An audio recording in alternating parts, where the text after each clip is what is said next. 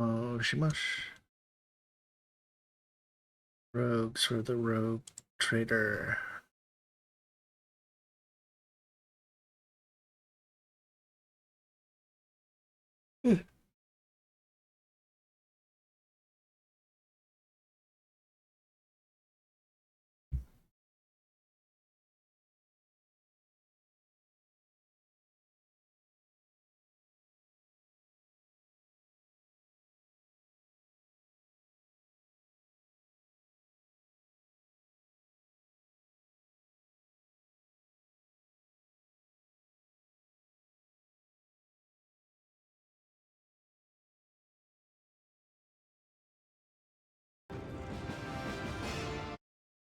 Oh.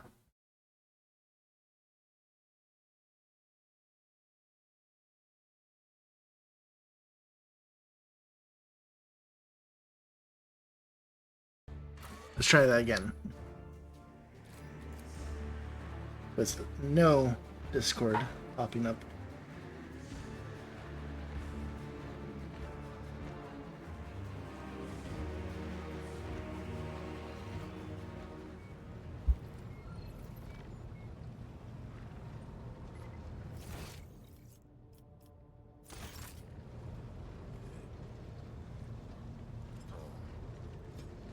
That for the blood gun?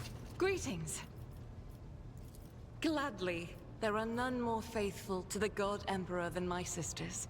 We fight against his enemies by the will of the Holy Ecclesiarchy. We... I beg your pardon, Rogue Trader. Here I am, talking about what every lesser noble in the Imperium knows.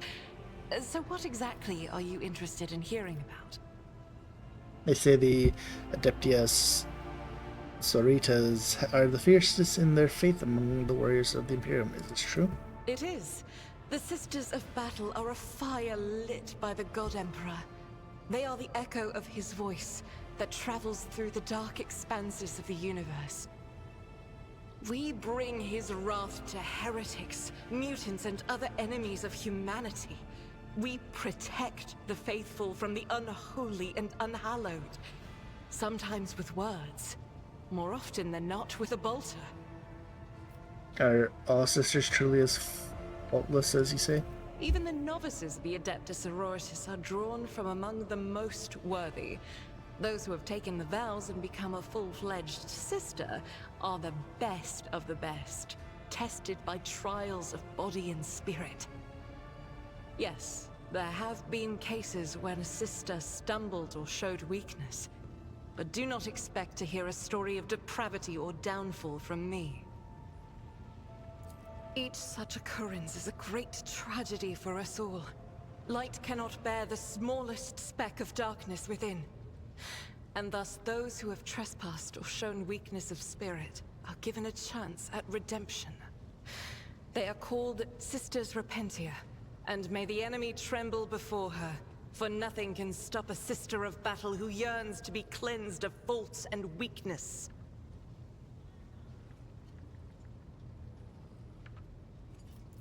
Wearing nothing but robes, no armor, eviscerator in hand, those sisters who have once faltered find repentance on the battlefield.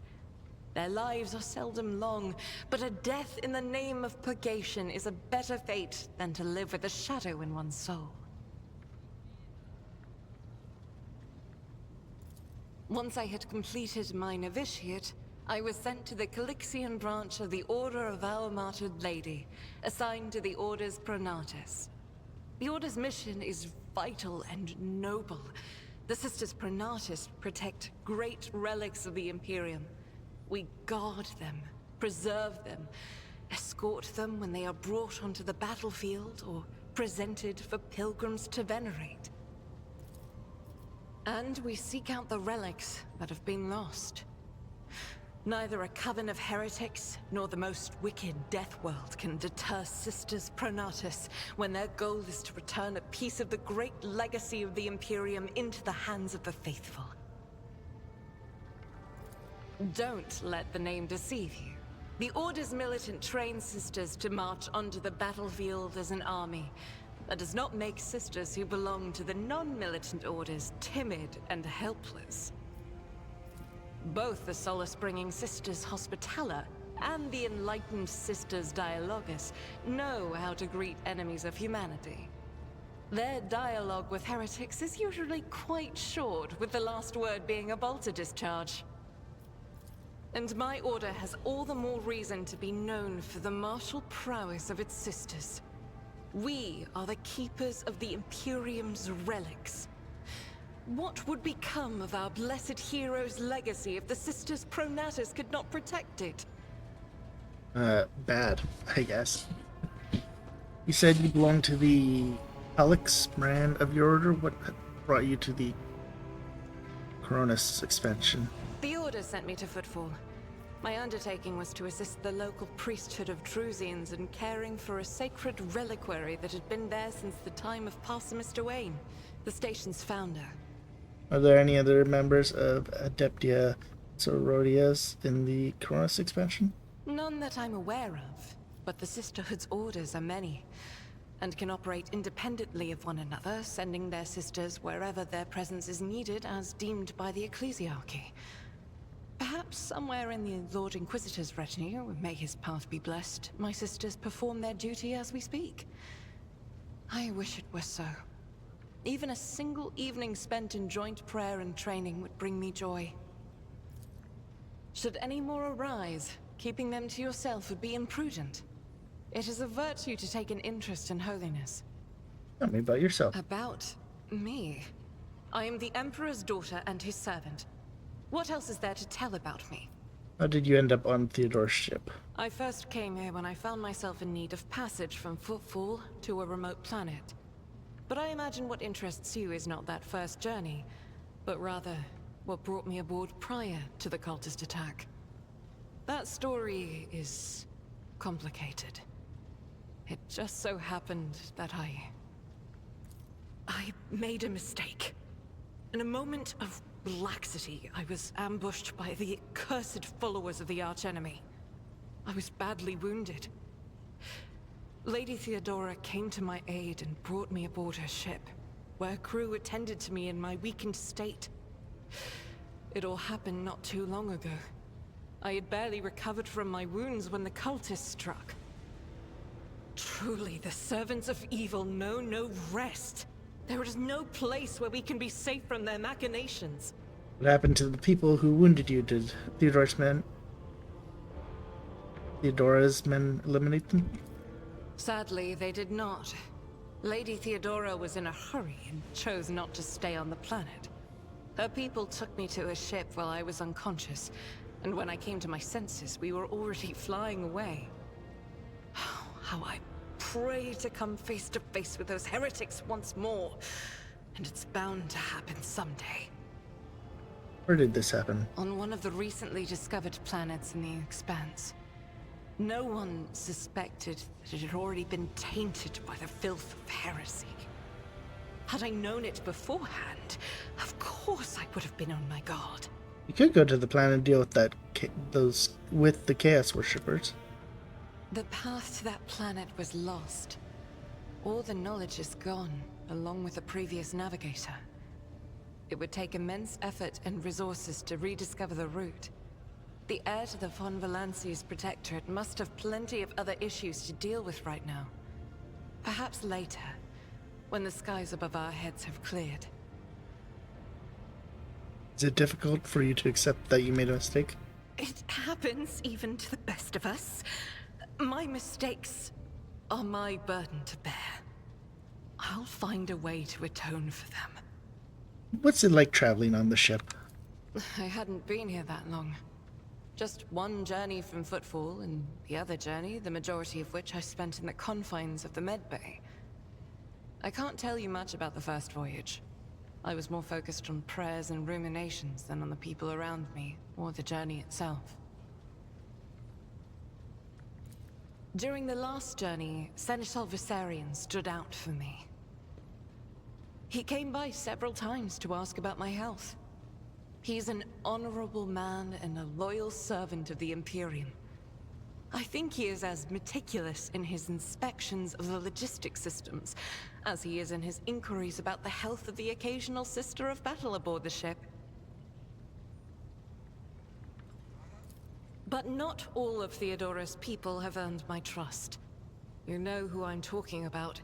There is no place for Adira Tlas among the God Emperor's faithful. I'm surprised she wasn't in league with the cultists. And I'm equally surprised by how deep heresy and treason run in this place. I'm glad we all made it through that dark hour. May the day that follows be bright. As you wish.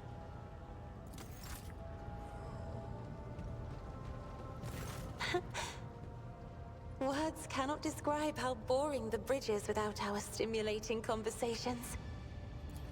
I am a part of House Orselio, an ancient dynasty of the Navis nobility. Since time immemorial, our family has served to advance knowledge, pushing at the boundaries of the dark unknown.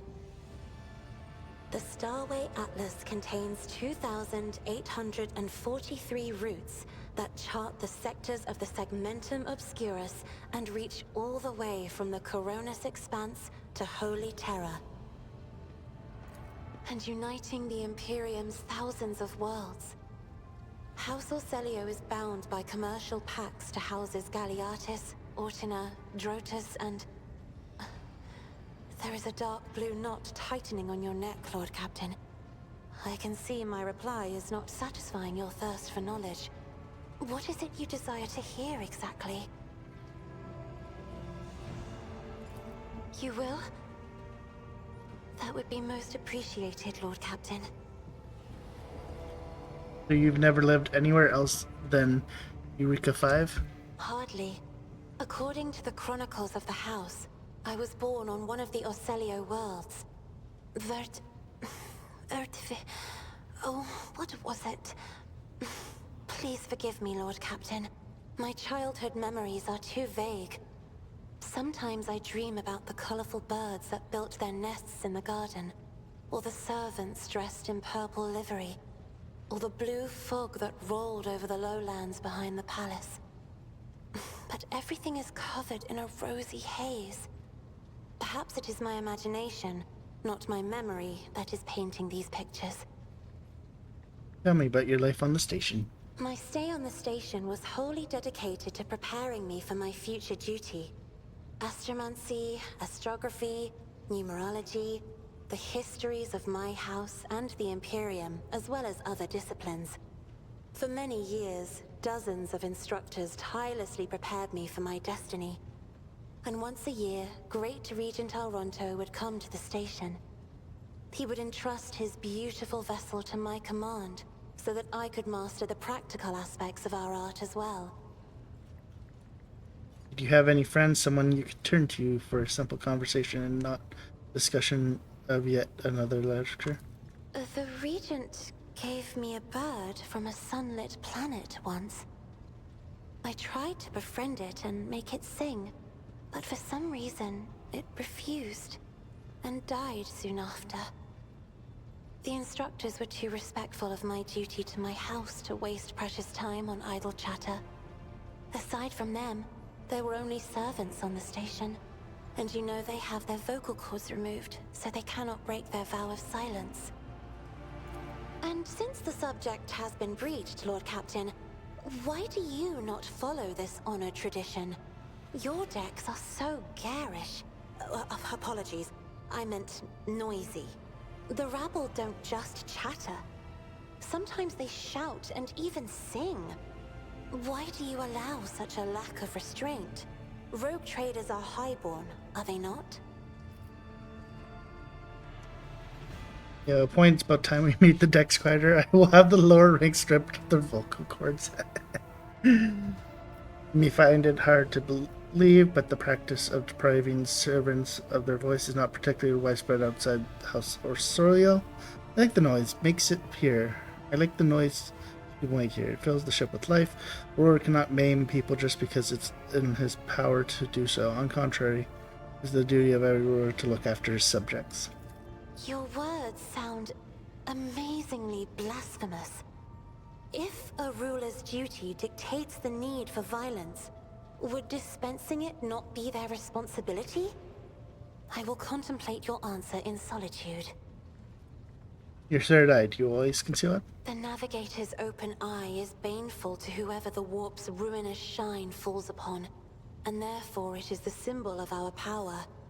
We are the guiding stars of humanity, found worthy of an uncommon gift, and one of the duties that we bear is to guard our eye, even from wayward glances that may bear evil. Besides, I am aware that lesser servants of the Imperium may find our appearance repulsive. The Navigator gene twists the features the rabble are used to seeing, and the magnificence of our role cannot be grasped by their feeble minds.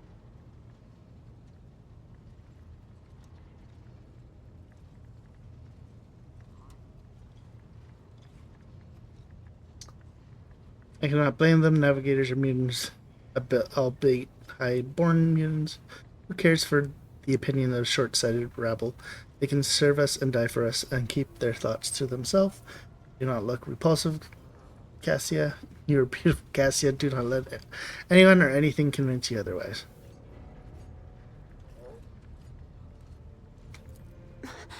Lord Captain, you are overstepping the bounds of propriety. I would not dare to make fun of a lady's feelings, especially not one who is captive. Evaded me since I first set my eyes.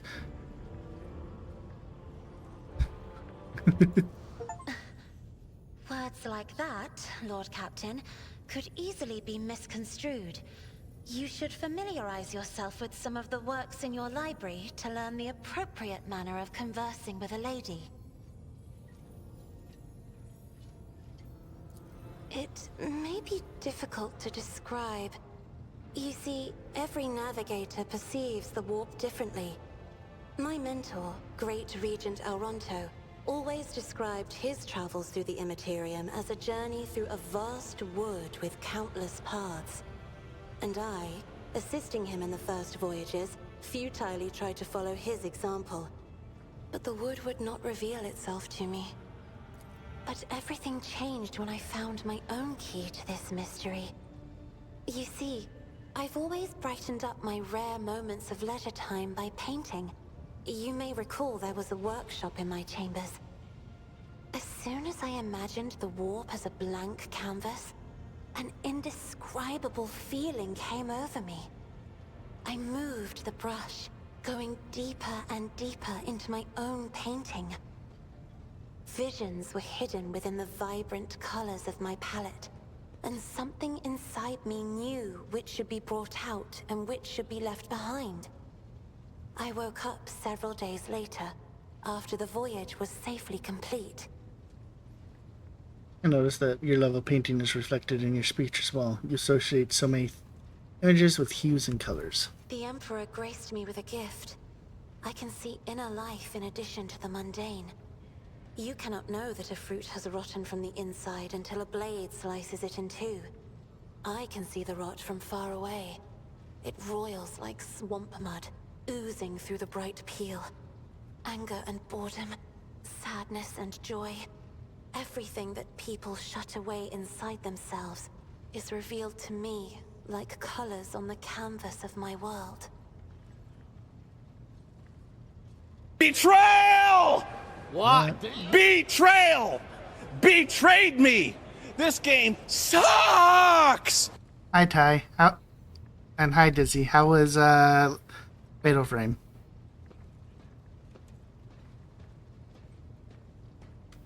You will hear no objection from me, Lord Captain.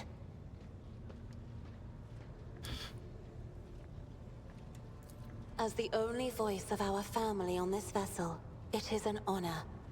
As long as your questions are courteous, I will answer every one of them.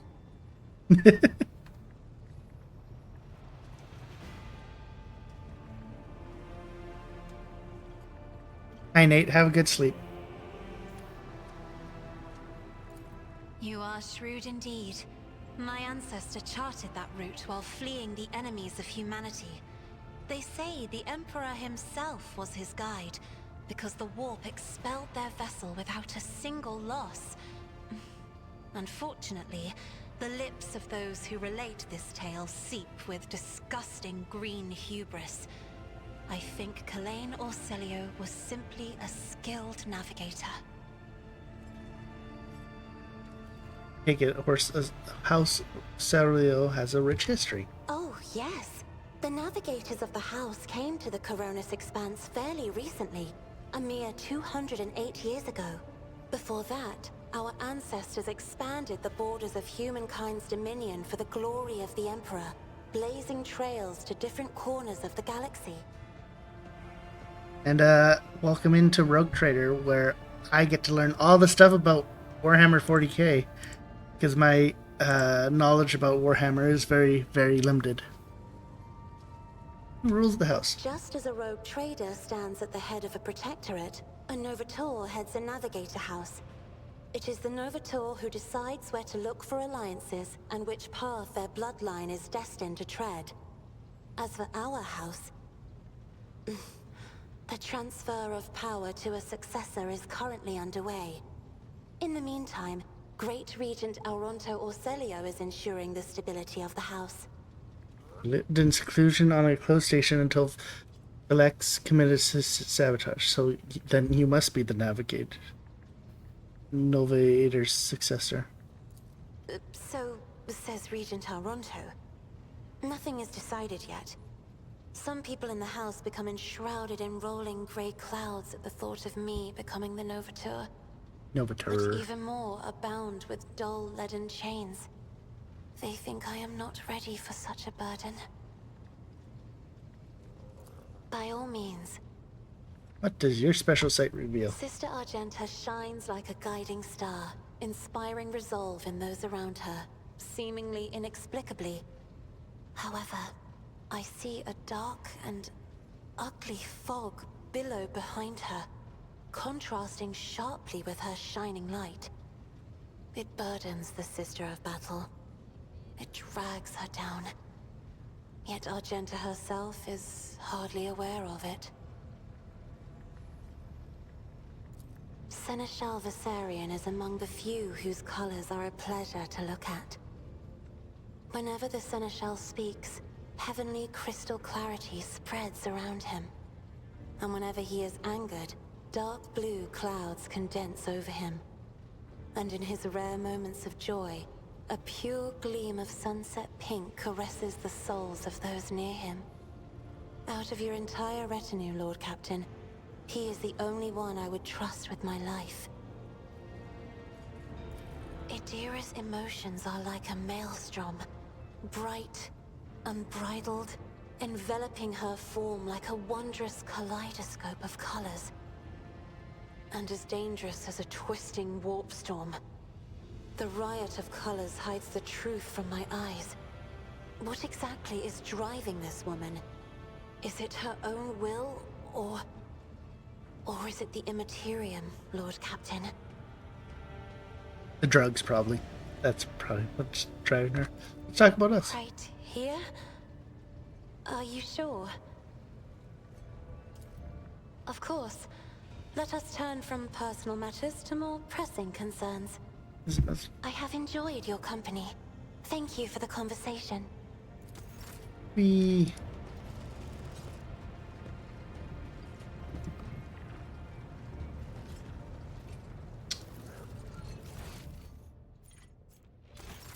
Hey, is this the guy that I'm thinking of?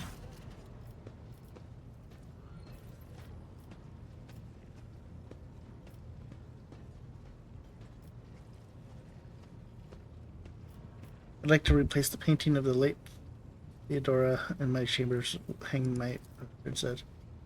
We done, your lordship.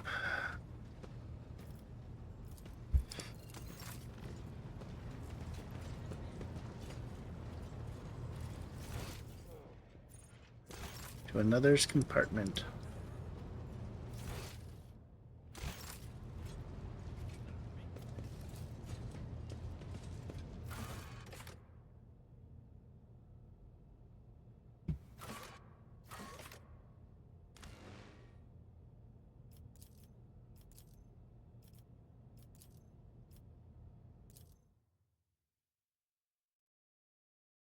I just want to find a place that I can buy meta kits.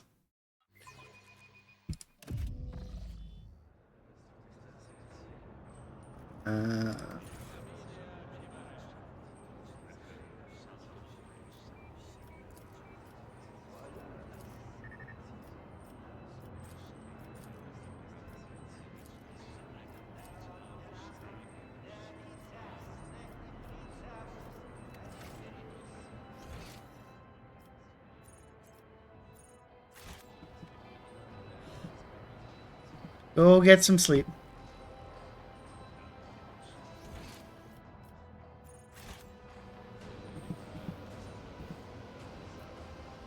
I always have a backup plan.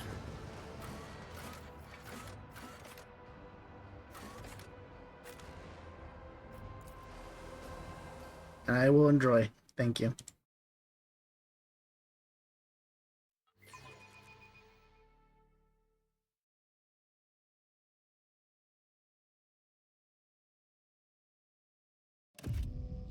How fascinating. To me, the Immaterium is made of colors, but to the astropaths who dwell in this chapel, it is music. Cursed music. Why do the astropaths not fill this place with litanies in his name instead?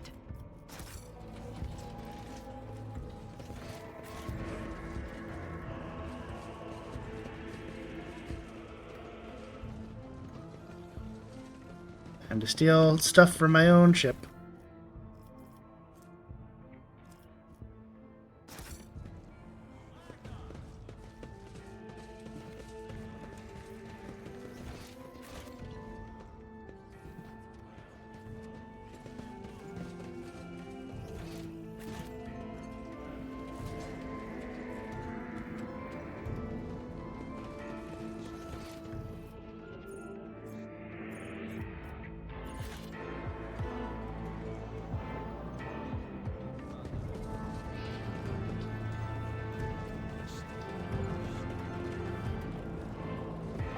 Let us not dawdle. Nothing else. Okay, cool.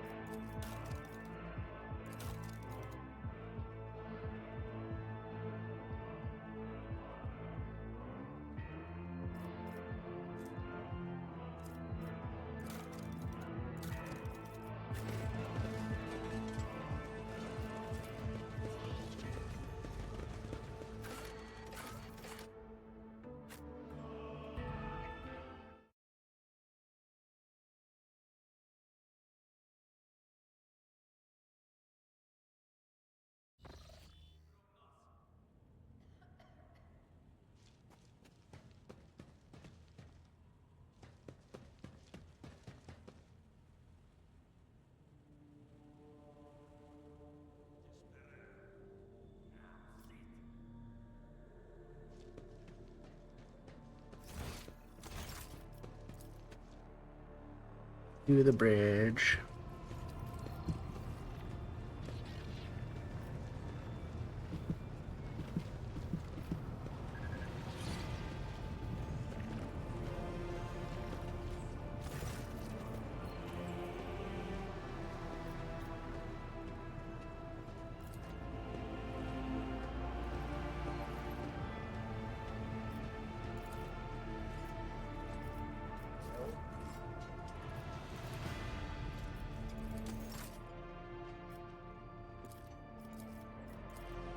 Oh, so we can train, but don't need it.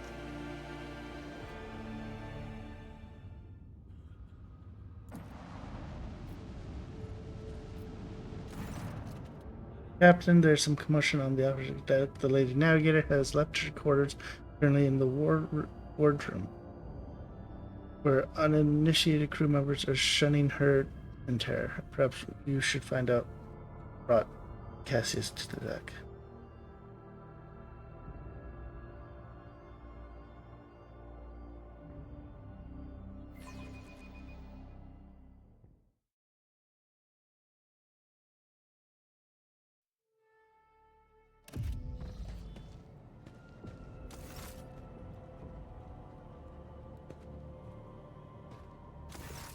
Lord Captain, my apologies. I did not notice your entrance.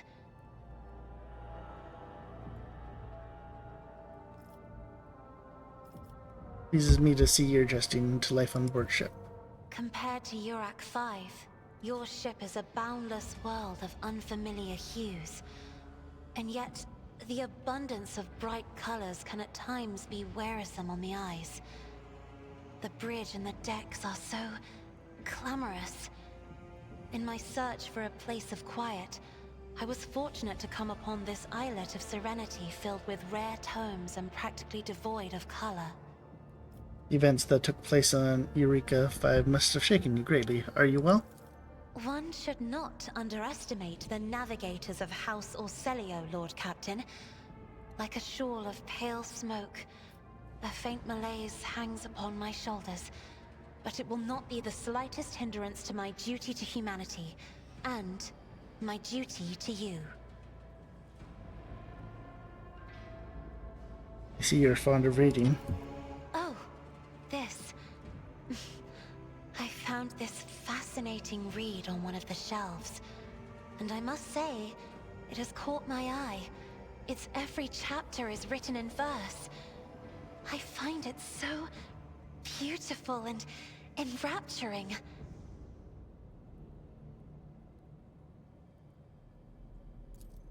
Urak 5 had a vast archive of its own, of course. Although most of the works within had to do with scholarly disciplines of some sort or another. Only in my sparse moments of respite was I allowed to escape into the pages of more embellished works.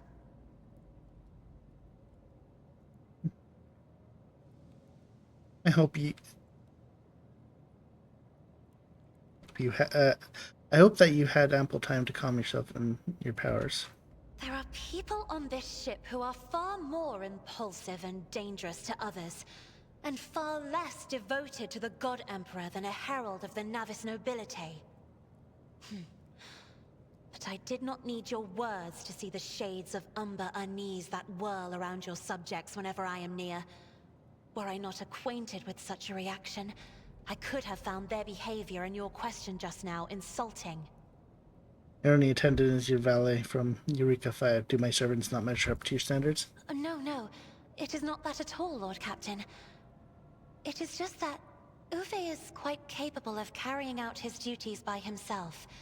He is well accustomed to my whims and preferences.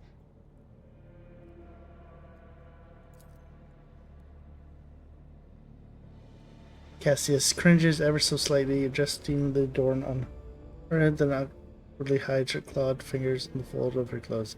The natural appearance of navigators often become the topic of gossip among lowly servants and officers alike. It is unsurprising then that Cassius prefers the company of one who is used to how she looked.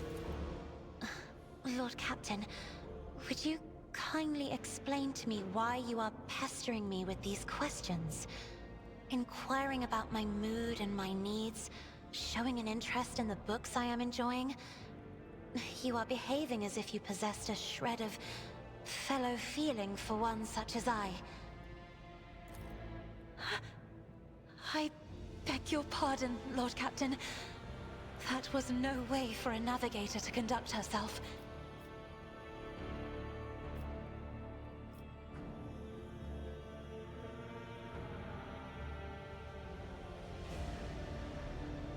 You think that he guesses that the feelings I have for you are far more complicated than common sympathy. Right. So I would ask you to you mind what you say from now on. You have nothing to apologize for. Human emotions are natural, be they good or bad, and it is just natural to share them with others. Please forgive me. I cannot even understand myself right now. Your words and attention have reminded me of life on the station, of Theobald and Felek. I do not understand. They were merely the keepers of Urak 5. So why do memories of those two make me feel a strange heaviness here? At the same time, I find myself overwhelmed with new excitement and Anticipation. At last I have set foot outside my familiar walls, and into a world that I have only seen before in the pages of books. Your ship alone is a treasure trove of remarkable artifacts and curiosities. And just imagine the things that await beyond, but... my delight must seem childish to you, surely. In your heart, you must be finding all this quite amusing. Not dare to make fun of a lady's feelings, especially not one who has captivated me since I first set eyes on her. Words like that, Lord Captain, could easily be misconstrued. You should familiarize yourself with some of the works in your library to learn the appropriate manner of conversing with a lady.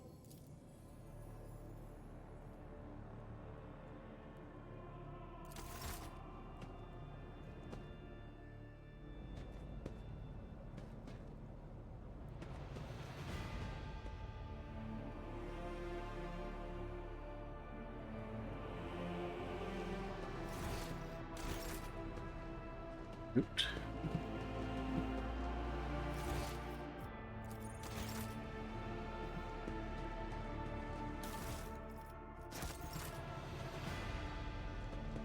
Yes, give me more loot.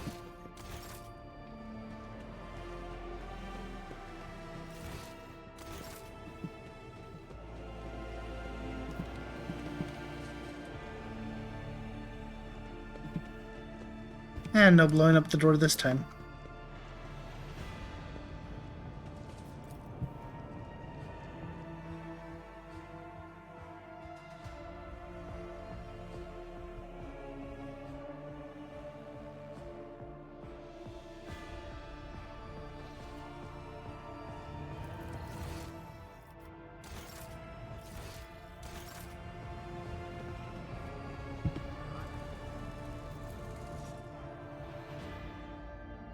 We continue.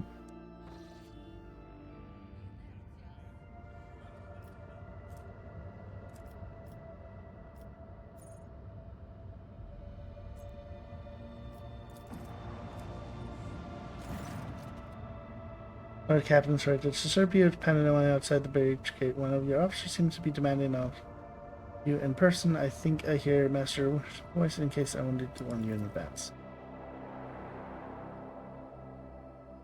If I gotta throw a bitch off a bridge, I'm going to.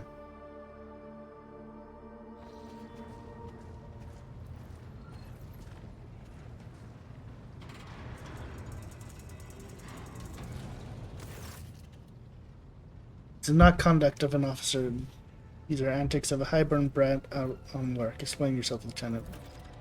I apologize, sir, but I must speak to Lord Captain.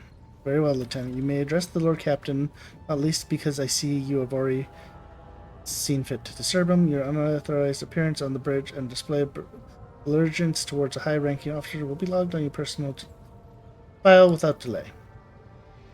Lord Captain, Lieutenant Avirla Event requesting permission to speak on a matter of extreme importance and urgency.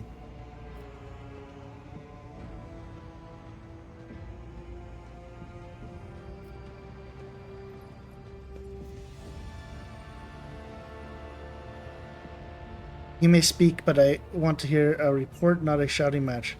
Having two officers bicker in full view of the bridge is unacceptable. Sorry, Lord Captain, I thought the drastic times called for drastic measures. This matter cannot wait. Any minute now, an assault unit will be dispatched to the lower decks on orders to crush the workers' strike by any means necessary, but I'm convinced that this step is unwarranted. The crisis itself was provoked by the actions of one of your senior officers.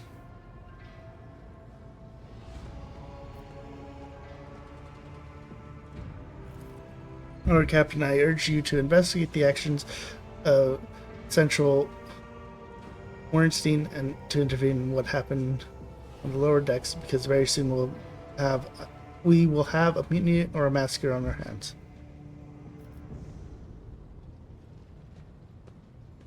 There's an insurrection in the making aboard my ship, and no one has informed me. I'm not deem it to be worthy of the rogue trader's attention. The lower deck, as it so happened, are about 30-something years ago. We even had a revolutionary leader rise up who dared to establish workers' rules across the entire ship. It took months to restore order, but even 8 years later, we are still battling. Rumors that the hero had survived his execution is on the verge of gathering people to fight against the tyranny once more. Needless to say, the rumors are baseless. As for the current situation, we have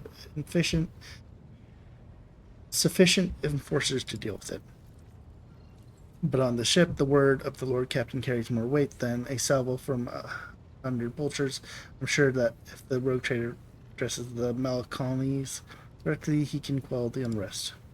I dread to think what problems you will disturb the rogue trader with next. Perhaps you will ask the Lord Captain to break up roles in the mess room.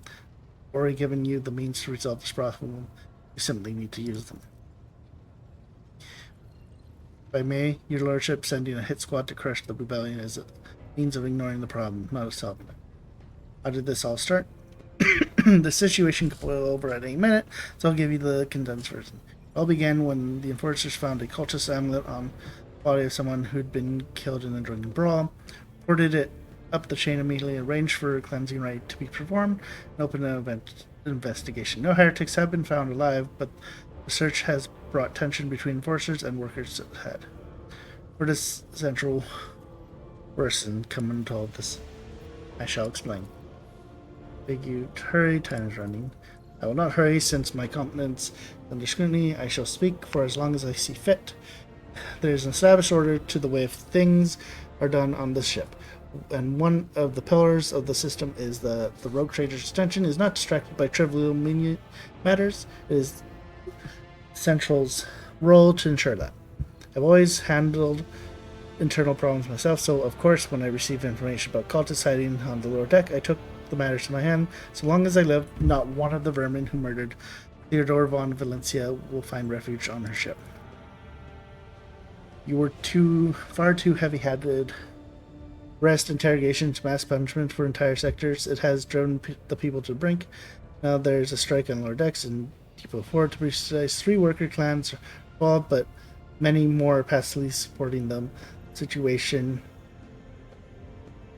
could degenerate into an all-out insurrection, but when I report my concerns, the only response I received was an order to dispatch an assault unit and crush the strike with maximum force.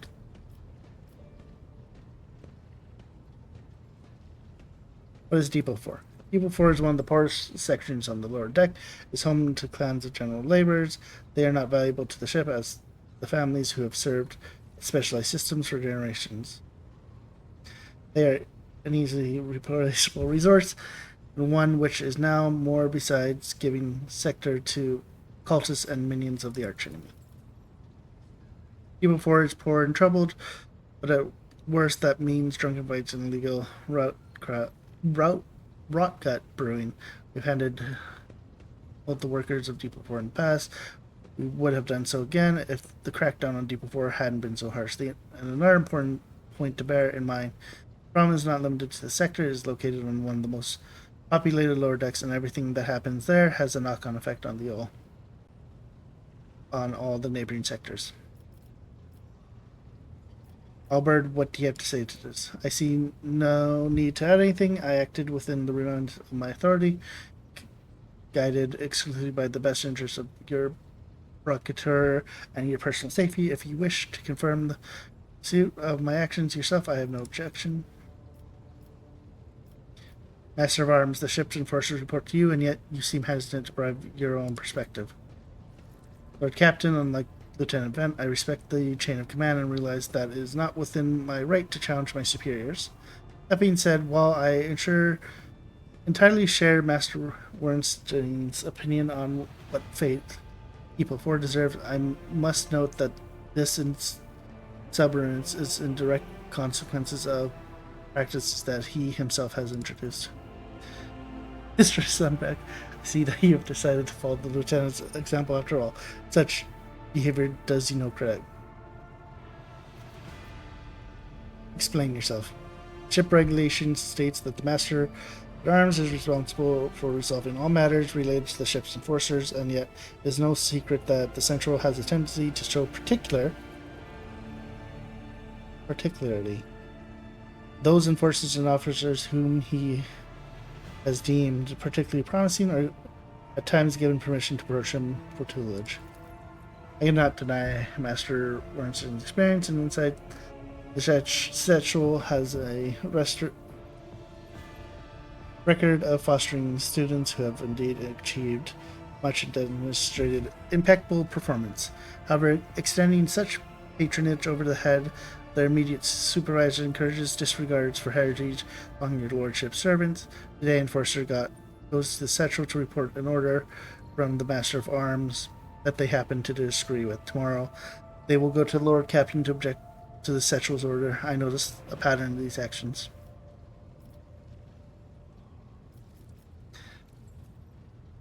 Oblard, do you want to respond?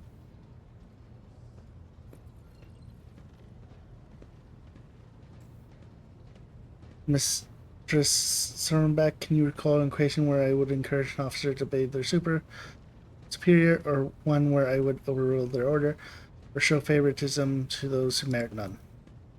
None such, for there have been no such cases in the entire time I've served aboard the ship.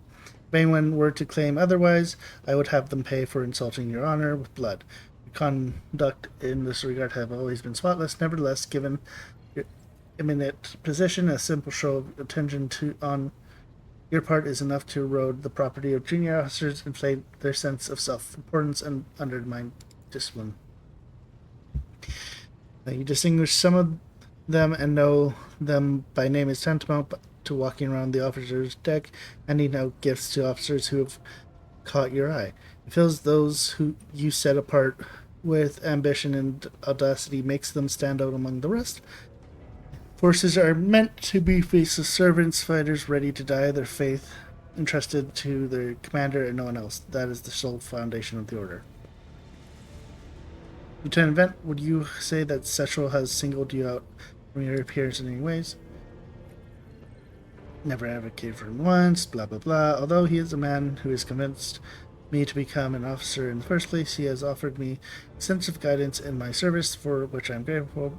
And while not all my fellow receive such attention, I know of at least a dozen fine officers whom the Central keeps an eye.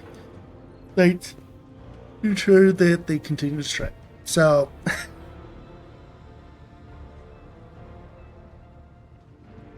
he doesn't grant me privileges, but he's keeping me in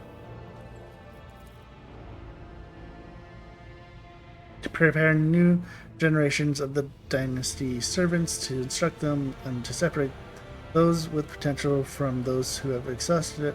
That's my duty as essential. This ship has bays worth pilots, enforcers, officers, technicians, and stewards, whom I raised personally by the throne. Every third person standing on the spread right now was my student at one point. See. Evidently, my officers are anything but shining examples of unity and adherence. I have only myself to blame, I suppose.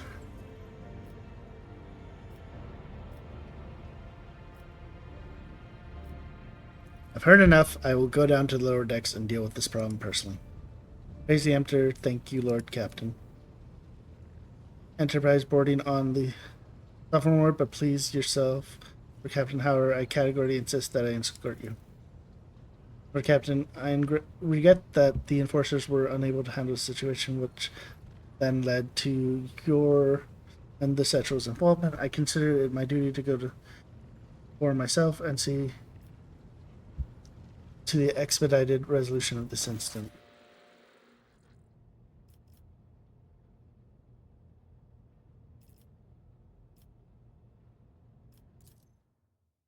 Oh, might have to fight some people.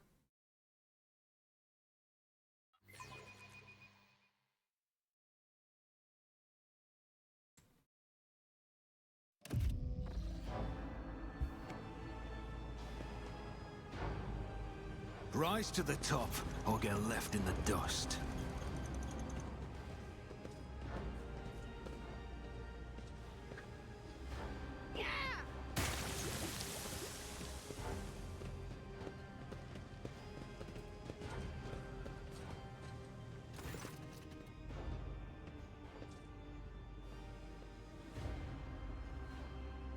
The lower decks are a source of endless problems.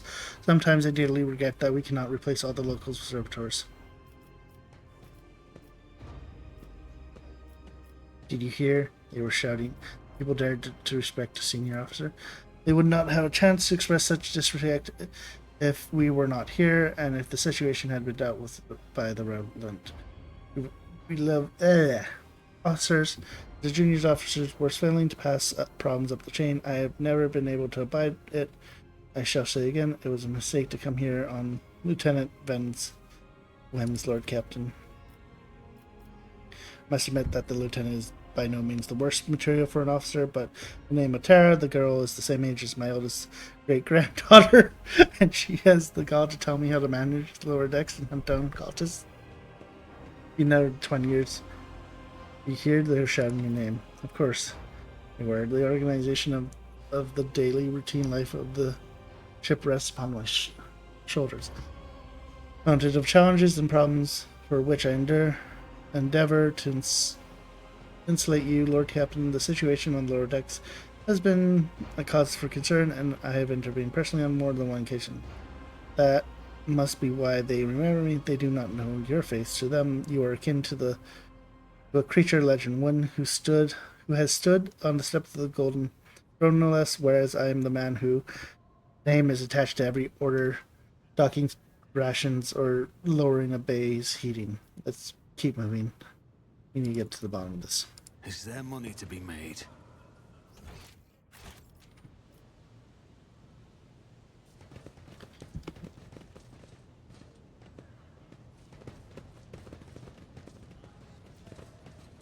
I still do not see our purpose in coming here. Relax, old man.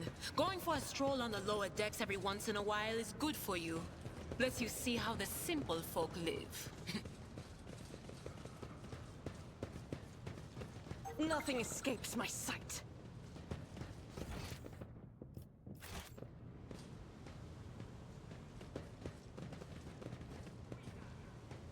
Keep your wits about you.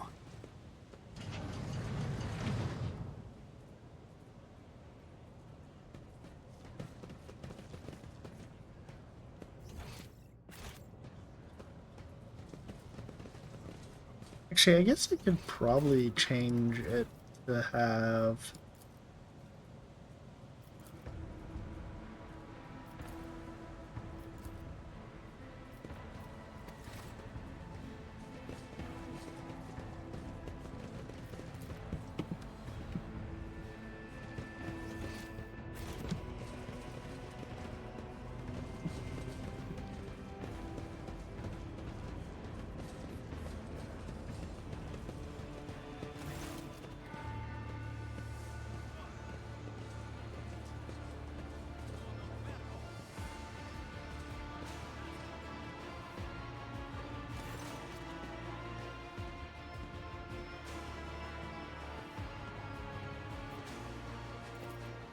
Lieutenant Vent, my patience is running thin. I have given your order now out of my way. You cannot comply with that order, ma'am. This is my deck and my sector, so long as this area remains under the Lord Captain's special oversight, no action can be taken without my express permission. There are only 3 people who are authorized to make me stand out. First officer, the rogue trader, and the Emperor herself. So not all my lessons fall on deaf ears. Your Lordship. What's the situation? Your Lordship, my people have locked down the bay where the strikers are, including their leaders. We have the situation under control as far as resources allow. Under control, Lieutenant? I came here to lead investigation unit, and what do I see? The rabble is on the verge of mutiny. There's nothing to investigate. This simply calls for immediate repressions and firing squads. You, Vent, are a step away from facing charges.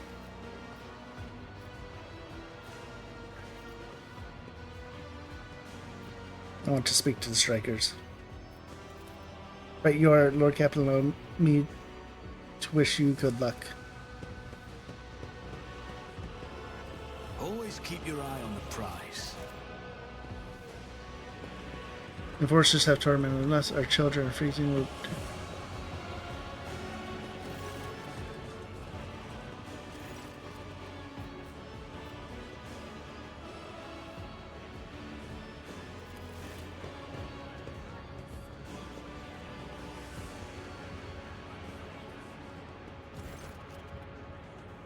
Lord Captain, you have come down to us. We were attacked on the way here. How do you explain that? Here's an explanation for you. The people have been pushed to the limits. Now they're lashing out, as if we don't know why these top deck units are being sent down here, like the one there that the lieutenant won't let pass. Our clans are all inside the bay that have been sealed off, but the lower decks are big, and I'm sure there are some people who've just had enough. We're getting it from all sides. The soldiers have encircled us. Ones who have risen up, the death squad who just arrived. It's no wonder folks are lashing out. Their words seem sincere. Their body language and glances trade between them reveal that the news of the attack has shocked them. Tell me what is troubling you. Why are you striking? Striking? That's news to us, your lordship. All we're doing is asking questions, saying what we think. Shut up, Rabbit. Here's the deal, lordship. Your damn enforcers are all over us here. They say they're looking for cultists, one wrong word, and they're reaching for the Bretons. If they want to punish someone, they turn off the heat to the whole bay for a week at a time. We get sick and freeze. In my clan, little ones died from an inflammation in the lungs, all because of the enforcers.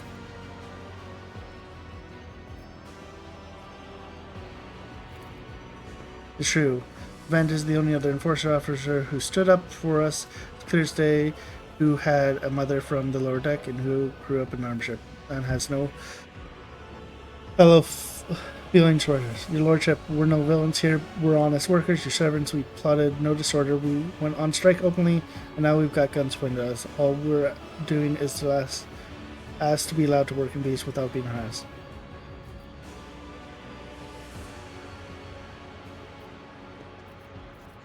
The persecution started opposing a proposal of nothing you say. I was told that one of you was found in possession of a cult amulet and that there are heretics hiding here. What's that? The Gewgaw they found on the dead drunkard? If it was something evil, we sure didn't know. The enforcers just said they were looking for heretics among us, and anyone obstructing their investigation would be behind us. But how could there be heretics here? We know our own people, there have been no new faces. Definitely not. And if there were, we'd be the first to report. For the Samus or whatever, they took it off dead man's body. There's no cultist still breathing in the sector, that's for sure. But when the fight broke out, some inspiring folks looted the bodies, the boots they came back with. Nobody's ever tread these decks in boots so fine, I can tell you that. Seems to me these cultists have better commanders than us. Oh yeah, those boots really were fine.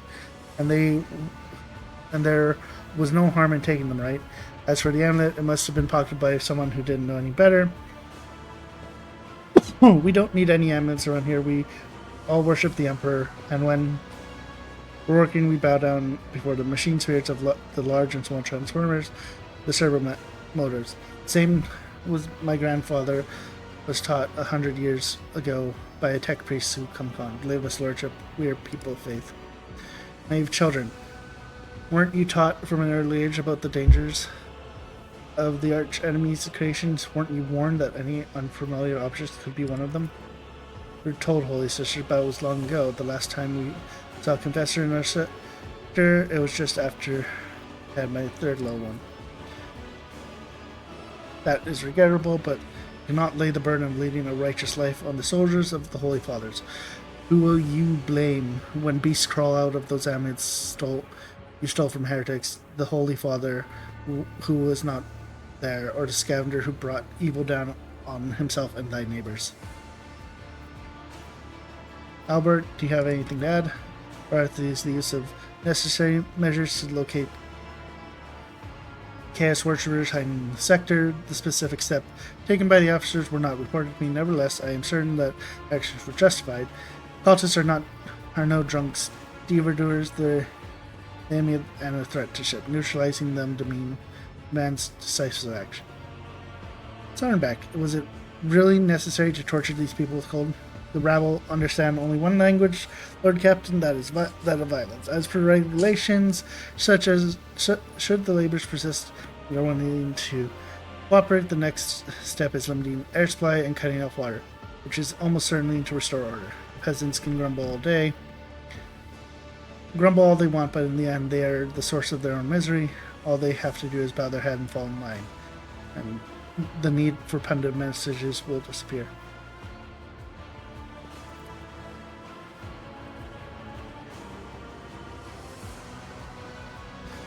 When you look at that, the exalted Lord Captain himself is asking us Beldrats what we want.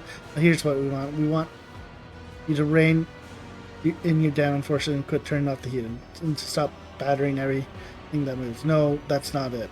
We want the enforcers gone from here, and we want to be armed. Give us arms and we'll govern ourselves. We will defend ourselves if these cultists do show their face. I've been leader of my clan for 20 years. Getting rid of these club-wielding thugs can only improve things around here. We've gone too far, old man. They'll never let the maggots on the lower deck live without the enforcers breathing down their neck. They probably even insist on enforcers on the upper decks too. As for weapons, what do we need them for? Before the first day's out, we'll have someone shooting their neighbor out of stupidity or drunkenness. We don't need that. If enforcers stop hassling us, they'll be enough. In return, we'll find the scavengers who robbed the cultists' bodies, and we'll talk to them from lower deck to another. If there's any more of those damn amulets, we'll hand them over to the horses ourselves. Speak yourself and your clan. I'll speak for me and mine. I don't want empty gestures. I want real change. Promise us the world, but as soon as the anointed one turns his back, these brutes will be on us harder than before, all because we dared to speak up.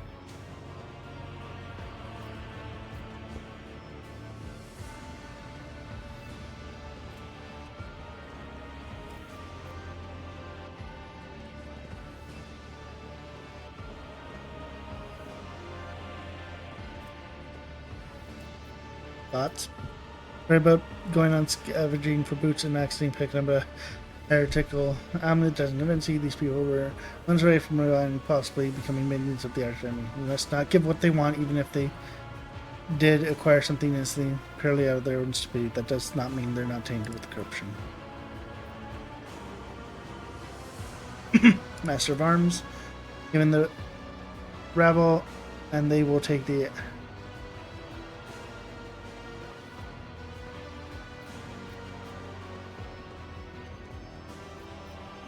Treading and anchoring on the ship is the first step towards embracing chaos. Putting weapons in untrained hands would be worth whatever. What's more, the enforcers are needed to maintain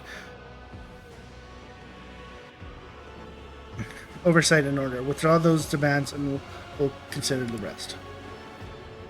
Man, listen. The Lord Captain himself has come down to us and offering concessions. And I don't know a single person in the whole of Depot 4 who's ever stood next to the rogue trader, let alone talked to him. Back down. Now's no time for you to be a stubborn old croon. Listen to us, old man. The three clans of Depot 5 ought to act as one. We've made up our minds. It's your turn to decide. Don't ask them to disband the enforcers or give us weapons. We don't need anything like that. You two are ganging up on me, is that it? So brave you are against an old woman, but I'll shut up. I will indeed. I won't go against two clan leaders on my own. If you want to make peace with the enforcers, make your peace. That's great. Lord Captain, we all agree. Then it's decided. The persecution will stop, and I will expect you to assist in locating any remaining amulets or weapons left by cultists.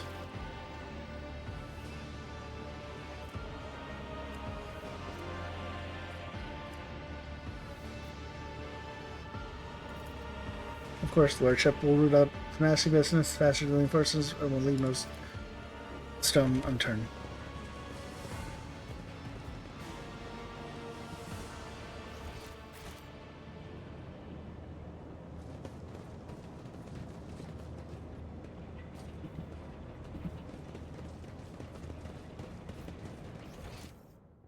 I always keep my options open. Where the fuck did they run up to?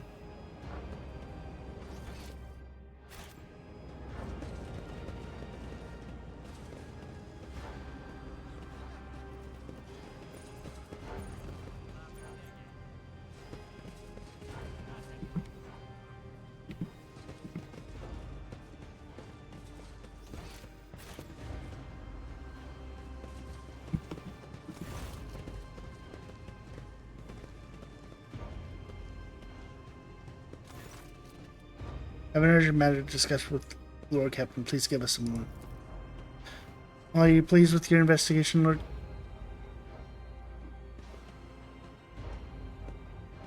Captain kowtowed to the disloyal rabble. You believed their lies and showed them leniency. Next time the ship is attacked by cultists, the rabble welcome them in open arms and allow them to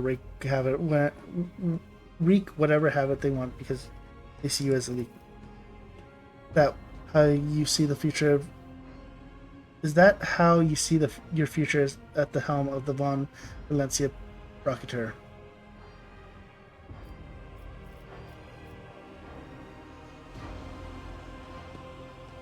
Let's talk about your role in all of this instead. You allowed this revolt to happen. Your actions practically guaranteed it would. I would have handled the situation myself had you not decided to intervene. Remember, Lord Captain Theodora, you think she ever stepped one slippery foot on the lower decks? No, she not.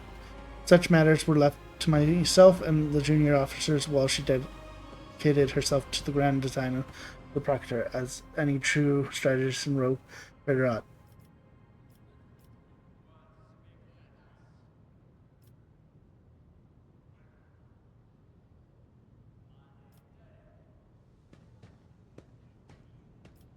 Maybe if Theodora had spent more time on trifling matters, she wouldn't have wound it up dead. There's a new Lord Captain aboard the ship now, and I will not repeat her mistake. I commend your decisiveness, but I'm uncomfortable with introducing new protocols in the midst of crisis. And I lost my temper, Lord Captain, and I believe I ought to explain myself. The prosperity of the Von Valencia Procurator is not just an empty phrase to me. I left the Imperial Navy for the chance to see it flourish. It was the most momentous decision of my life. I did it because I saw Lord Captain Theodora's deeds, the sign of true greatness. Rogue traders do not simply forge new routes and capture worlds, they create order out of anarchy. Their creative impulse was entirely lacking during my time in the military. I left it behind. I left everything behind I had known. Everything my family had known. I come from a long line of officers. I embarked upon this incredible, reckless venture, Lord Cap.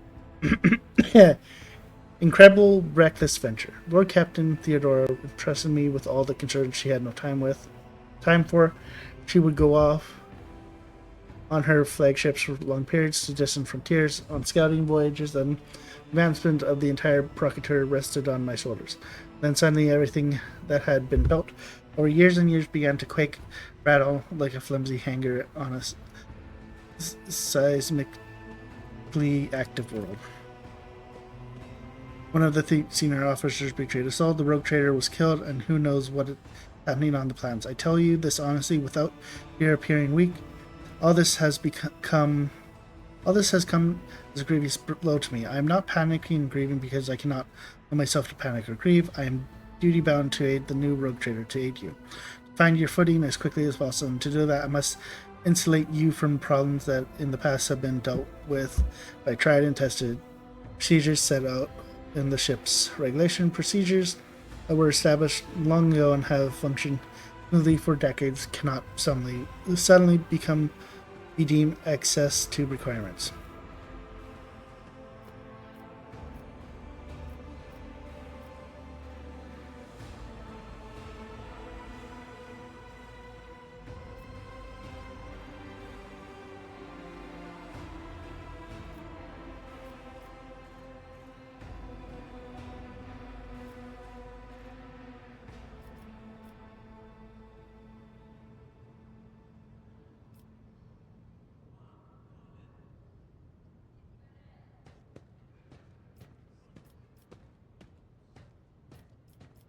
I understand, but you need to learn how to respect me as your Lord Captain and Rogue Trader. Accept it and start living in the new world, a world where Theodora is gone and where you and I have new decisions to make.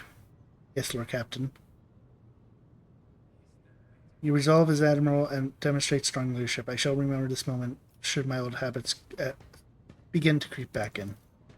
Now, please, let us leave the lower decks. If the Rogue Trader desires to stretch his leg, there are far more suitable places. Parashna Dordal. Looks like I can level up everyone.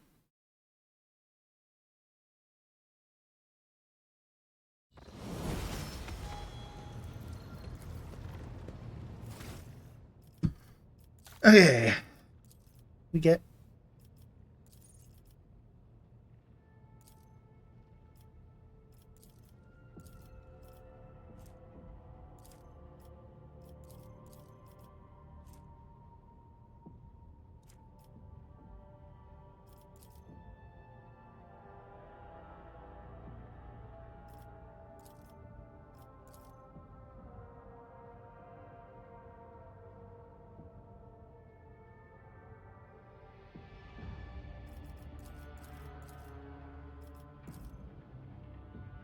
perception.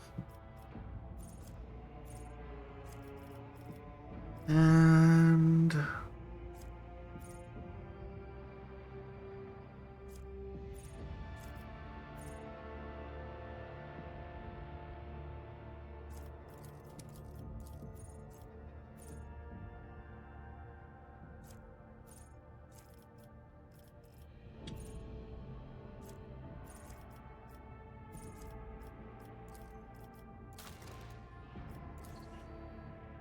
I need to know what weapons I've got. That's the laser and melta.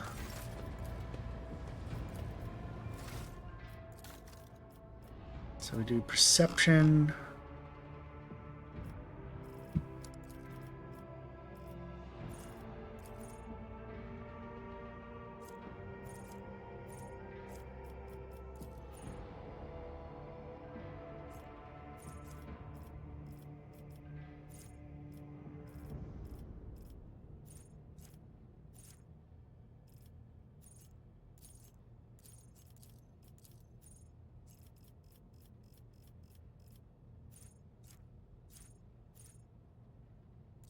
Oh.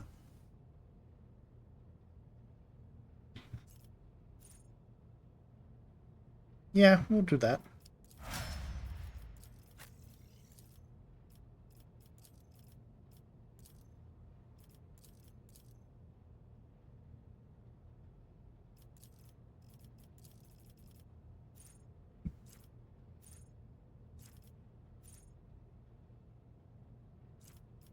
So I have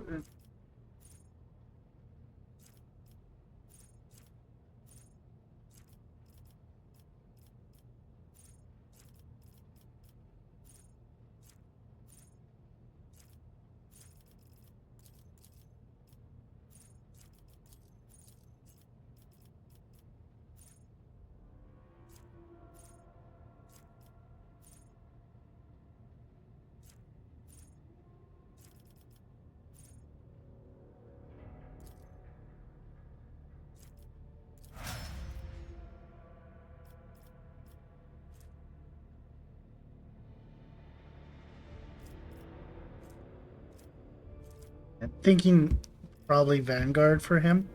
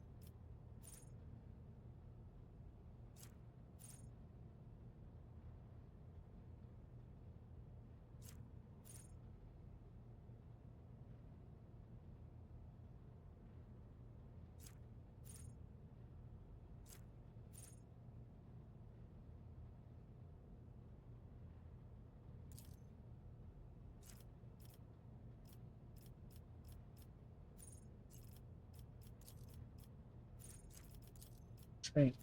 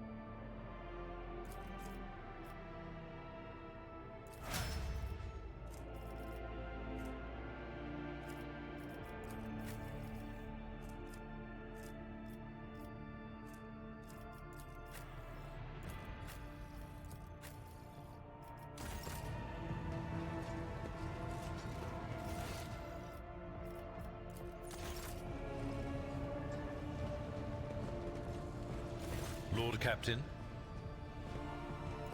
Lord Captain. Maybe eventually I'll get to this bloody island. Or bloody planet.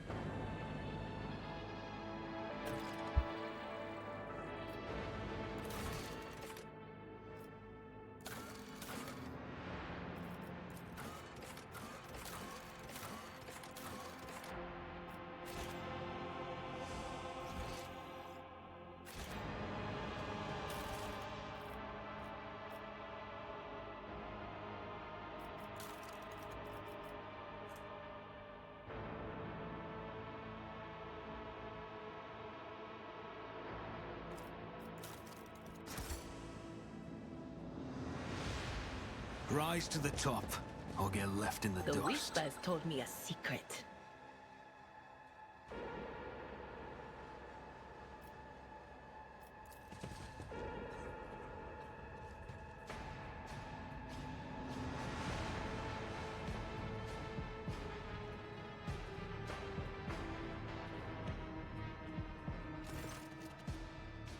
Who are you? Do you come from the planet? Are you reinforcements saying truth? I thought you never come.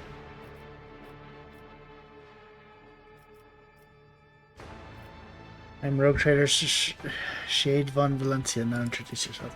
One, sir. Captain Raquel Beatrice, servant of the House Winterscale and the pilot of this shuttle. It's an honor to be greeting His Lordship von Valencia. I'm looking for a man by the name of Henrik van Kalox. Is he here, perhaps? As it is one of the prisoner guards, that it seems unlikely there are no shuttles in working order, other than yours and mine. There's nothing else anyone could have used to reach the place. Tell me about this planetoid. This element on Kaiafila is a penal colony. The prisoners work in the mines and the dumb quarries. They mine sulfur, cream dust, and sand, which is then melted down.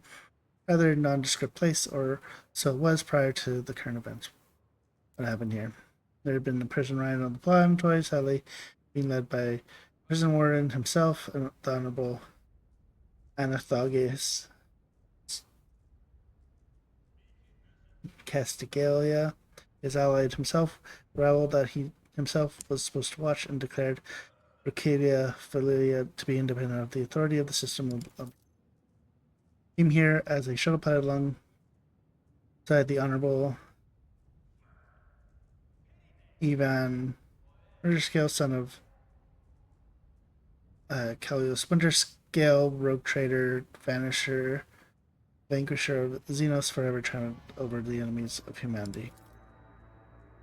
Young Lord Winterscale wished to speak with Orden personally so he could put an end to his lawless treason. He and his escort went ahead and haven't been able to contact them over the box for a very long time.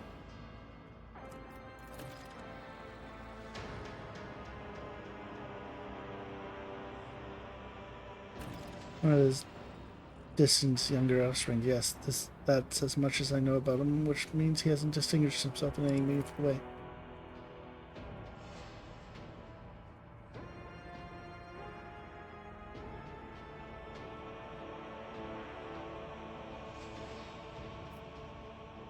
For himself is spearheading the riot? Yes. No one expected this. Master Celia is a nobleman from the respected government house and a vassal to the Winterscale. All of a sudden he proclaimed that Talia was his now personal domain, that the prisoners were subject, and that he would never bow to anyone. It's pure heresy.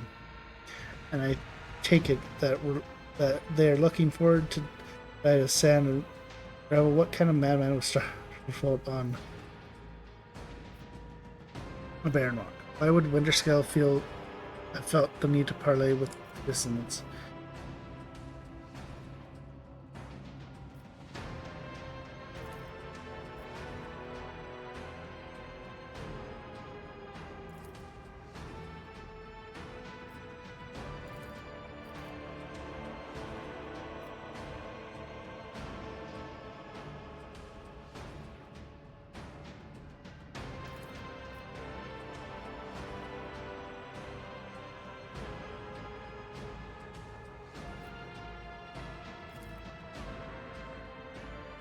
Lordship, if I may remember every time, I wouldn't have dared to trouble you with a personal matter about this issue. In any case, have you been to the capital of Ricardo Minos yet? I wanted to ask if you saw a man there, communication offer. Where's your relationship, man? We are engaged. I have not yet been to Ricardo Minoris and know nothing of the sauce. It's a shame. May the Emperor keep that fool from harm. Thank you for your time, your lordship.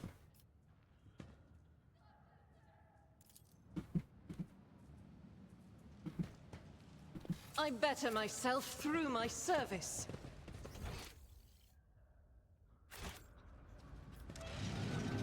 Is there money to be made?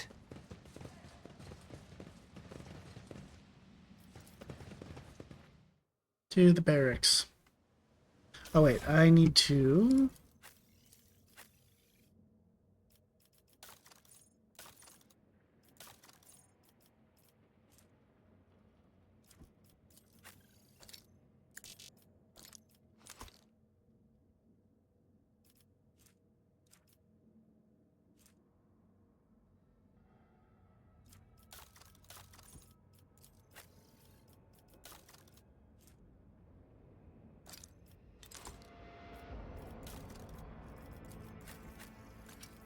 Yeah, you grenades.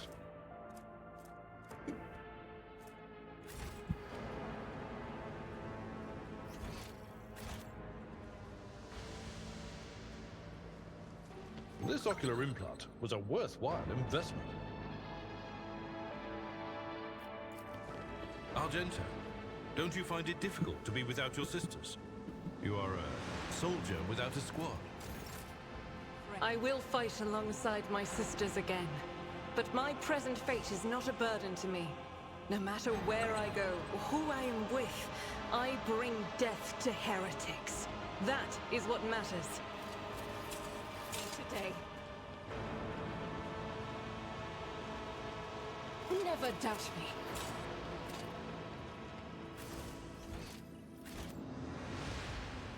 I always have a backup plan.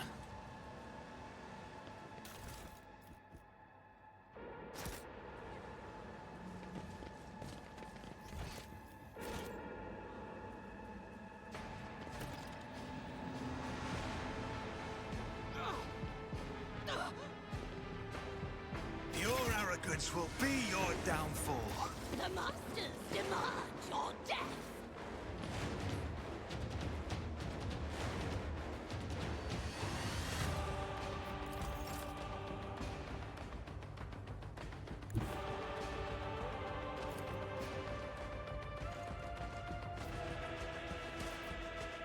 I will bathe this battlefield in righteous fury!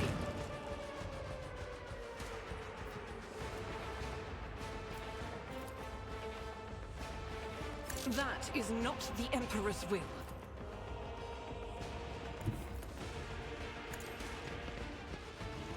None can escape the Emperor's judgment.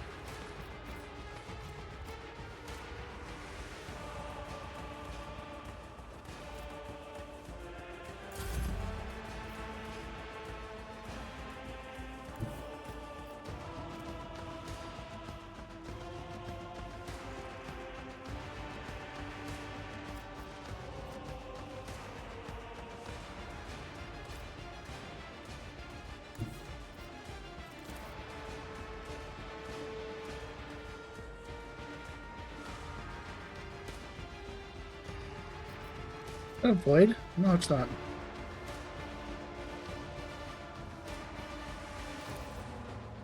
Step aside. The navigator is coming.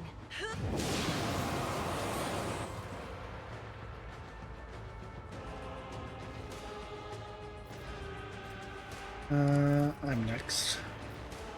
Do not dare ask.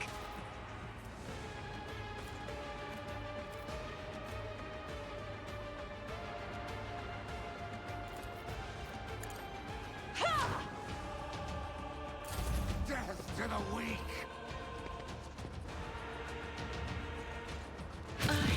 My prescience has failed me.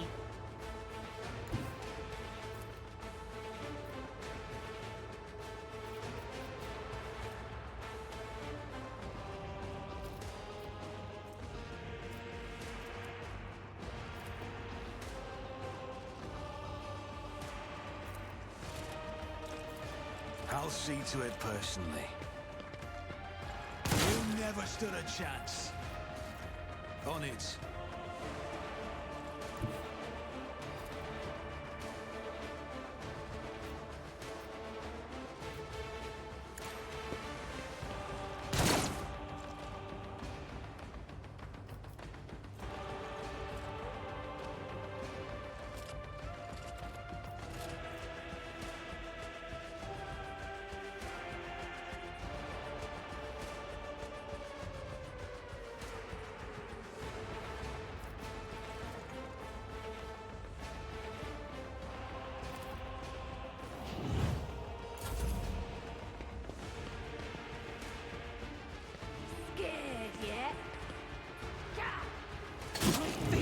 Shields me!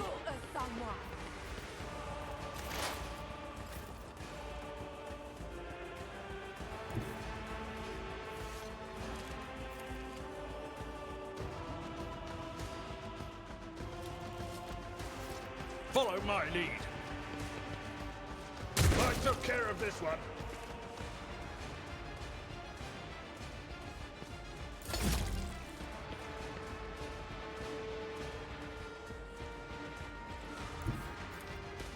Guided by faith. Strike is a prayer.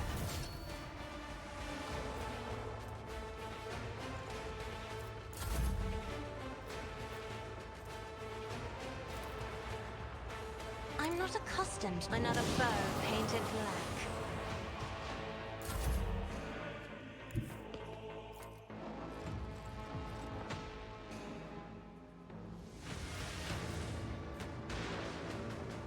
Let's make some opportunities. I won't stand for it. It's as good as done. I'll make it happen. Show me what you've got! Ha! I'm here, maggot!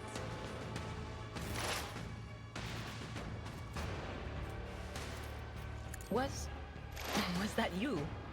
Or...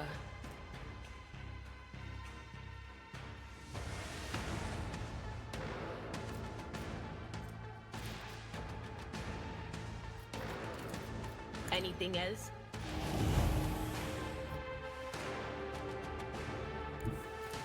They who discern the future on the battlefield.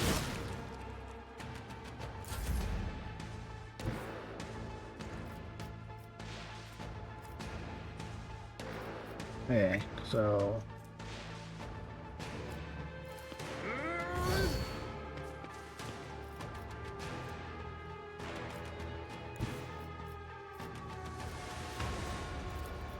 Victory is imminent.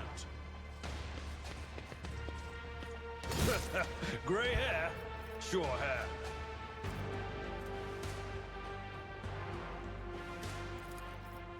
That's not the Seneschal's job.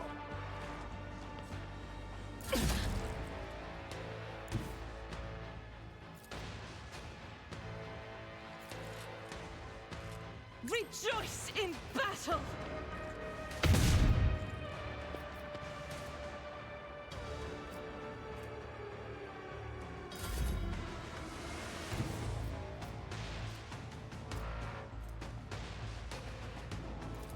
Battlefields are always drowned in scarlet.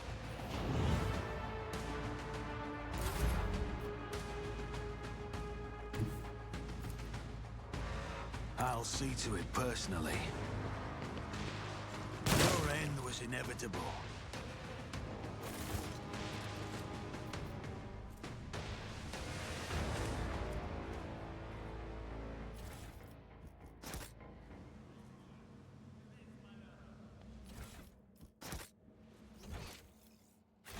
I always keep my options open.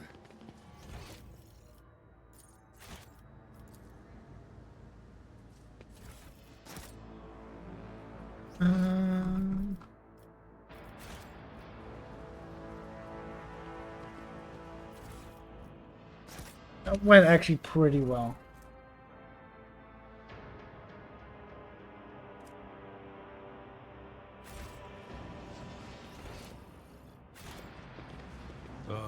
I feel my age when fighting alongside such young warriors.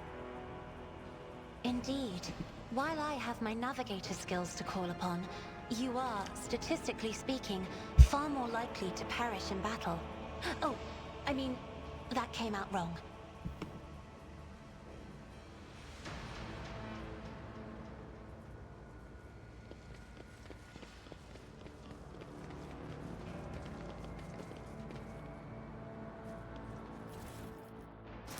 Sins hidden in the heart turn all to decay.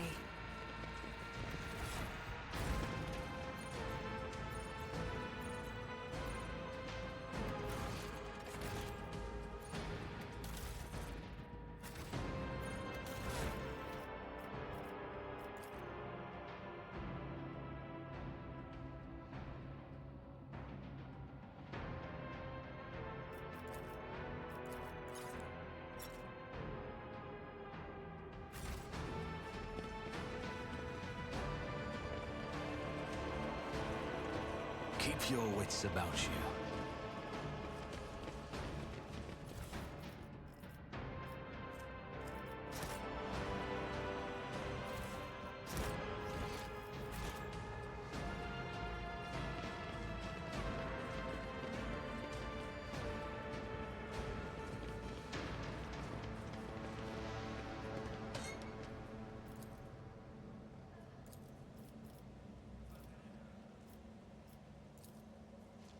That's how it's done.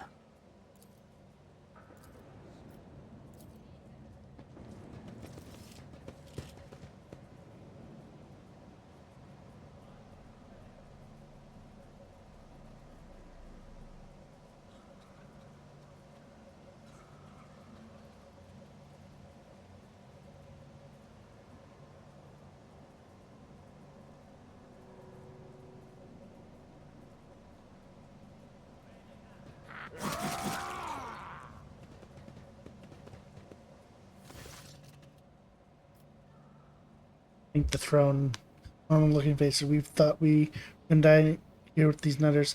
Please don't shoot us, your noble, let us speak your word.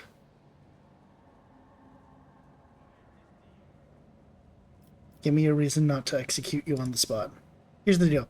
We're honest, quiet inmates. We didn't want to riot, but, well, sitting it out wasn't really an option here. The warden's lapdogs made short work. Those who refused to join the festives, so we had to, well, but that's all it was, play. We never meant no offense to Governor Enris nor to the lawful authority of House Winterstone. Give us a chance. We just want to wait until everything blows over and we can go back to ourselves and quietly do the rest of our time. Resplendent, honest heretic. How novel. Low-brow speech is modded with color that conceals his true darker hues. This old man has a long history of lies, and he's using his wiles on us as well, but I see no foul corruption or ill intent in his words. Tell me more about the war and the riot. Why soil your tongue talking about the heretic, but if this is here it goes. The warden of the prison here, the Honorable Master Casil, was a crackpot from the beginning. The previous warden ran things proper way. Prayer, 1 meal a day, work, punch in the chompers from the guards, work again. But new one, do you know his first degree was? He introduced lunch and dinners. By the 9 devils, that was 3 meals a day. The man was obviously stark raving mad. Things only went down here. The guards quit it with the teeth punching. The warden forbade them. Instead, the overseer started counting which prisoners were digging up more things in the quarry or swinging the pickaxes harder or whatnot. Then, would you believe it? They put together a list of best workers, and some on that list also showed good behavior. That's when they got promoted to an opponent, the upper crust among the jailbirds. But that's how it was at first. Then the warden decided it the opponents, not the guards, who should be in charge of punishment, and that it wasn't the overseer's job to watch the prisoners work. It was the opponents.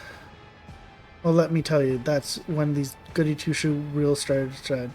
Guards aren't even in the same league as our dear fellow the opponents. In the old days, we had maybe 5 or 10 stiff kickings a week, and now we're lucky it was only 50.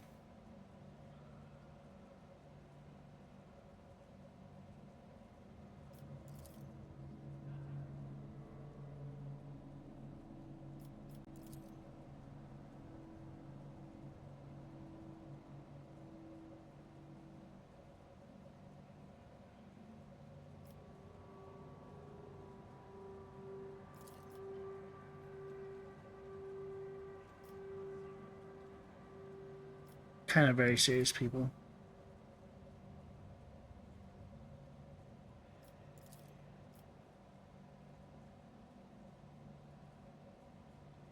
Oh yeah, I shall spare you.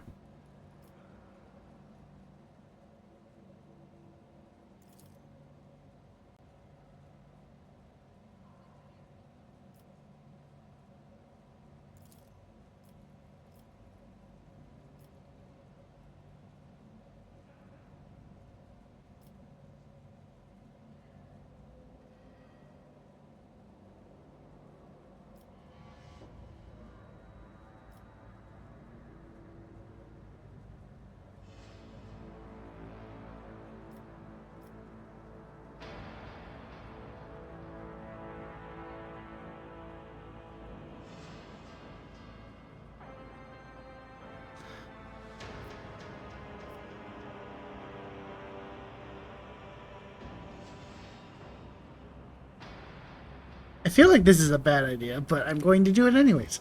I shall not leave you here to die at the hands of the warden's henchmen, but tell my pilot that it is the Lord's Captain's orders that you sent to my ship. You will join my ship's crew. You have my personal pardon as the rogue trader.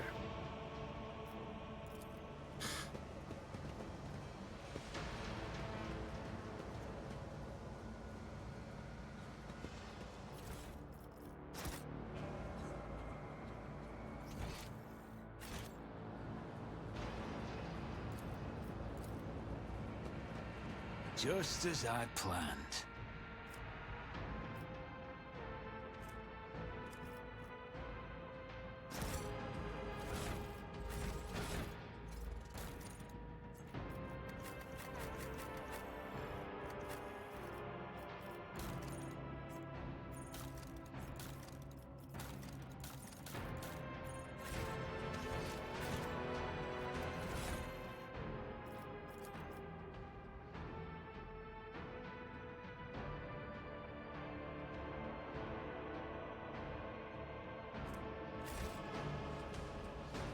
Always keep your eye on the prize.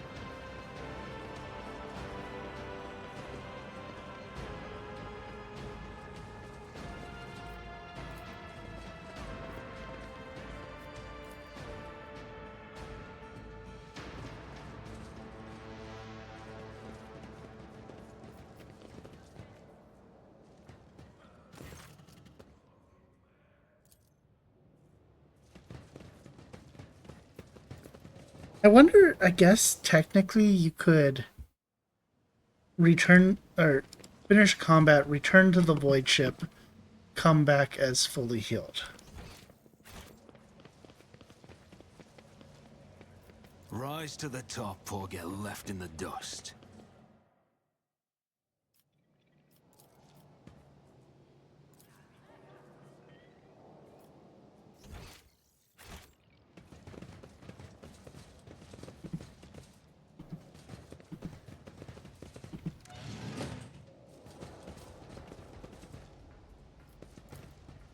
Success is the only outcome I accept.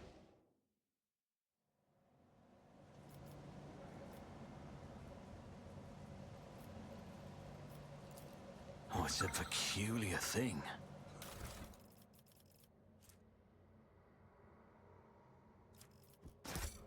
Ooh, and I saw the medic kit.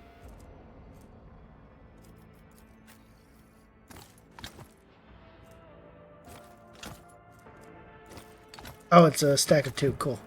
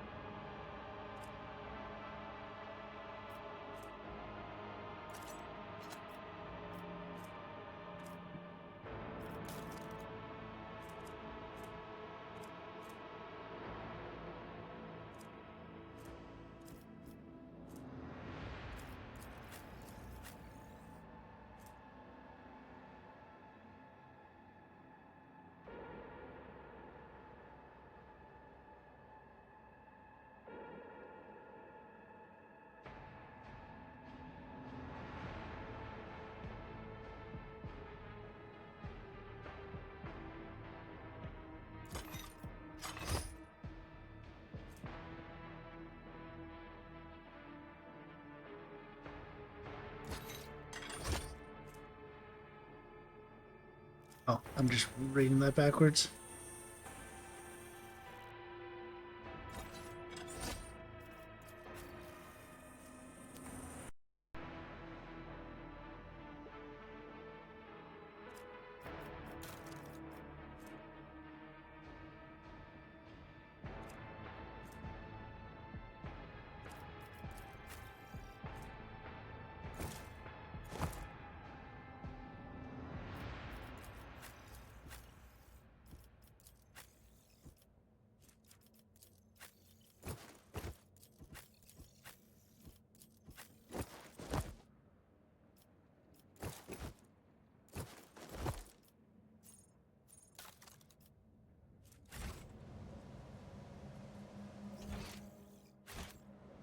I always have a backup plan.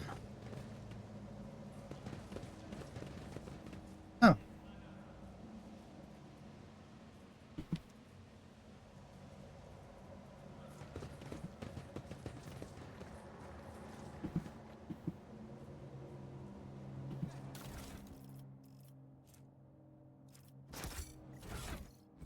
New weapon.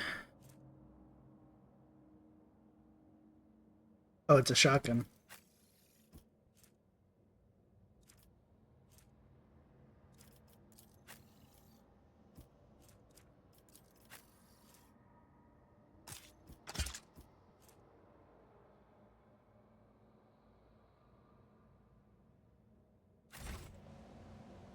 I always keep my options open.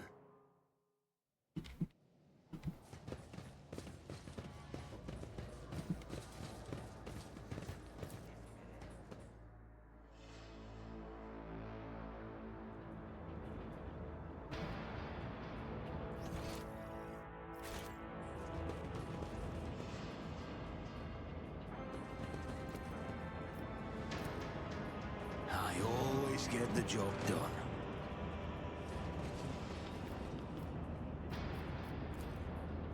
Just as I planned.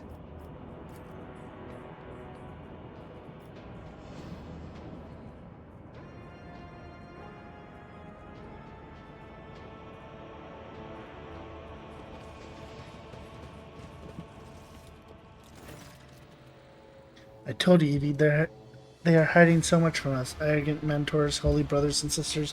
What have they ever given us? Nothing but a pile of fibs and useless admonitions. But Aurora, she is different. She spoke with me like no one has ever before. She revealed the truth to me, and now I can reveal it to you. And just stop struggling for a while. What? We have guests. From the Von Valencia ship, I would wager, Evie. My dear, you will have to wait. Do not faint. I beg you, it is important that you feel everything, including your other eye. Such dreadful shades. Color of this place.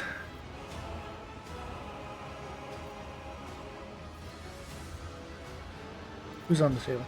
I see your supporters. Where's my manners? Please allow me to introduce Van Wintersail, the youngest son of Callisto, her scale and flesh. You know, he was so close to witnessing the truth before you interrupted our little chat. Dare you, contemptible peasants, for every drop of noble blood you spill, you will pay 100-fold more.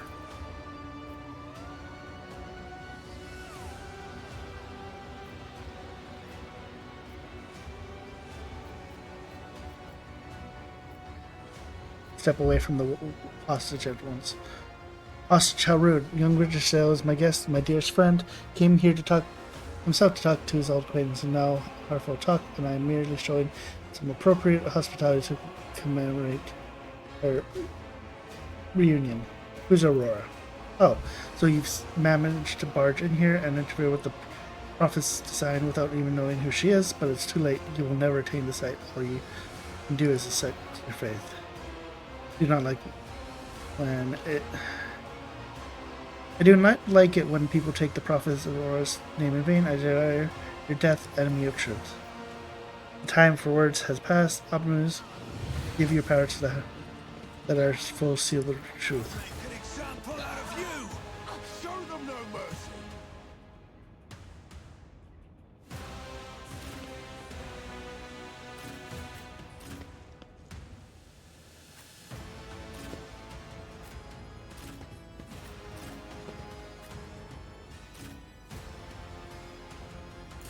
Death to non-believers! A mere pain won't stop me.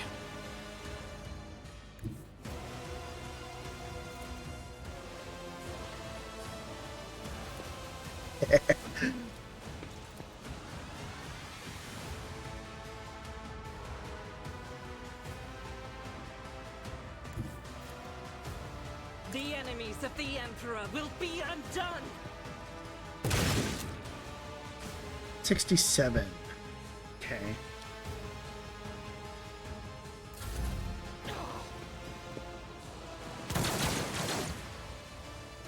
Out of my way!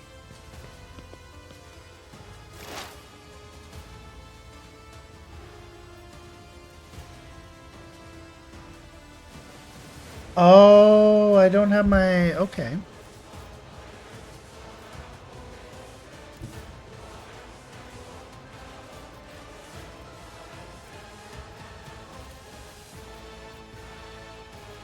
Will do.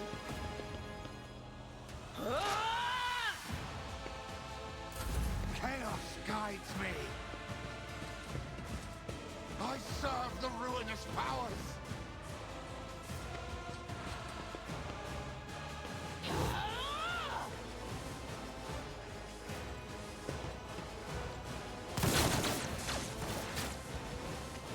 Thank you for killing your own guy. Guides me!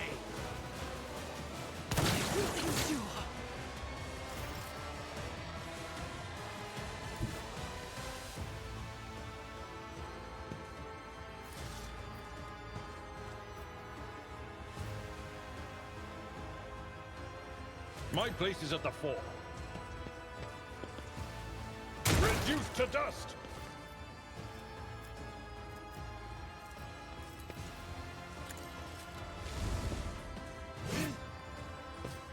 It will be done.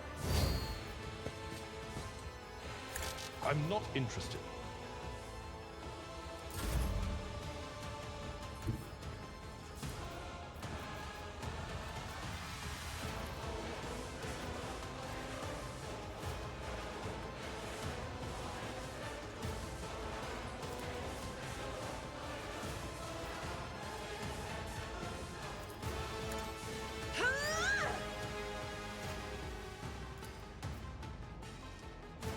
25%, 95.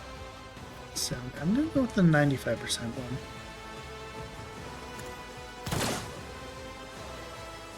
Did I hit? Yeah, I did.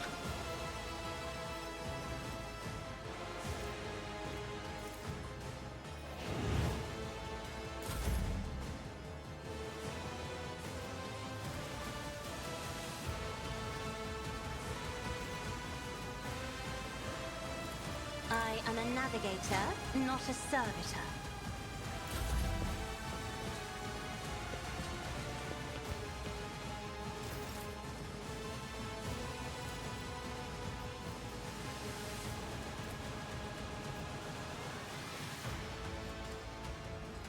We snipe that. Another enemy down. On it. Run and gun. He never stood a chance. I'll make it happen.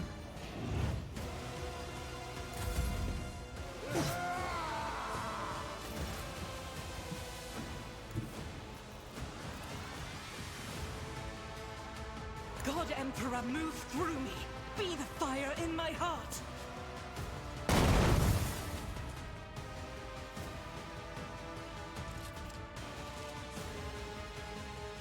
I will not.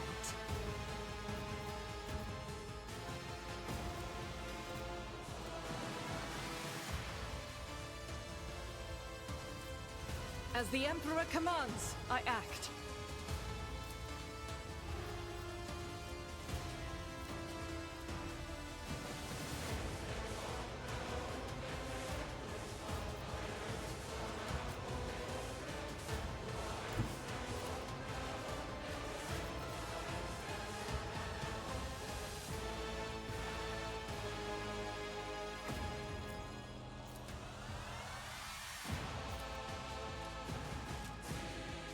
I'll do it. None can escape the Emperor's judgment. High momentum.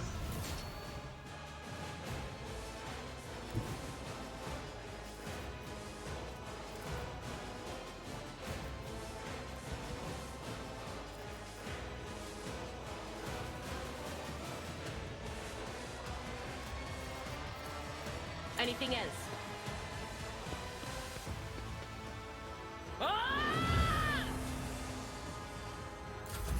Such is the will of chaos.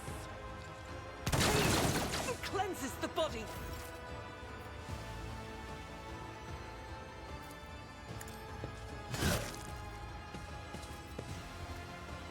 We'll rule the stars themselves.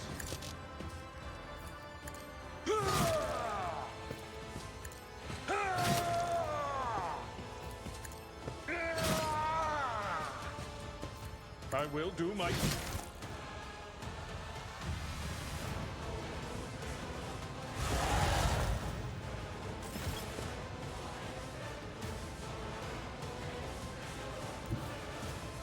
Someone else can do this.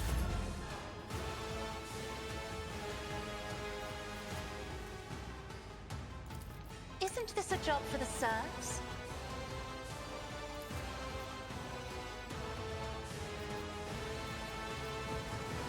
It's as good as done.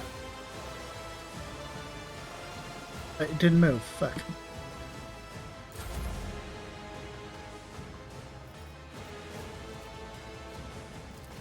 If I may.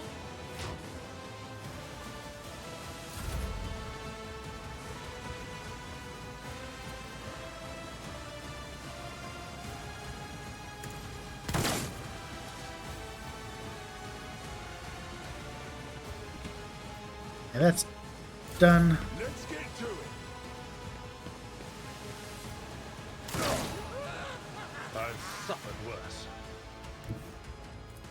As the Emperor commands, I act.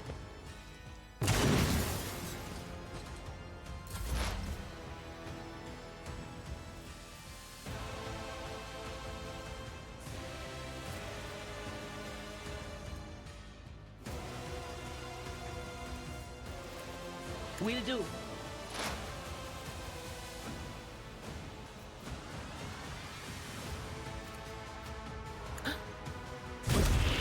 Was that you? Or...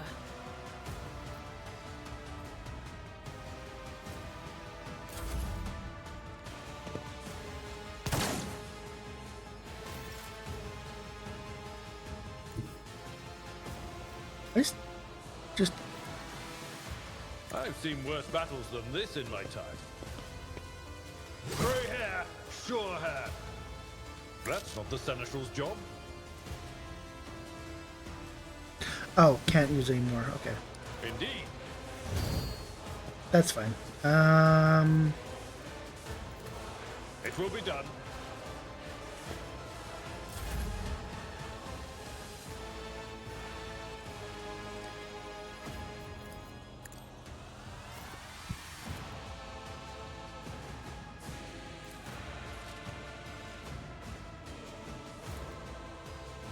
One to 18, 9 to 15. Who, if not me?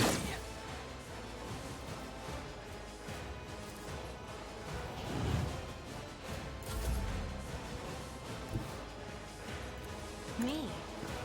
If you insist, Lord Captain. I'll make it out. On it. I won't compromise my principles. I'll see to it personally. I refuse. Oh, don't have enough to reload. Who, if not me?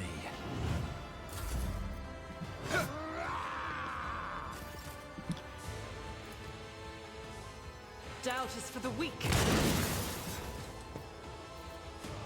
As the Emperor commands, I act.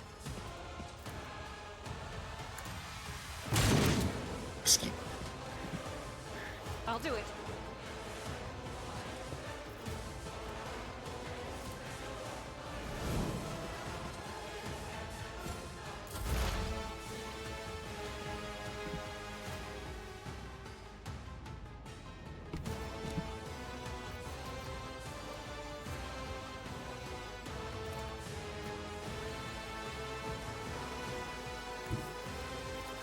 Cover me.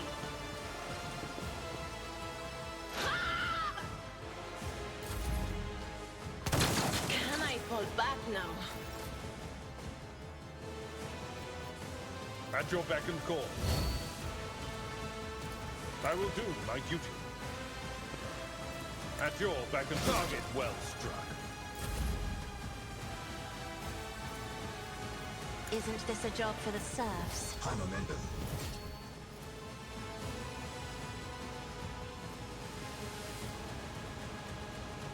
I'll see to it personally. I'll make it happen.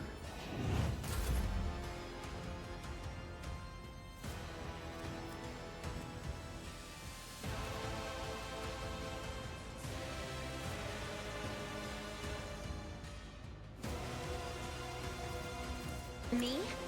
If you insist, Lord Captain.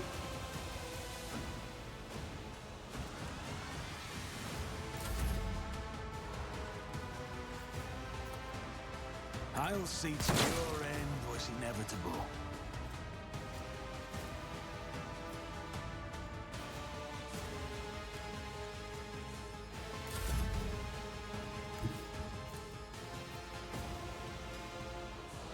Guided by Oh, fate. please tell me this will boop him off the map. Oh, didn't.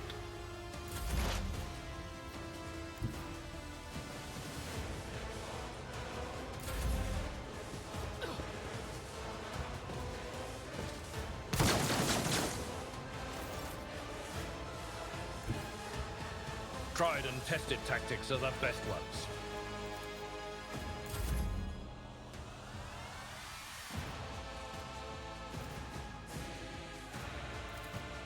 this a job for the serfs? Me? If you insist, Lord Captain. I won't stand for it. I don't have any ammo. Oopsie. I'll make it happen. Another enemy down.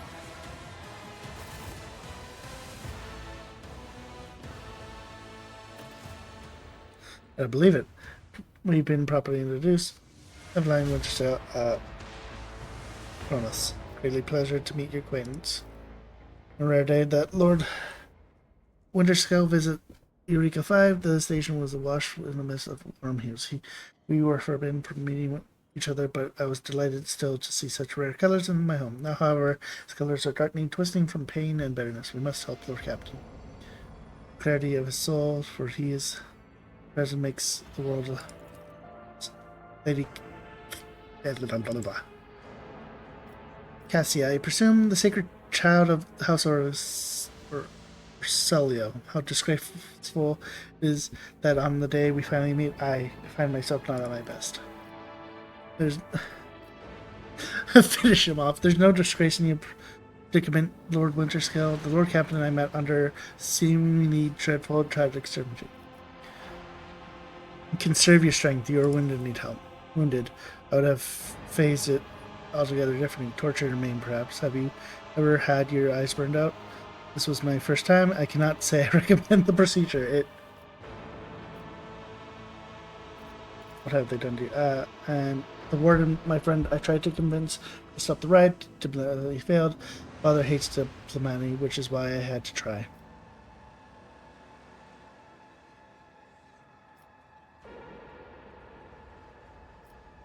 I must take my leave. I will see to it that assistance is provided to you.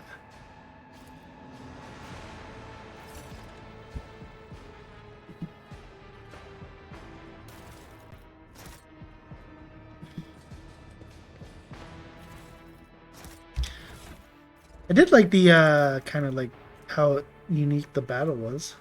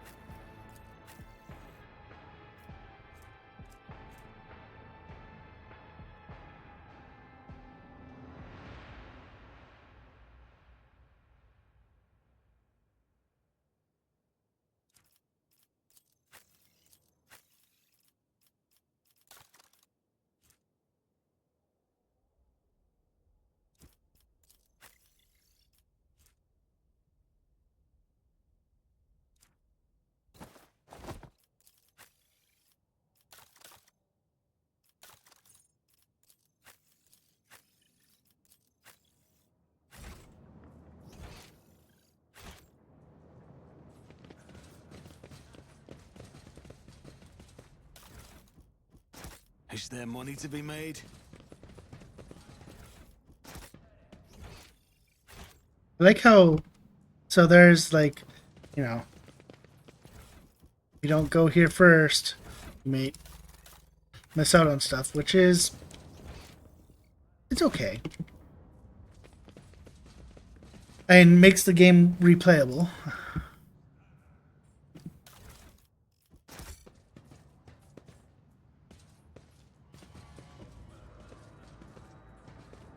Let us not dawdle.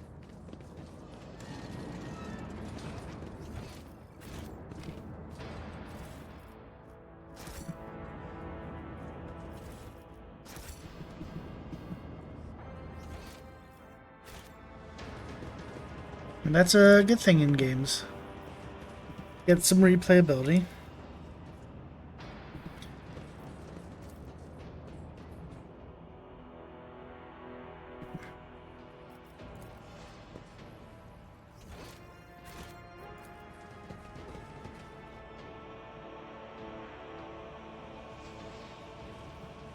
Always keep your eye on the prize.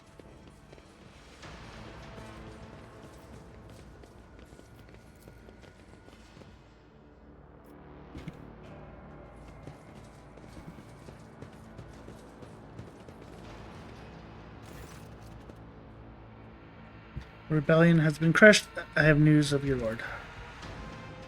Lord, is he alive? Is he alright? He's alive, but Rowling would help my people get him.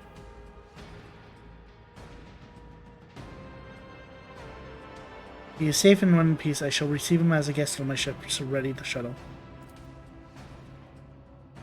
Thank you for the good news. I always have a backup plan.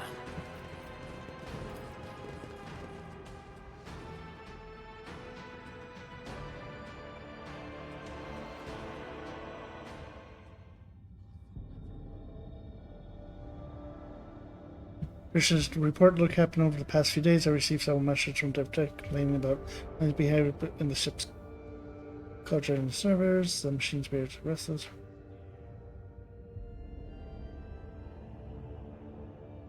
There's in this test, just me.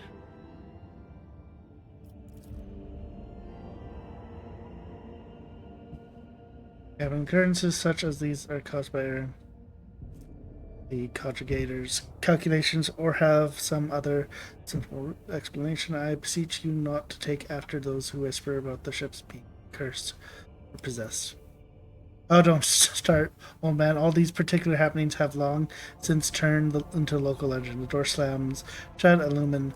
There's flickering. Folks have grown used to all that, so a resident ghost decided to up the ante. I'm telling you, things are only going to get worse from here. Tech Mats inspected the servitors and concluded they posed no dangers. According to the servants of the Ominesh, such behavior is caused either by the echoes of the mines not completely eliminated or by manifestations of the machine spirits' will. Nevertheless, the faulty servitors make the crew's task considerably more difficult, and High Factor Janice Denora would like to discuss how he would deal with the defective property. He's waiting for your audience on the bridge.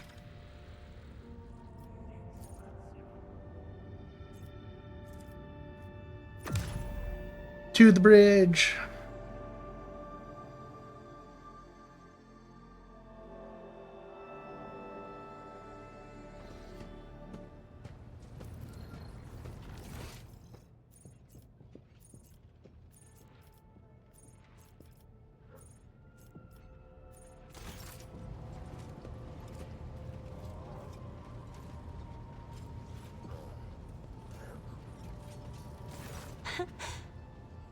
Words cannot describe how boring the bridge is without our stimulating conversations. What is your special sight reveal? You are engulfed in clouds the color of dark umber. They carry an old pain and doubt. I beg forgiveness for my inappropriate behavior. When I see such oppressive colors, I immediately want to paint them a different hue, to disperse them. I already mentioned I cannot control it, except this time, I thought I would be able to, for whatever reason. There's nothing shameful about wanting to help, but you should ask my permission next time. Absolutely. That is what I will do next time. I have enjoyed your... Greetings.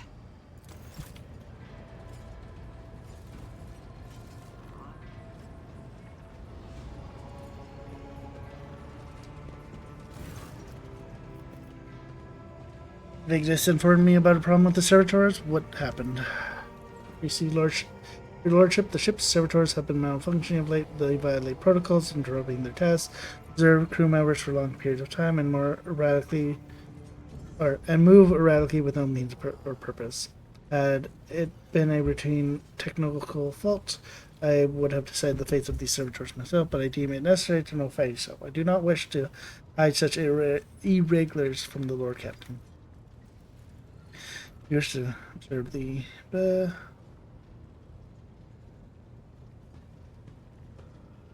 wish to take a look at these servitors before deciding their fate. As you wish, your lordship.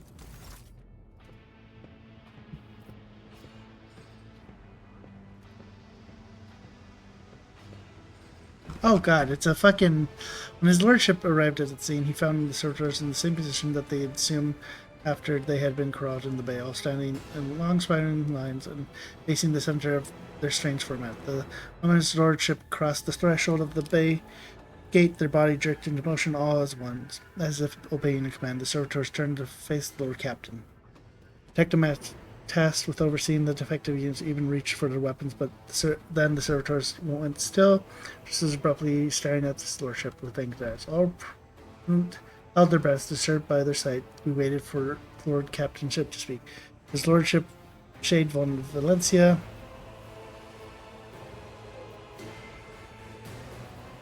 took several steps towards the servitors. Immediately, the servitors, each and every one of them, stepped towards the Lord Captain in person.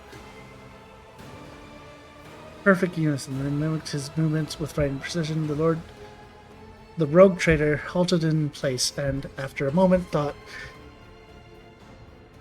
thought, waved his hand, and the servitors, just as synchronously, repeated that gesture as well.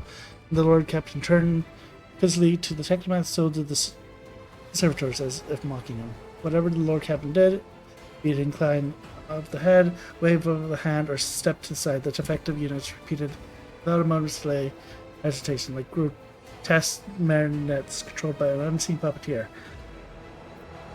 He observed this mime unfold in distress, bafflement for nearly a minute until the servitors finally came to a stop. Not sensing any threat from them, the rogue trader approached with confidence. The Lord Captain examined them. As High Fulcrum, it was I who had prompted this entire inspection, and thus it was my duty to follow the Lord Captain. As we stepped closer, we noticed a fascinating regulating. The servitor principles, normally so, were shaking wildly, their bulges vein while pulsating under their copper collars inscribed with their past offenses. It was as if those mindless half machines were locked in a perpetual state of extreme tension.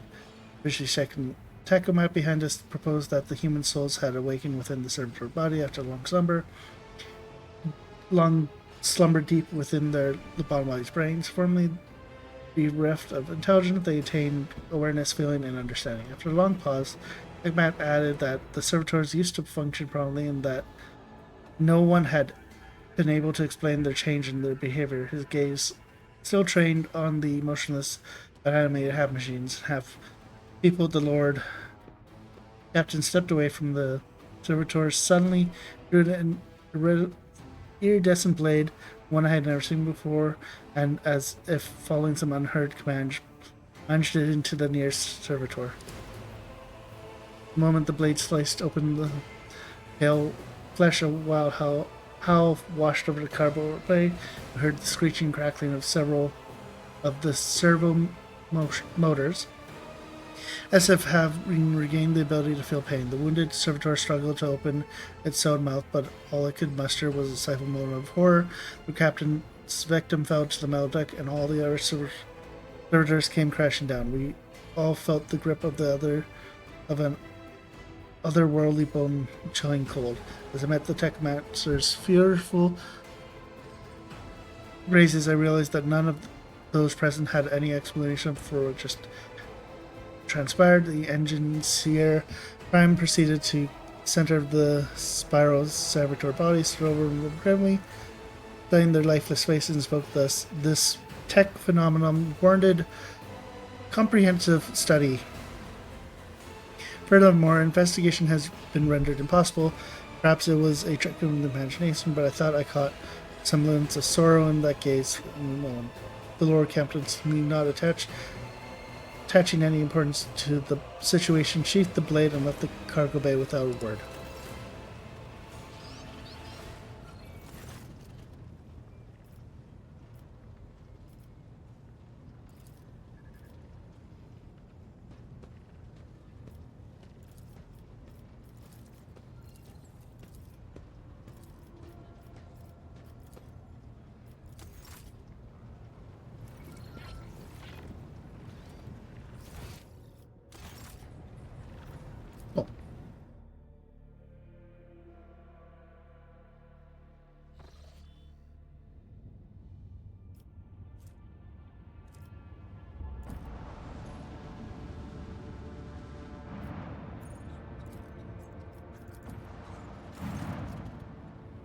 What we have here, Lord Captain, it is not very notable, but there's a void ship sitting in the local astrofield that's sure quiet like it's hurtled up in there on purpose. It's not like I'm surprised. The thing or scrap heap and ship head point someone sure went to town to it. We were registering critical damage on to the hull to depressurize several coming. Others incoming content. Hear us, do not require assistance. Pete, do not require copy. Keep following. They'll pass us by, won't they? War protects. Lord Captain, I'm told our augurs cannot determine the lines of the vessel. To be brief, there's an unidentified and badly damaged vessel within an asteroid field near the Ricada Philae. Only that is refusing help, which not to find a point on has not been offered to him. Robert, can we establish communication with the vessel identify itself? Yes, Lord Captain, the connection is after this unknown vessel. We are receiving you. Identify yourself. I repeat, identify yourself. Do not tell him. We are done for. This is Thunderfang. We are a merchant's vessel. Do you copy? We are a private Chan's vessel. Merchant vessel? Of course they are. Damn, my stupid head. Where did I hear this name before? Thunderfang.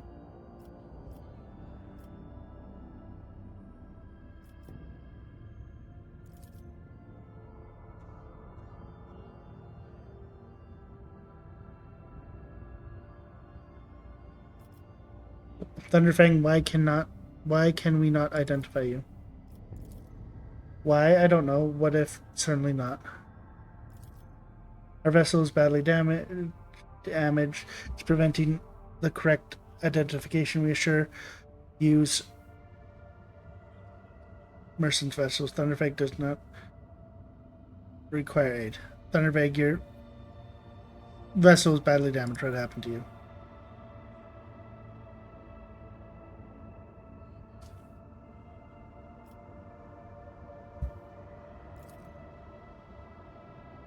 We were just flying, minding our own business straight out of the blue, and Emperor protected, and then more fire. Who? Void only knows. Roasted our tail, bombed everything. Our folks are left without help. We never got to them. Thunderfang, now stop playing games. Explain again what your business is here. And this time, I highly recommend the truth. Happy now? What have you done? It's too late. You copy? We are from the Fellow of the Void. We did not come here to loot on different business, to help our own out of jail. Do not hurt Lise. We already had a Kronos clean. How about striking jail? Our hold is full of plunder, I mean goods.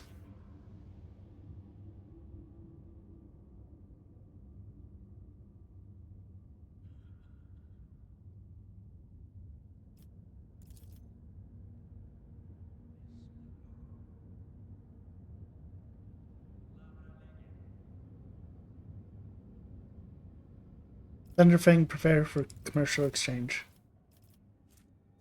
Ooh.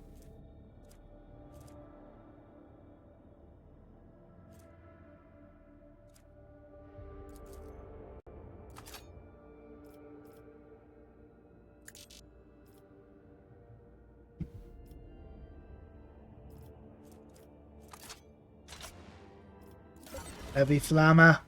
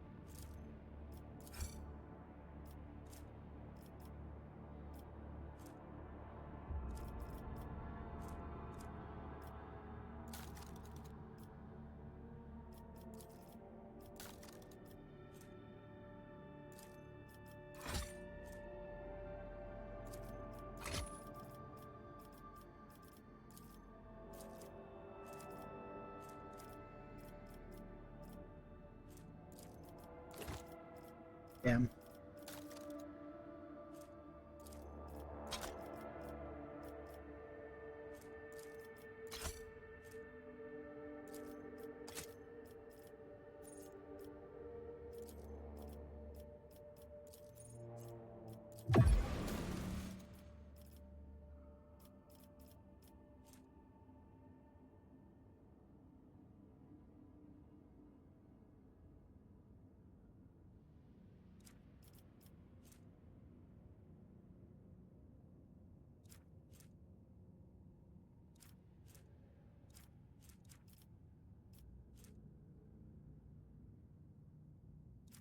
Oh.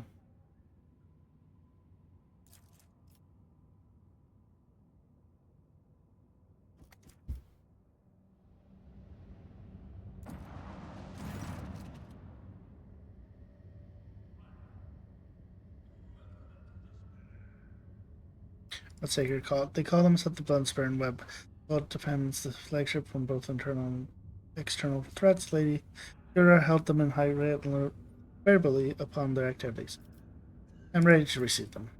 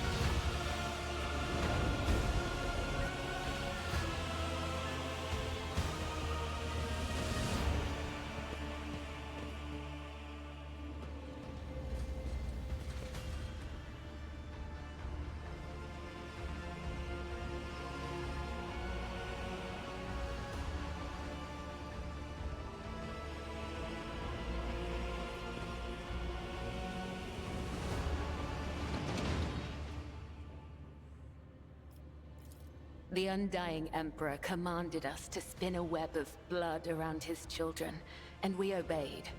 We obey still.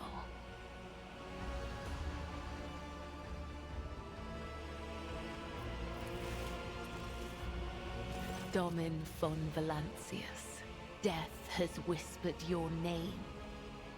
We disown Domin Theodora. We renounce our oath to her.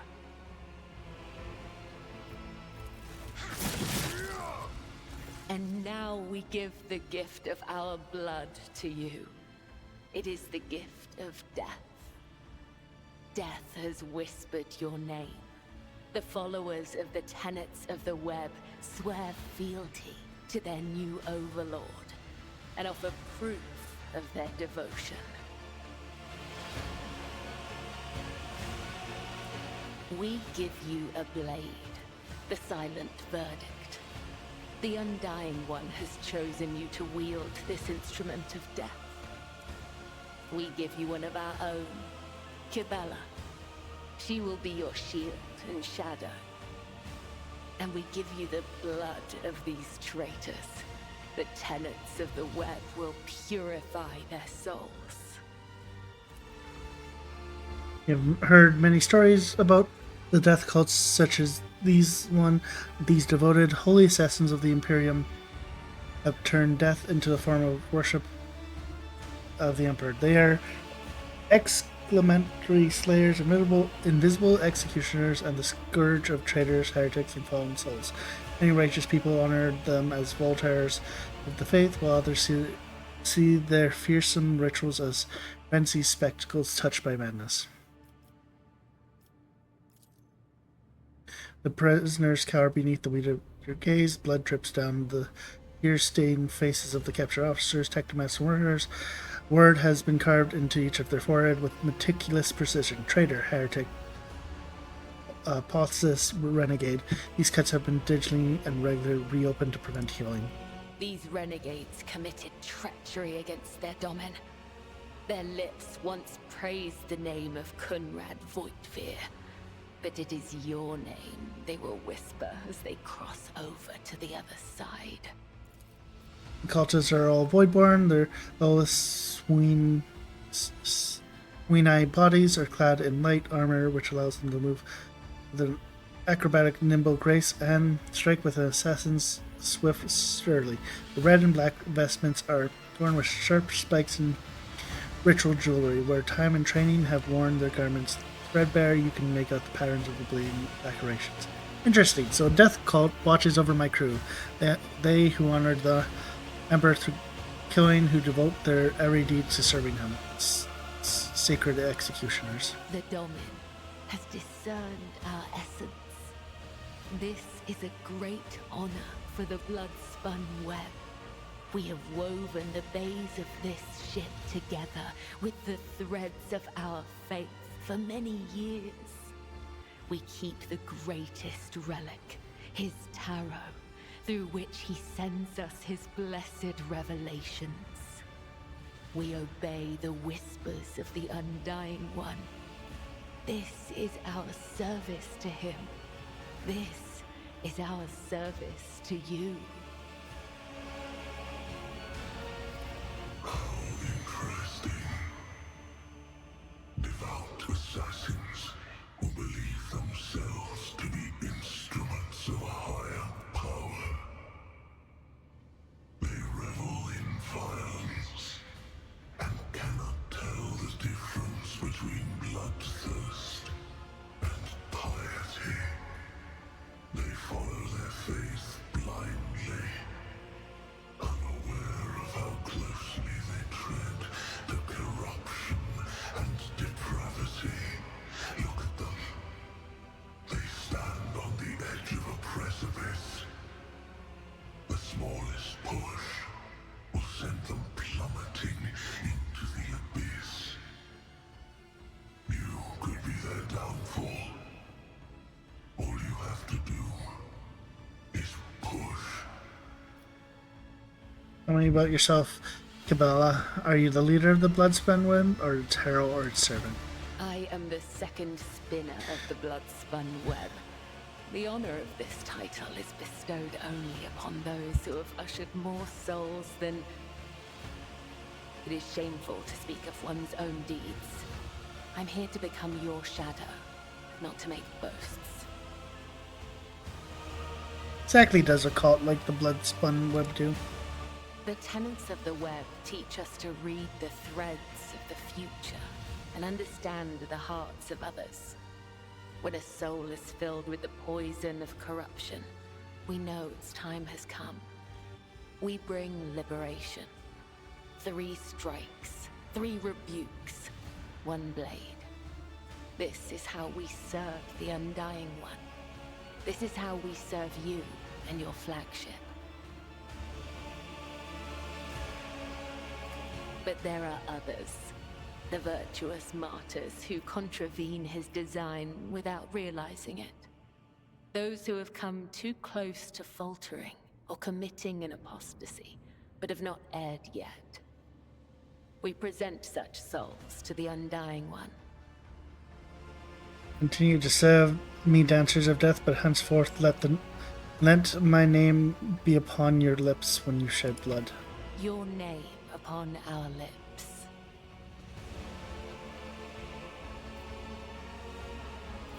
So you may offer the souls of these traitors as a gift to him. You have the authority to order their execution. Their blood will bind us together through him. For the God Emperor, the Undying One, is death itself. The Undying One is duty itself. Give the order, Domin. Let a spinner of the blood-spun web undergo the test of a sacred trial.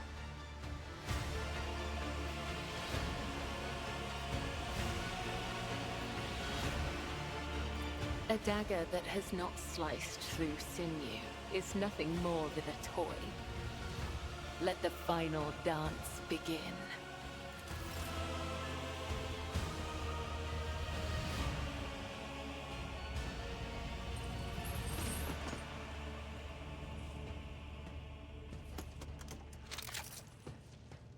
Your Emperor won't save you! I will set them free. Come to chaos. There's a remarkable background. As a Death Claw assassin, she can use a special called Green Blood. When used, it causes the target of Cabaret's neck to turn the blood.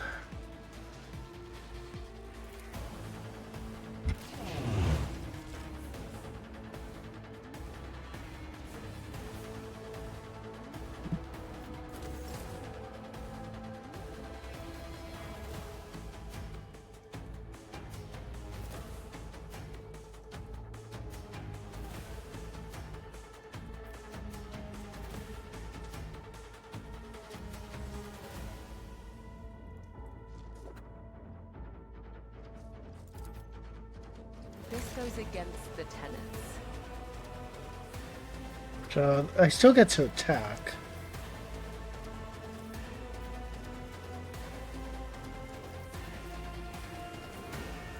Right?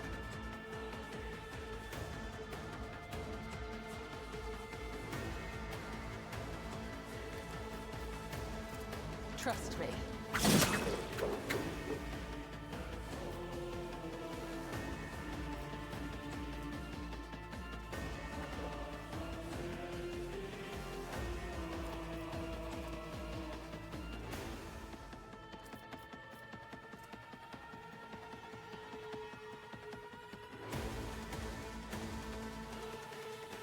The shadows will see it done. Death is a blessing. One soul or 100, I will kill them all.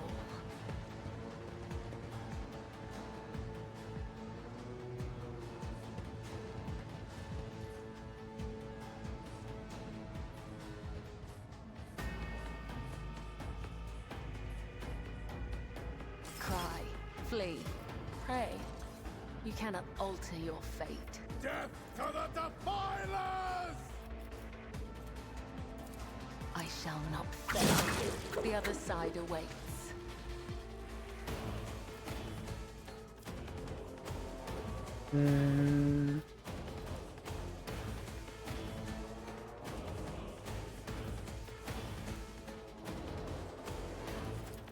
As the tenets stand.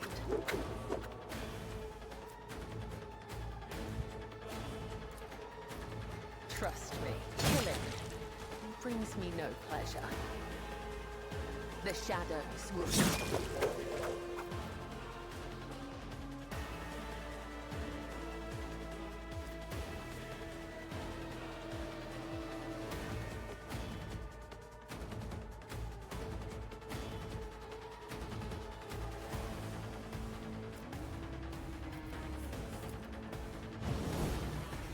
Damn, they get to attack this.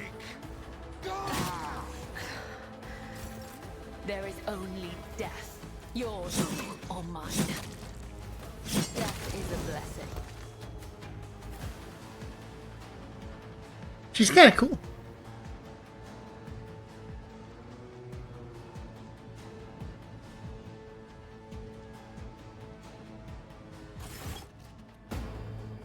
Cut to the heart, a cut to the throat, a cut to the stomach.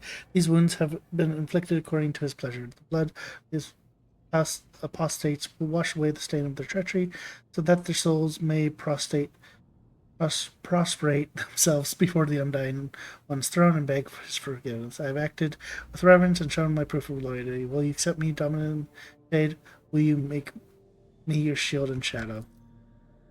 Your Lordship, the spinners of the blood-spun web were watching, tracking, and killing Von Valencia enemies long before the warrant of trade passed to Lady Theodora. However, their blades have also been known to cut short the lives of highly upstanding people.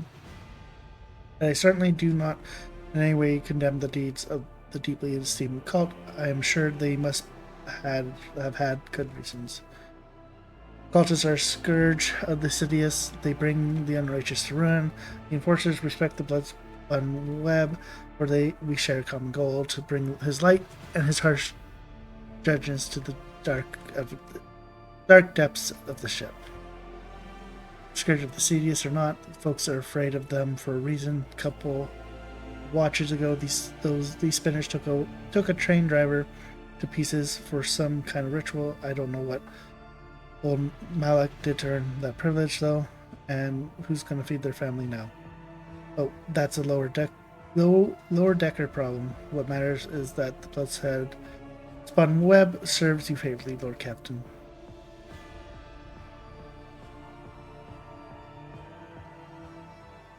My predecessors once delivered a sermon about how the spinners saved this vessel from the servants. The archenemy, the Bloodspun Web, paid the price in blood, a river of scarlet that flooded the decks from bridge to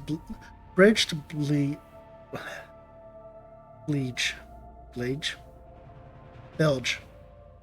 They became the blood of the flagship, the pulse in their veins, and the beat of its heart. Their great sacrifice earned them the favor of House von Valencia. Seems that not all my officers have been present to me yet. Comforter. You will be my shadow.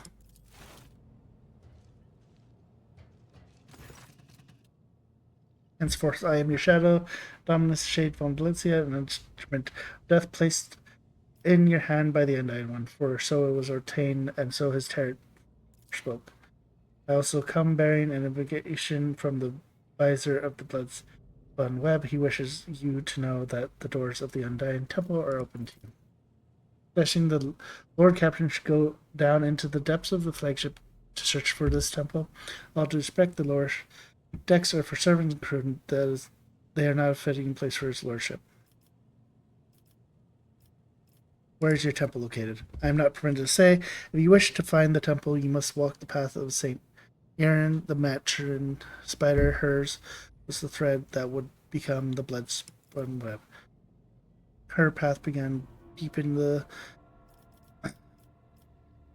within the flagship in the dark tunnels of the Fate Line, and that is where yours must begin as well. This journey will bring you closer to the thread of the web, closer to the Undying One, closer to understanding death.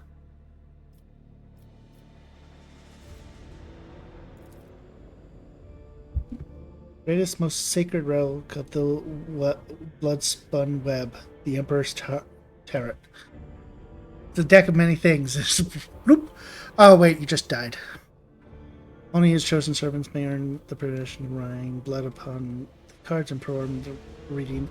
To see portraits of the future, shadow of the past, or tangle of the present. However, the secrets of his heritage are not for the ears of the lay people to hear. I cannot tell you more, not here, not now.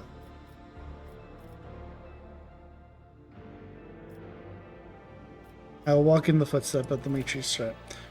Your journey will begin in the darkness of the deepest tunnels. The Visor waits for you. Your blade awaits directions, Dominus Shade. We will speak again when the time is right.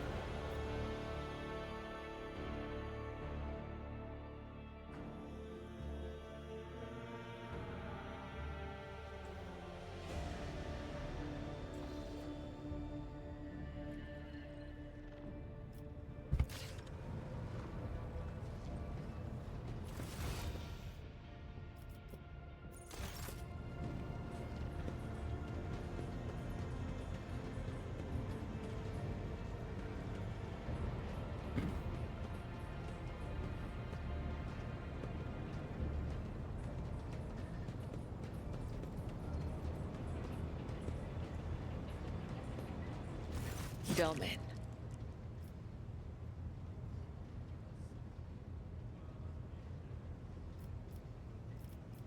Always address me as Damin. What does that word mean? The Gothic we use to communicate is different to that spoken on the upper decks. Domin has many meanings. Giver of life, Lord or Lady of the Ark, and Shadowless Sun. The matriarch Spider gave this title to the rogue trader who allowed her to form the Bloodspun Web. We use other titles as well. For example, Venai means Master of the Immaterium, or Watcher of the Veil. Vil means one who must go to the other side. Amik means one you can trust in battle.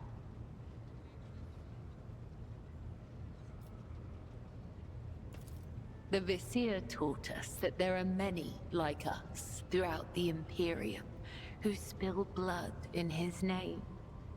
Death cultists, as they call us. He said that no two death cults are the same, just as there are no two identical stars in the void. I will tell you about the Bloodspun Web, but I cannot speak on behalf of all death cults. The Bloodspun Web holds the bays of the flagship together with the threads of its faith. Such is our service to the Domini of the Von Valancius line. The Undying One commanded the Domini to embark on a ship and sail the Void's expanse.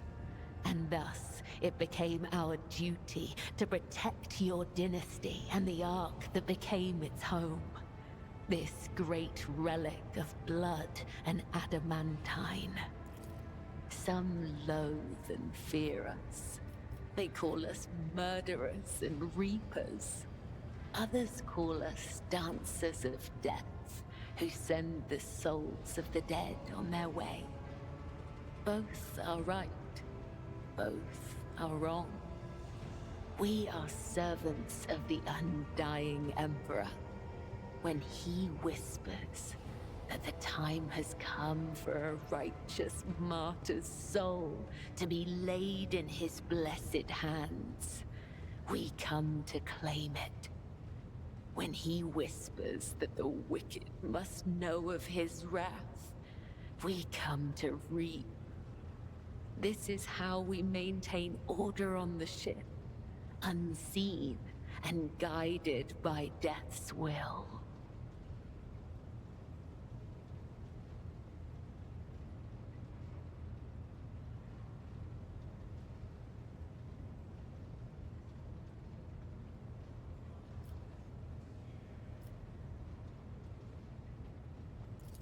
We are carried along by a current of blood in the great river of fate. Life is not given or taken away by chance. If I see an enemy of humanity, my blade will sever the thread of their existence. I will not wait for a sign of his divine bidding. I am his will. And I do what must be done.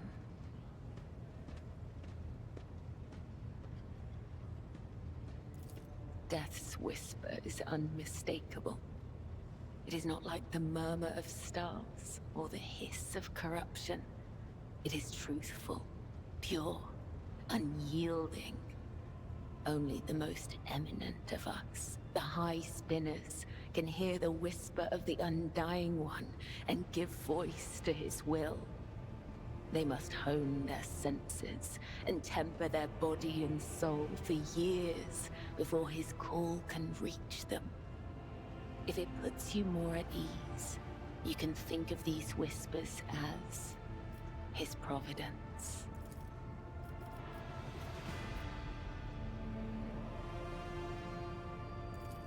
The Undying One is death itself.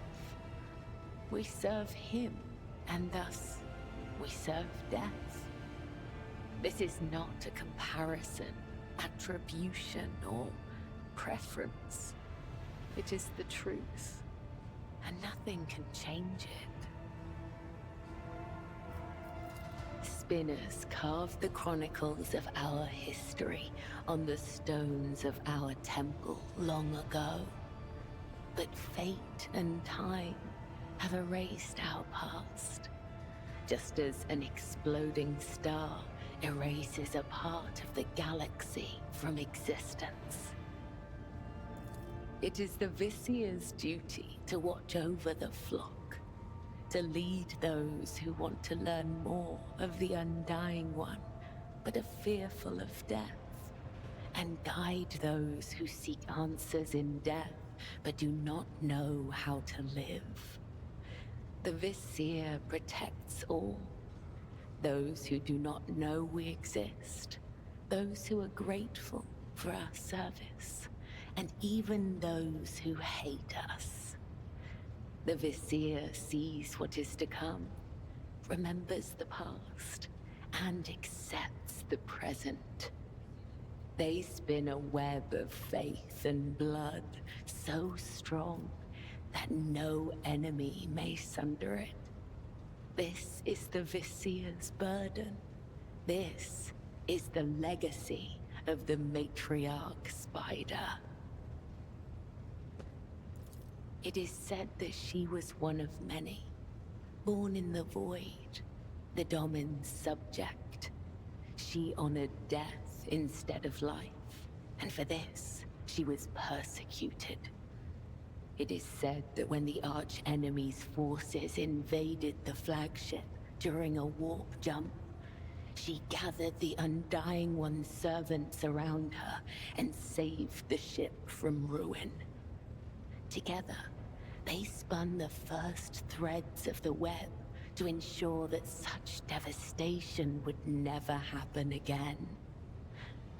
It is said that she was strong and indomitable, but as the years passed, her heart became as stone, and thus, the Undying One whispered her name to the one who would become the first Vizier of the blood-spun web. Why do you call yourself spinners? Through blood, sweat, tears, and the strength of their convictions, the servants of the Undying One spin the souls of your subjects into threads of balance. This is why we refer to ourselves as spinners. Those who are newly committed to the blood-spun web are called lesser spinners. If they are faithful in their service to him, they may eventually become spinners. The most devout of us all are known as the High Spinners, of whom there are 7, each bearing a unique title. The Vizier, the first spinner, leads the cult. I, Kibella, am the second spinner. The third spinner's name is Io, and there are 4 more. Well, spin, spin, spin. The tenets are knowledge, an art that is passed down from one generation of the blood-spun web to the next. Even so, there are spinners who will never fully comprehend this knowledge in the time allotted to them by the Undying One. The tenets dictate how one follows the thread of life, but they are also the thread itself, from first breath to last. The tenets cannot be taught, they must be lived. Only then will you understand.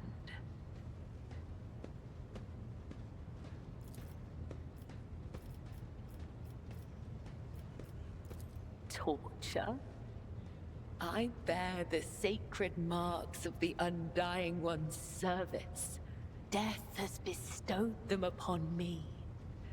Though others may cherish hollow riches or meaningless beauty, it is my duty to cherish his gift of blood.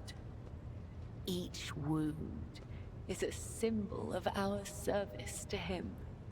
Each drop of blood carries his blessing. To renounce these scars is to renounce the Undying One himself. Death whispers to me, "You are worthy of bearing his marks." Tell me, Domin, do you wish to honor your flesh with his gifts?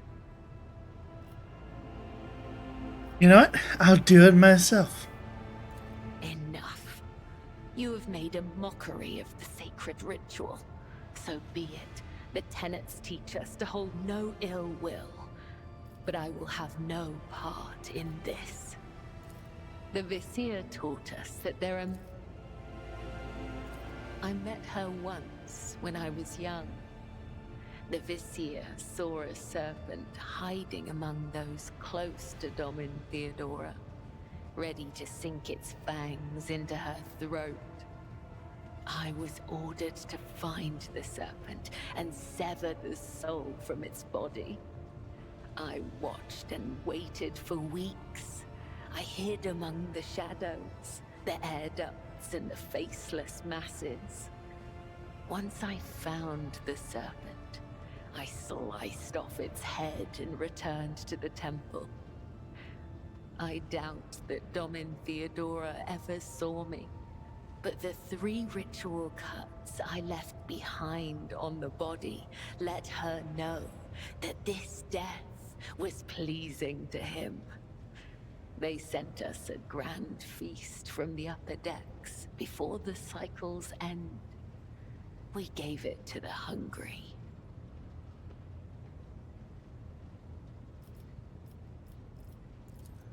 May the Undying One shroud your footsteps from the faithless. Oh.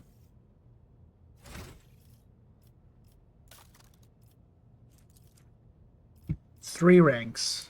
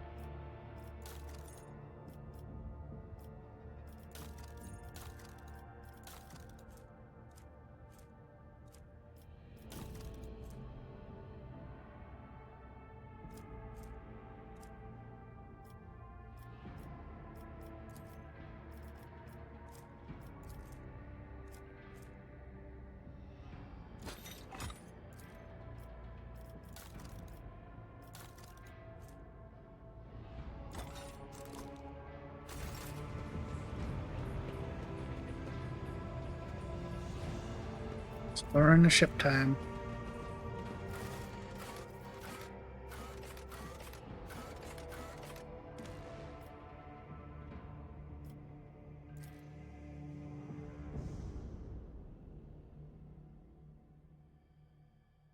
Soon I guess I will have to make choices of who I bring and who I leave.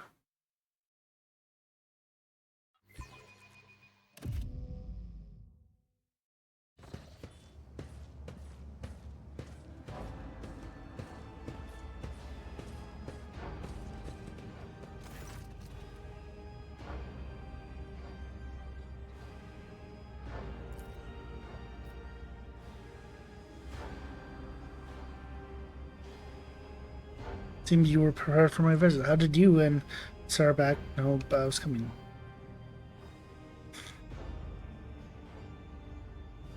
You know how to reach the Bloodspun Web?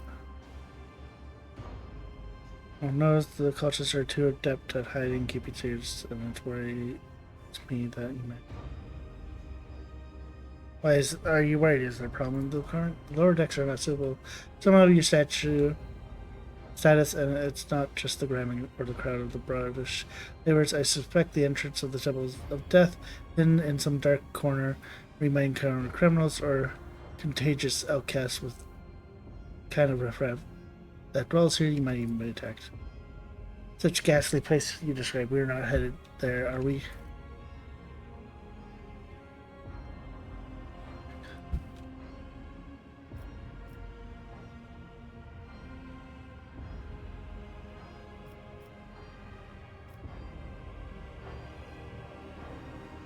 I offer you my assistance, Captain. I shall conduct an inspection and then share my thoughts. But in that case, I urge you to remain vigilant. Your trains move at great speeds, and the inhabitants of the residential units are despicable rabble. One must never drop their guard around them, and the Emperor preserves for you from stumbling.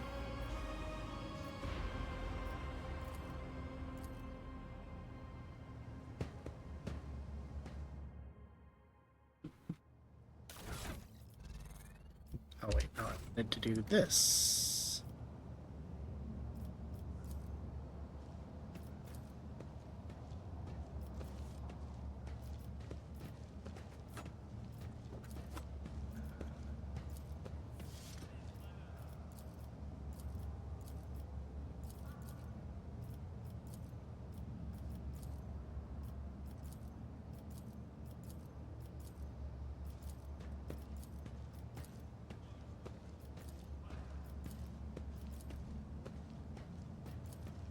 Something like that for now.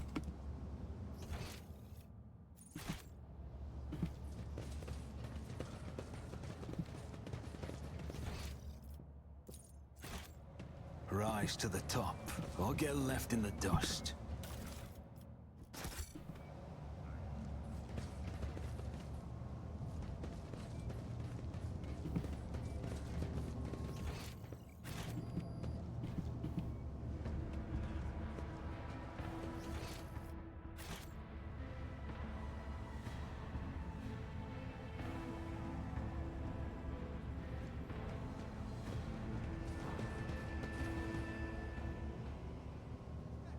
Is that blood? Probably. It can't be. We scrubbed the deck times right before Victoria came. Avoid take me, the captain will have our heads. It's probably from the blood spun.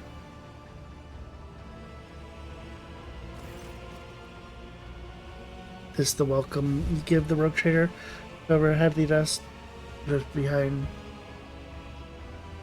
this is this appalling symbol. I will see to it that the Master of Arm calls him to come. Oh, damn those. How did they even...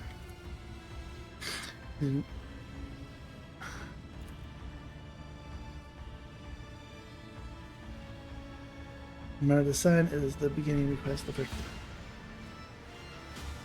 You know what this mark is? It resembles one of the symbols associated with the blood spun. What was it called again? The Song of Trailing Blood. I think it's a prayer familiar to many. And we've heard the spinners say it when they, well, perform the signature act in service. Prayer. Soundless shadows sank into the dark, slashed feet crescendo of faith. Hill dance. Blades on the temple, each edge an echo. Twins ode to death throws now on her sacred blood, as she once trotted them back of foes. Tread countless souls, but none who knows. You memorized the verse? Why? I took up post and made sure to familiarize myself with all the particular qualities of this compartment. I soon heard about the verse and decided to investigate. I mentioned a number of people who followed Bloodspun Web as I was trying to figure out if there was anything pernicious about it. Eventually I learned the whole thing. Words are certainly strange, but it's nothing worse than that, it seems. Why would they leave their mark here? What is the Song of Trailing Blood? From what I can tell, it's something like a prayer with several verses that tell about the life of one of the called Saint Rena, or the matriarch Spire as they call him. The limitation is only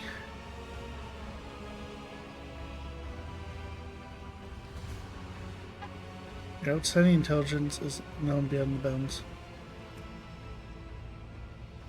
If I'm invited to follow Child Blood, it seems accepting.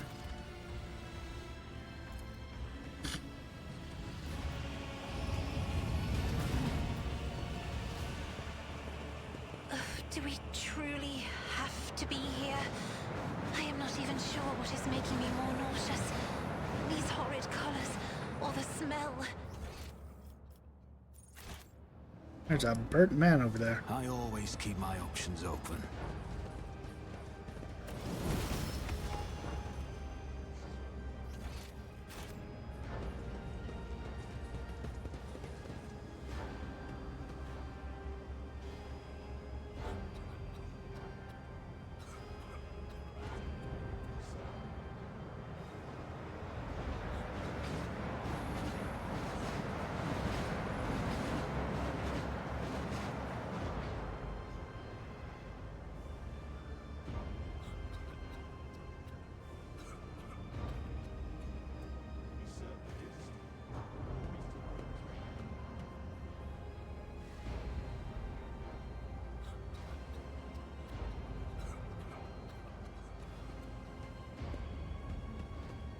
I hope you get hit by a train. Level up.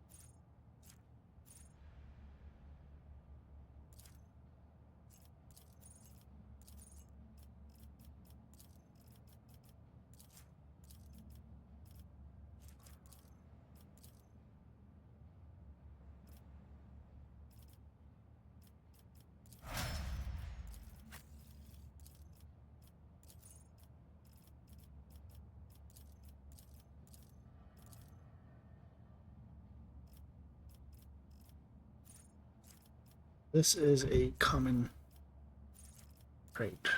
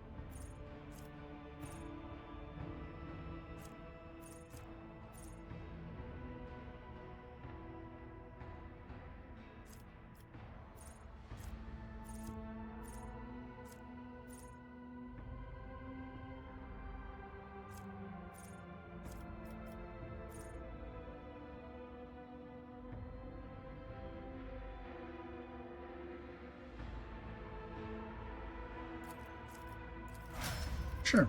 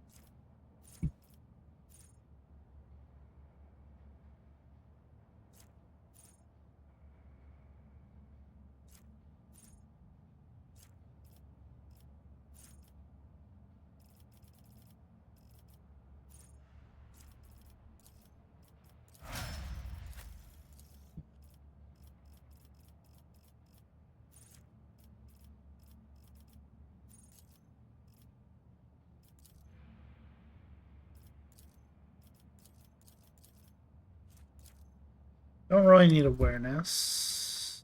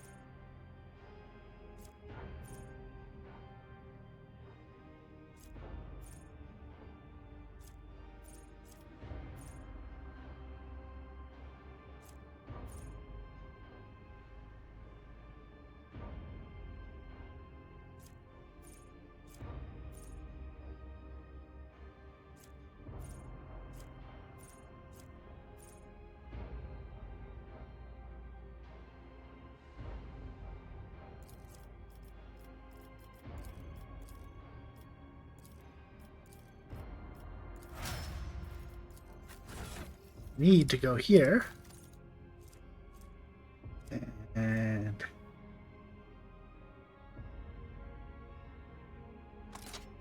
yes. I need the flamethrower.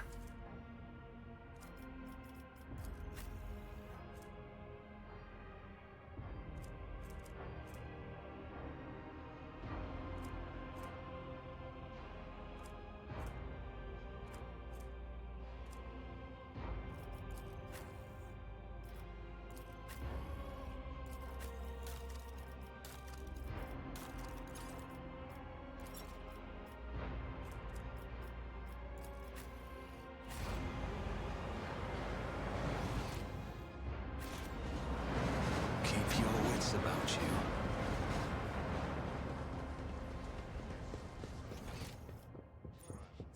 There was loot over there.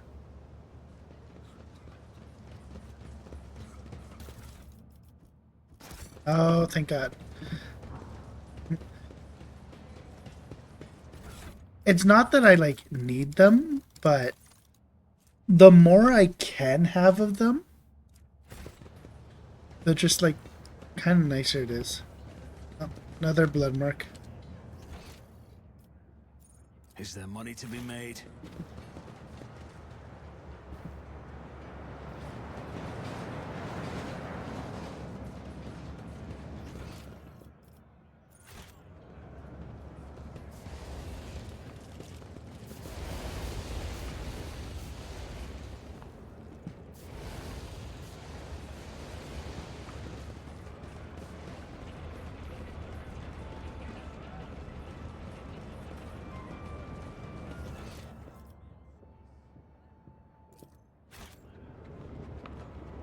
I always have a backup plan.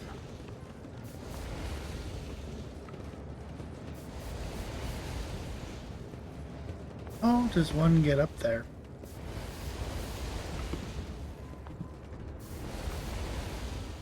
Blood is my life. Death is my duty. Fate and fortune favor the bold.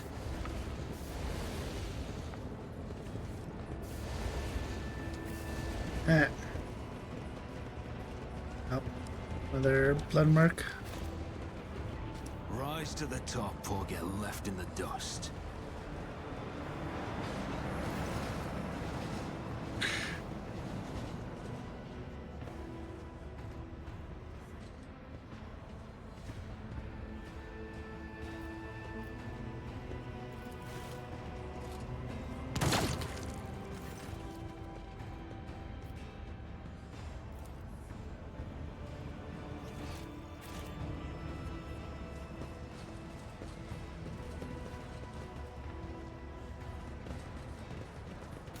I feel like that was the most reasonable response.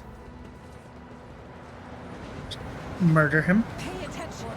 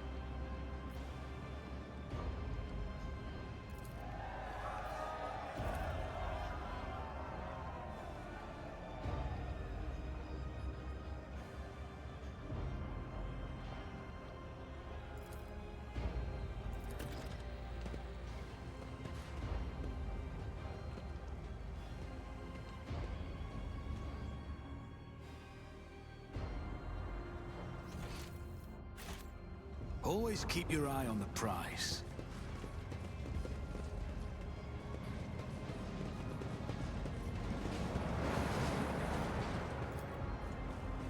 An expected result.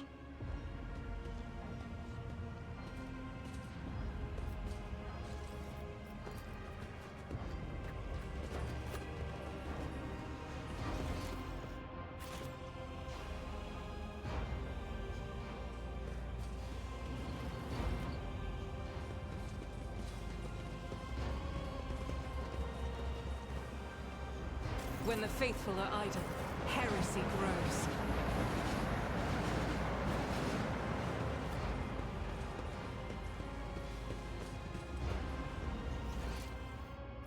Okay, so I... Let us not dawdle. Oh yeah, there was a way over there.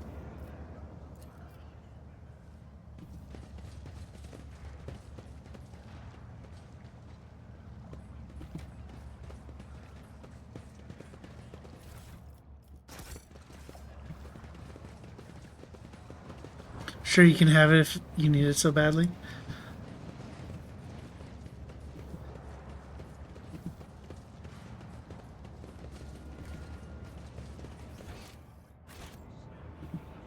Keep your wits about you.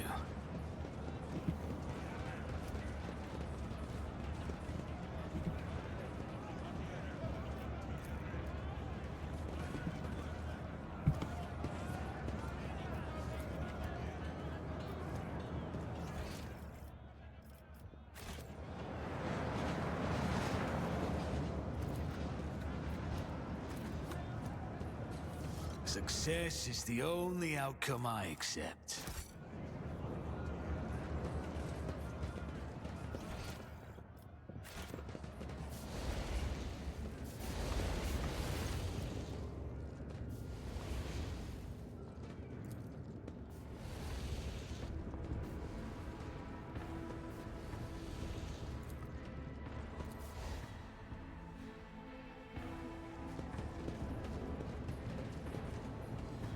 Is there money to be made?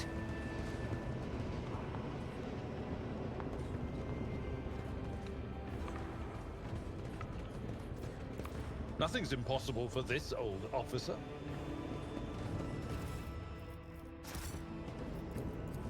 Experience. Nothing matters more. That's how I get it. And then...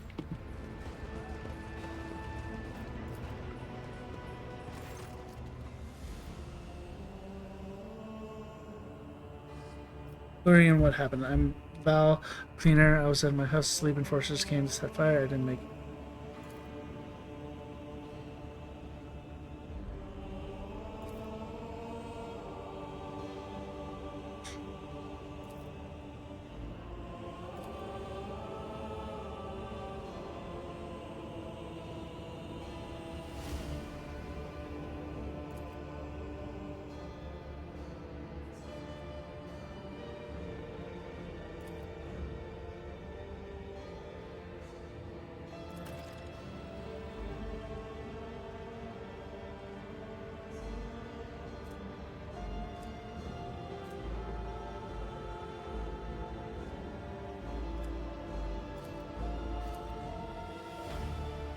I am your shadow. Oh, well. I was meant to kill him.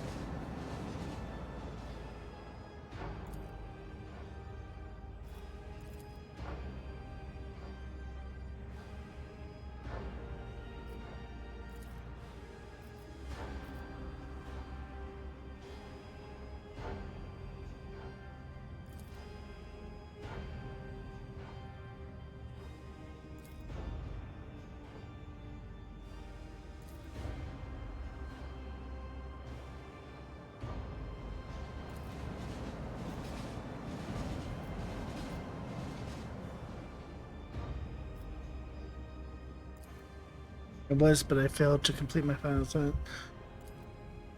Only to kill one who would be a certain junction of a utility at a certain hour. I was appointed. I went to the appointed spot, then I waited an hour to find the junction. Nobody came. After hours waiting, I finally realized the person at the junction had been me the whole time. My turn to go to the Undying one, but I was afraid and I couldn't do my thing. The spinners simply let you go. There were no attempts to kill you.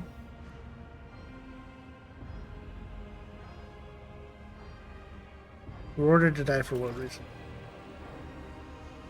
But some would choose to leave the righteous past. These were present in time. Her whips, vengeance on renegade menace. Her blades past sentence for cowards seek to hide her, but death makes no present. Takes what it is in due essence.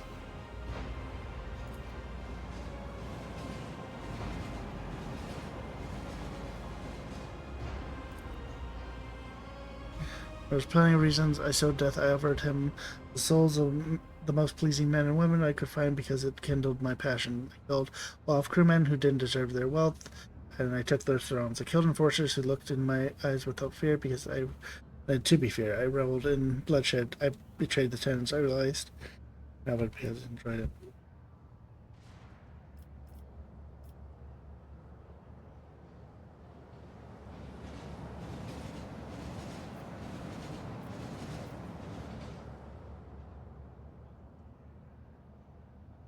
You are a coward and butcher of the innocents. I will purge my ship of your existence.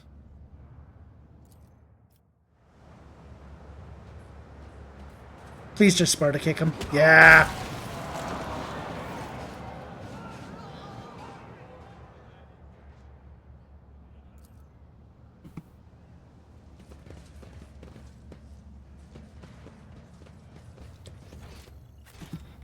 I always have a backup plan.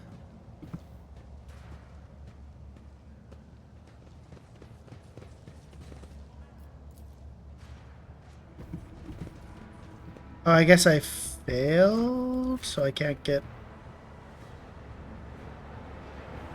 Do you require an audience? Yeah, I think I failed the 95% chance.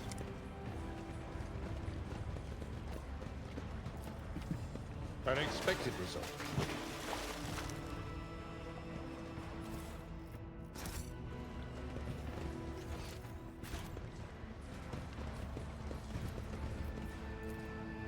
That's how it's done.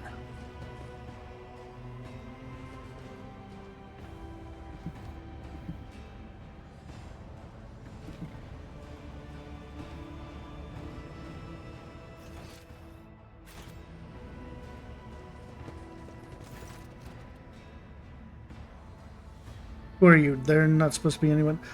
It doesn't matter. Identify yourself. Makeshift armor peeks out from beneath their red cloth. They're bad. Display a patchwork of crew repair.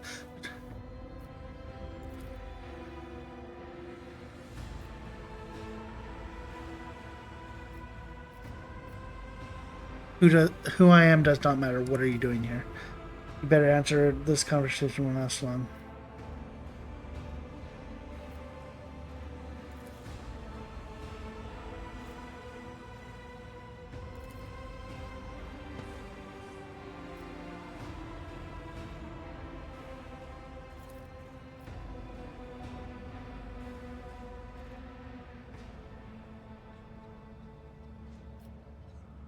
Tell me why I shouldn't execute.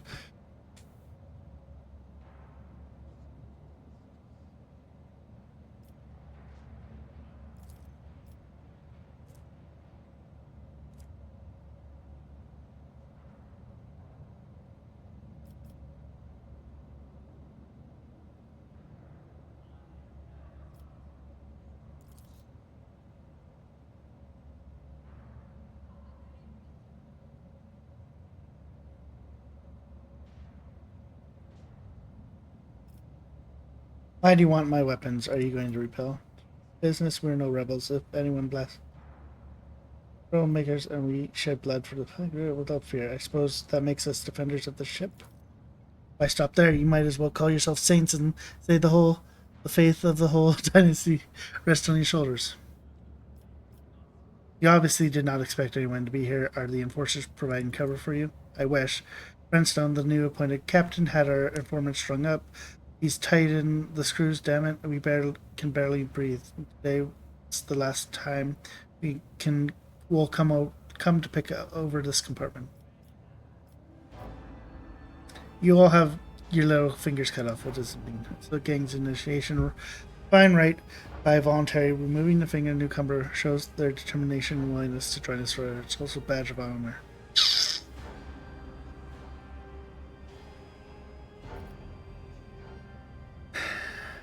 I suppose they could be of use. I shall permit you to take view of the more basic weapons and leave. Serve the ship well. One day I will realize the depth and wisdom of your decision, Lord Captain, but in the meantime, I will pray that this act does not come back to haunt you.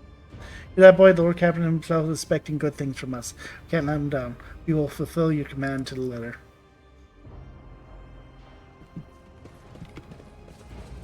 I mean, I am a former criminal lord, so...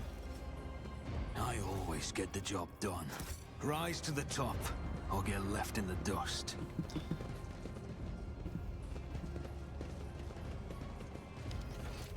Me wanting more criminals under my control does make sense.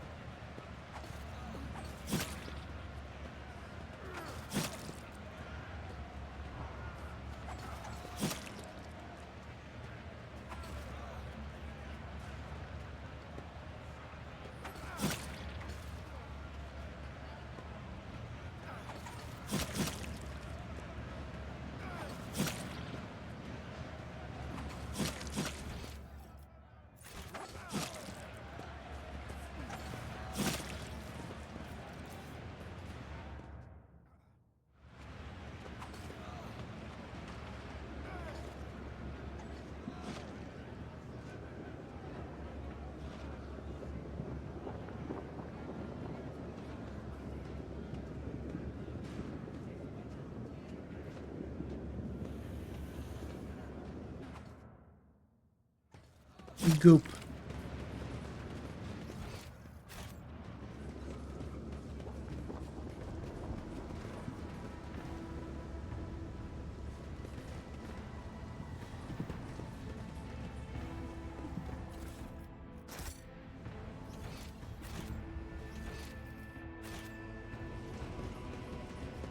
Keep your wits about you.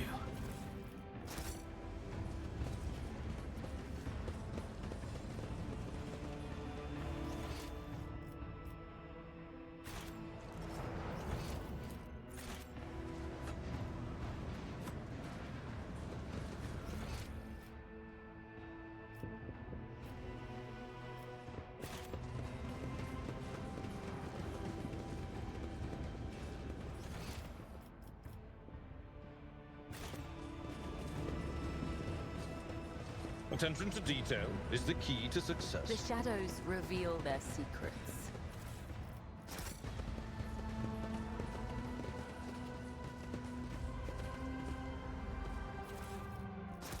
Always keep your eye on the prize.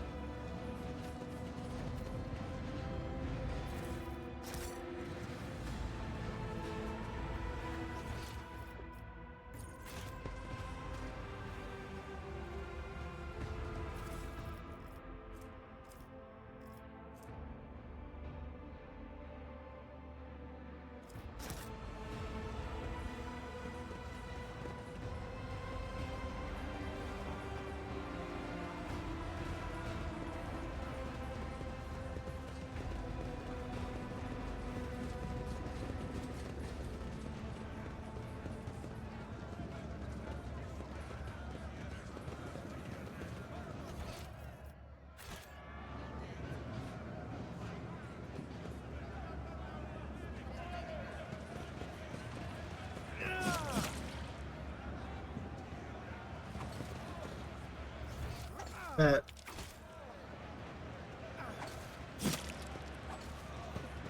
Oh, there it is.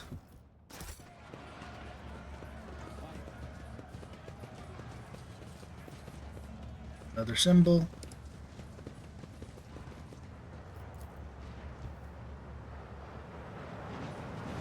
We should deal with this.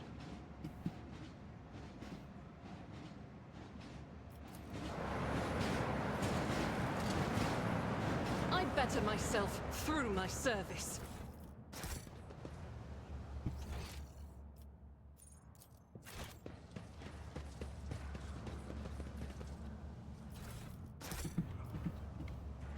I always keep my options open. Yeah, so I missed out on that loop, but not much I can do about that.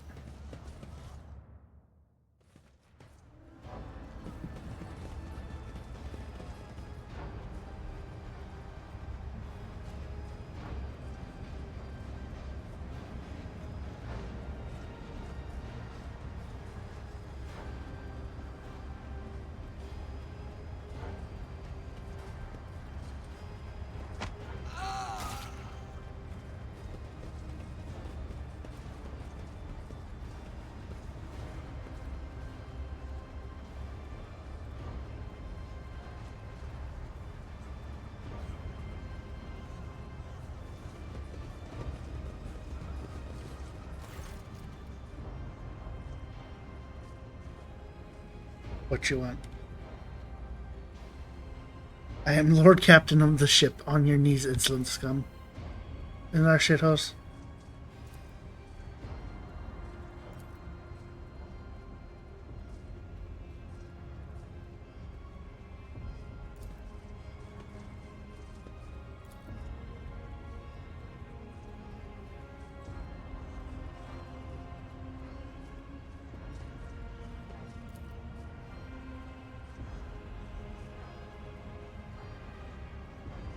For the crime of wealth, that dead bastard. What are you, mutants? Mold eaters, outcasts, folk who have no place even among the less low. Some were born that way, some were driven out to keep them from staying. One of that.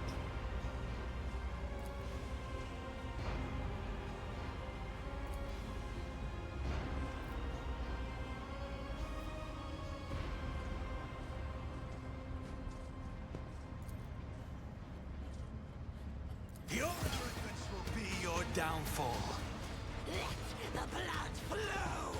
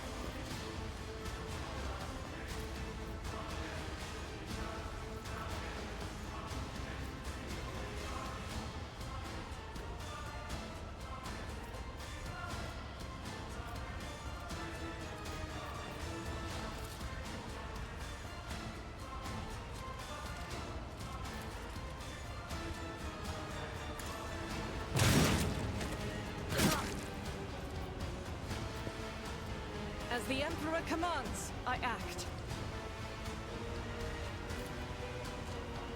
I'll do it. My Emperor!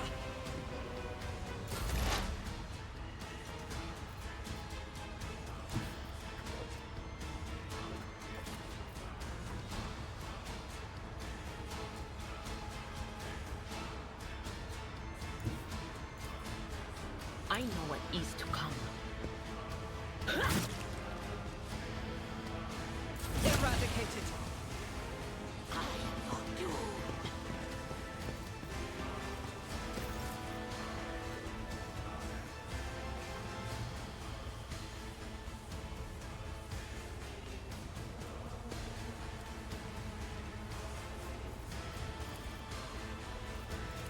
It will be done. At your beck and call.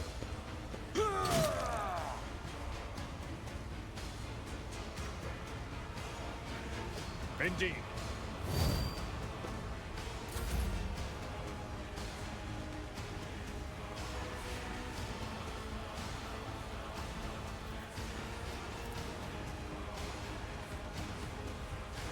I cannot serve you in this way.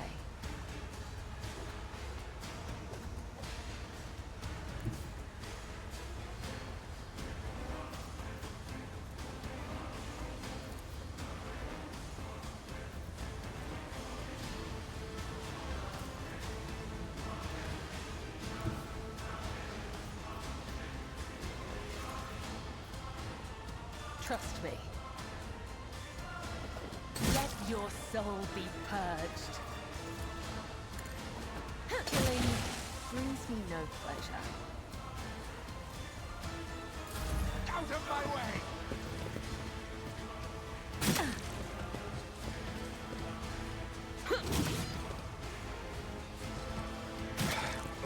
Just a minor setback.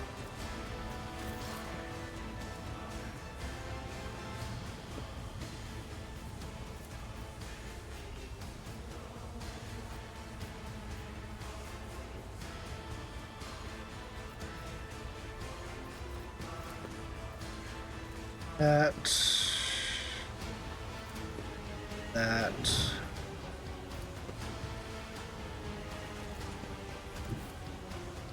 It's as good as done.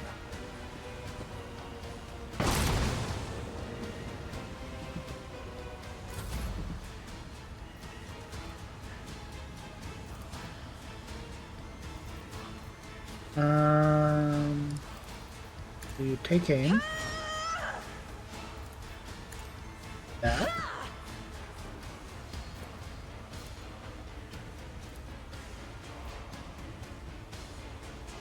On it.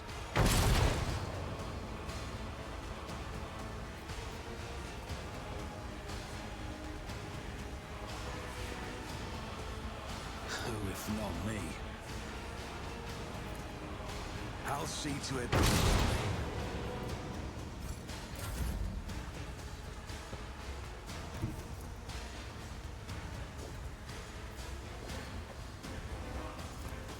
I'm not accustomed to being ordered around.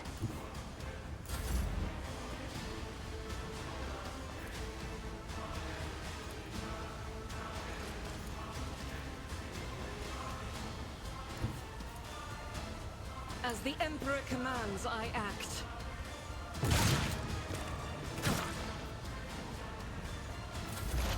High momentum.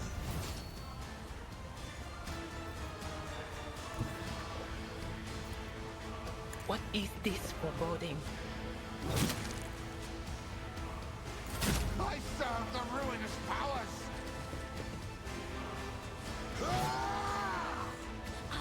Bring ruin.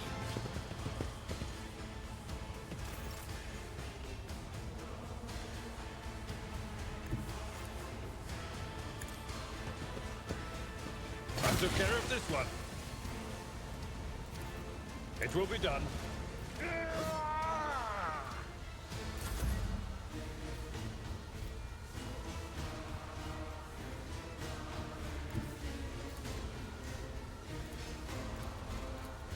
I bring mercy and retribution.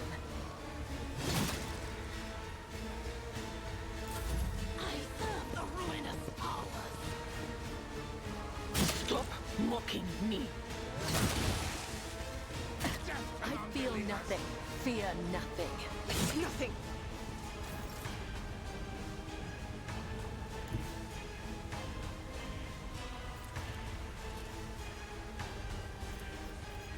Taking calculated risk is my second nature.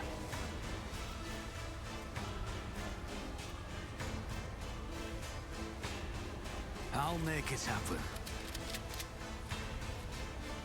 My gut tells me it's a bad idea. Isn't this a job for the serfs?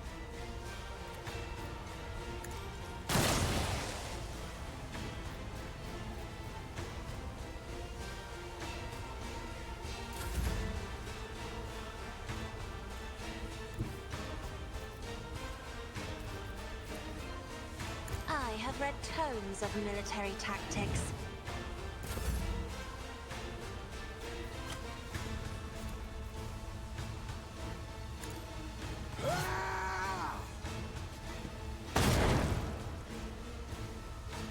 This is unacceptable.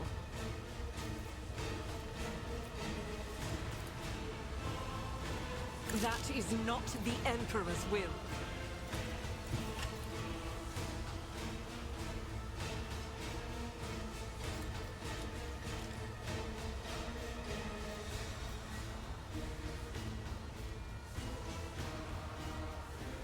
What's the... I will bathe this battlefield in righteous fury.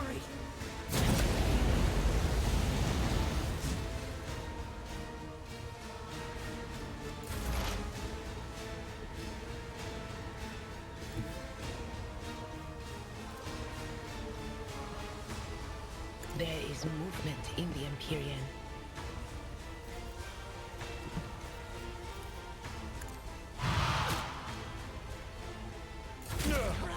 My ears are ringing.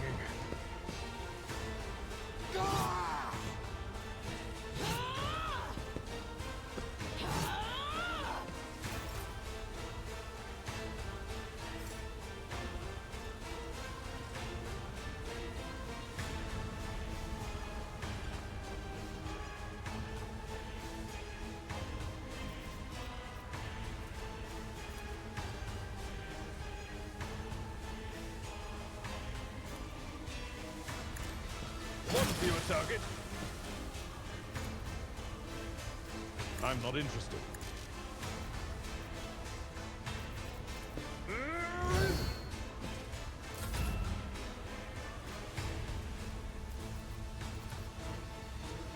No.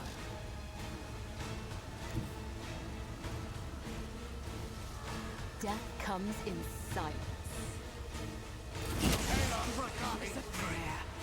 I serve the ruinous powers! I will endure.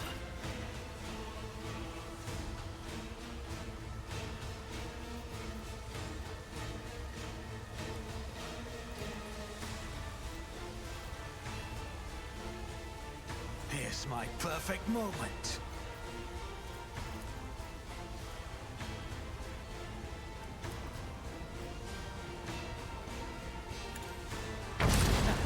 The best defense is a good offense.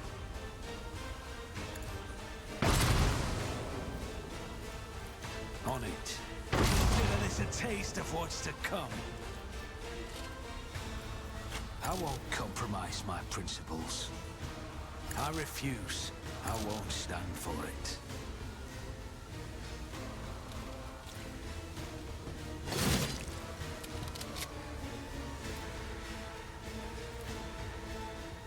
I'll make it happen. Should have thought twice before crossing me.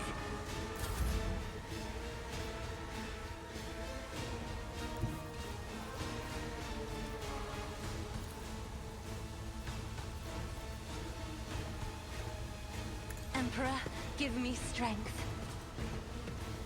Try to die with grace, at least.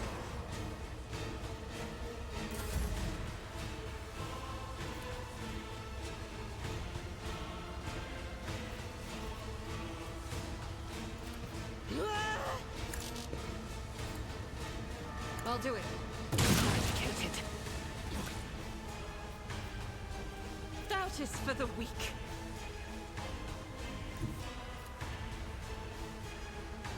The enemies of the Emperor will be undone.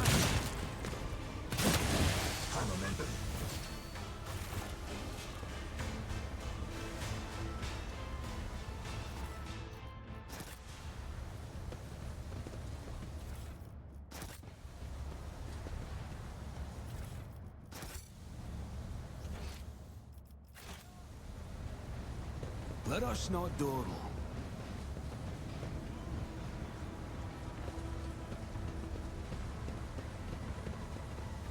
Miasma was probably not.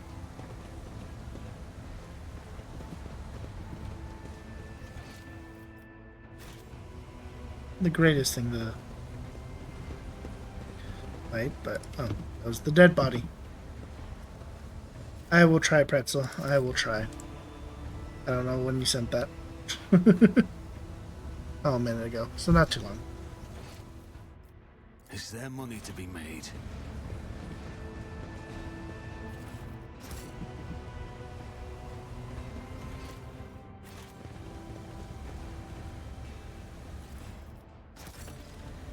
Well, you got to see a bit of combat See now. what others do not. Nothing escapes my sight. Duty prevails. The Emperor favors me today. I better myself through my service. Just as I planned. That's actually extremely good for the new chick.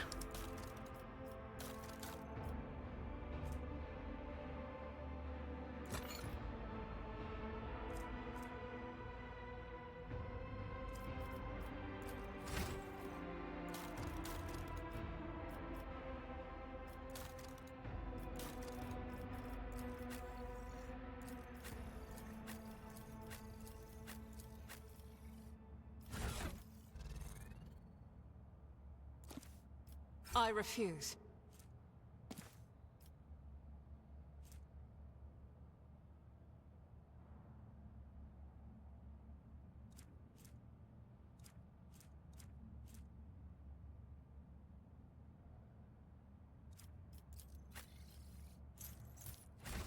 The web serves.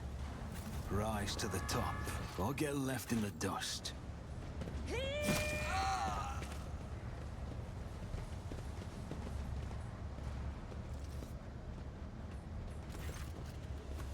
Are you here to take... No, no, no.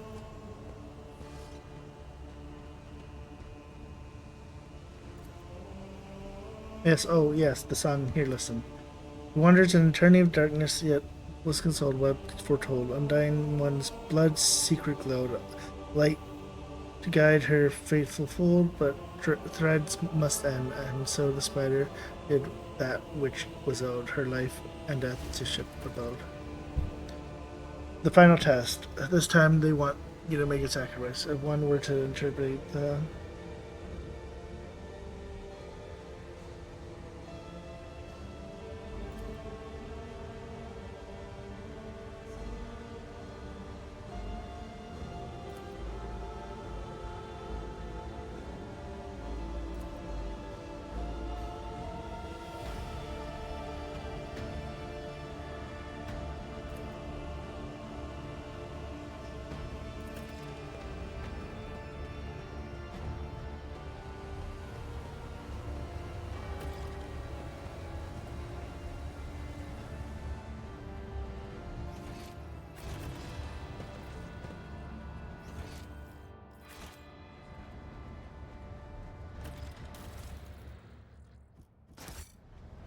Keep your wits about you.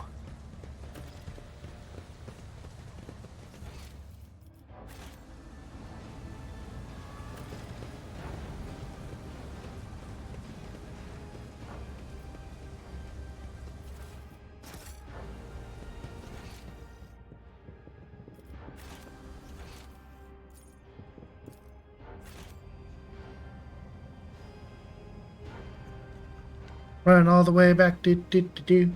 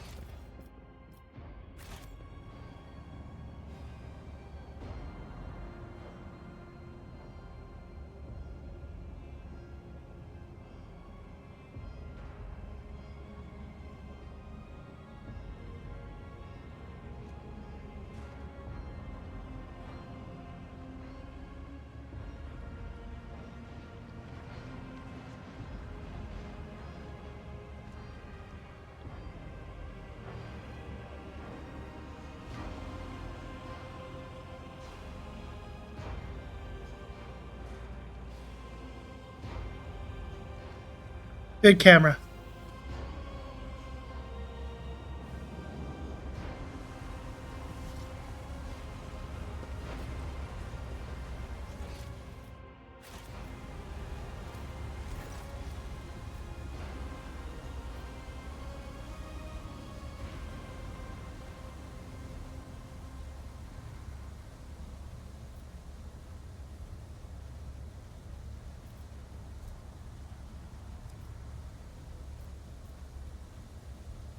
I'm willing to take the risk so that I might learn the secret of the blood-spun web, but I need your aid.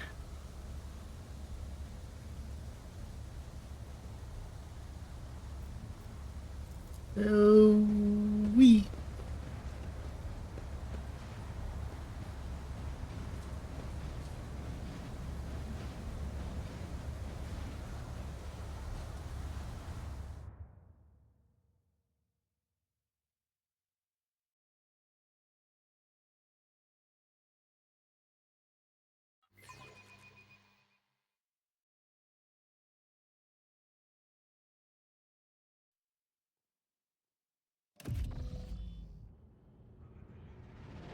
Always keep your eye on the prize.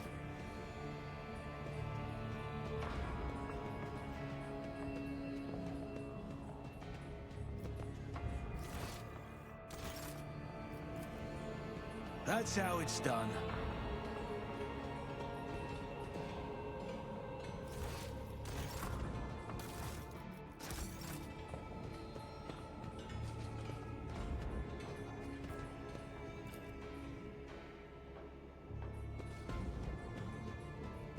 Let us not dawdle.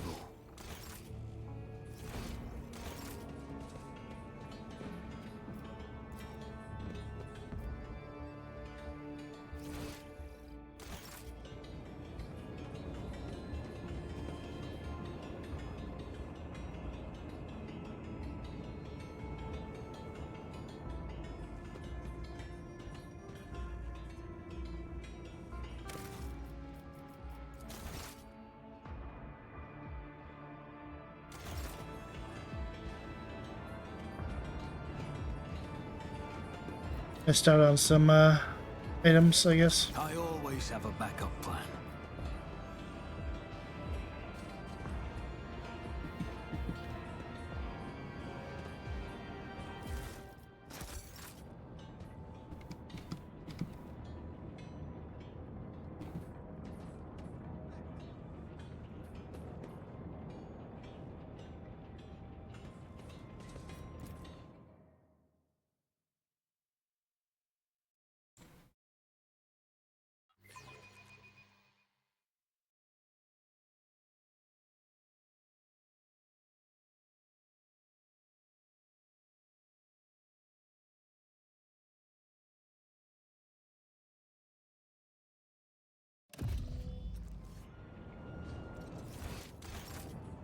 What do we have here?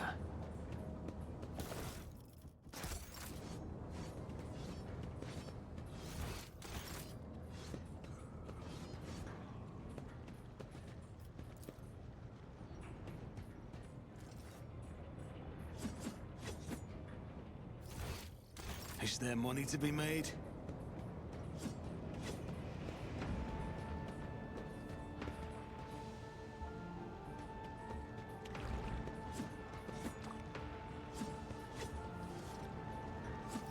Everyone's here.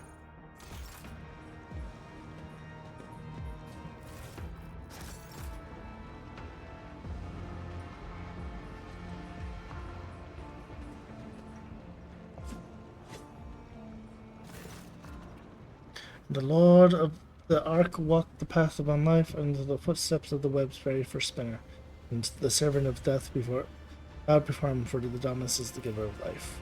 Yes, yes, truth like a stream pours from your lips. We welcome him as seventh man. Usually are almost as pale as the grey beard, but what is this? A scarlet one shines through the faded colors. Servant of death who sees beyond the threshold, spider who spins a cocoon at the end of the thread. Sorry about that. It just came over me. I didn't say anything too weird, huh?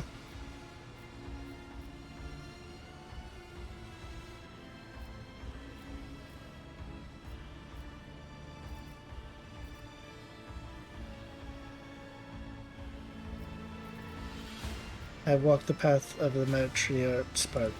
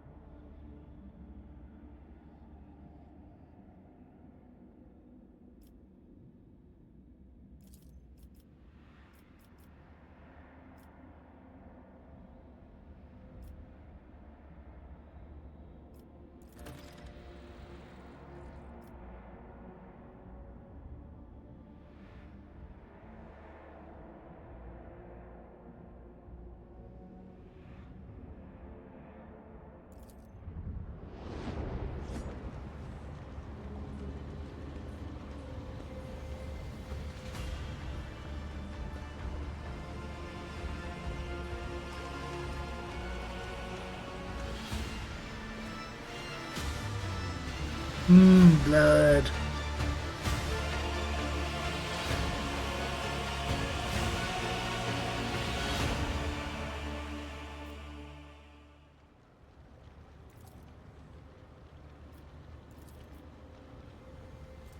Even he hears you. What does he care?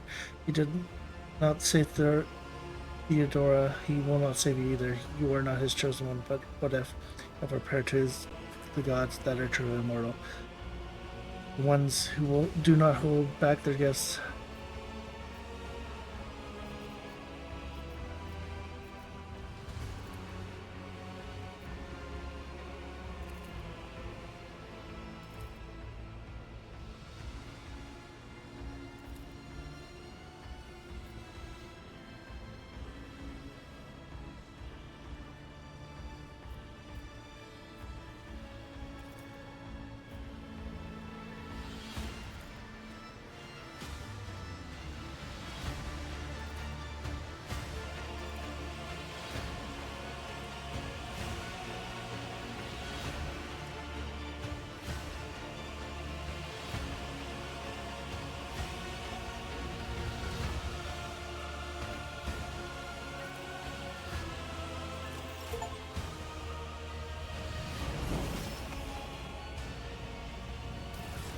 Nice.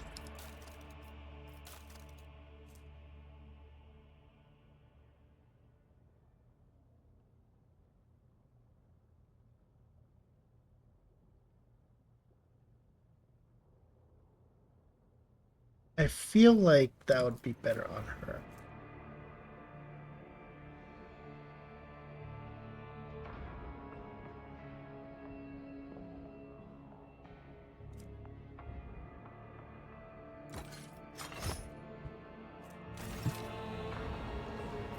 I have a nose for profit and a taste for adventure. Keep your wits about you.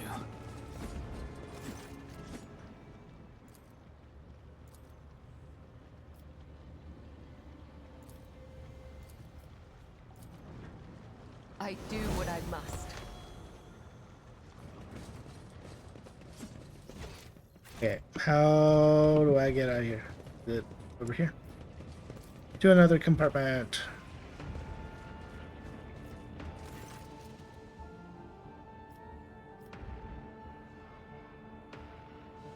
Take me to the enforcer in charge of the freedom. I have business with him.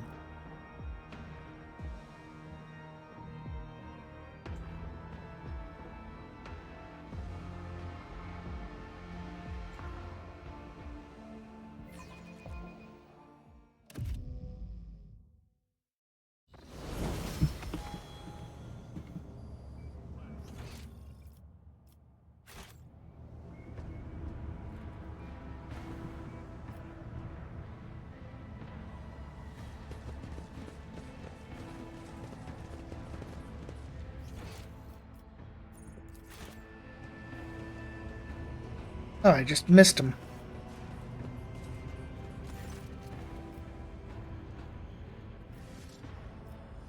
Were you in a shootout? Yes, there's been raids on local gang. We finally.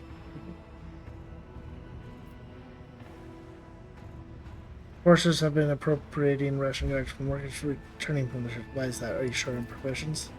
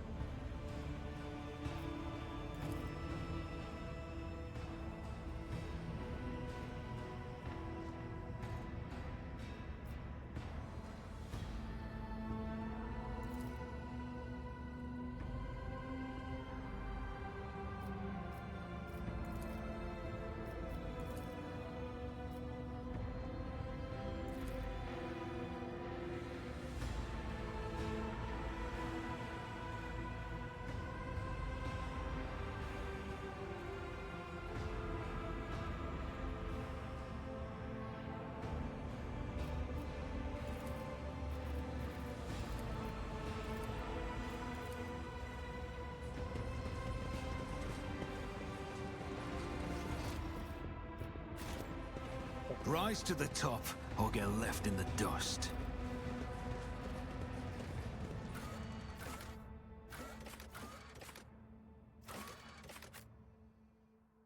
To the bridge. Probably to the end of stream.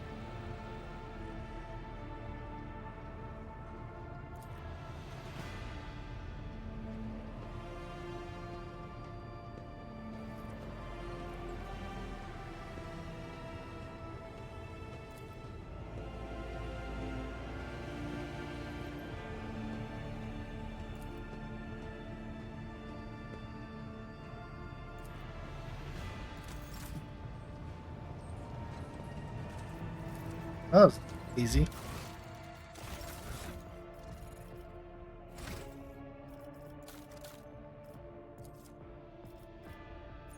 Ooh, choose a special ability.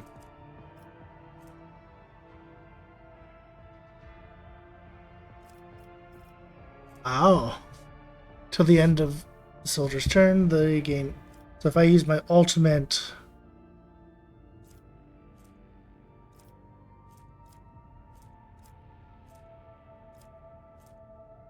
I like that. I'm gonna go with that. Because then that's just. Keep shooting till I can't stop.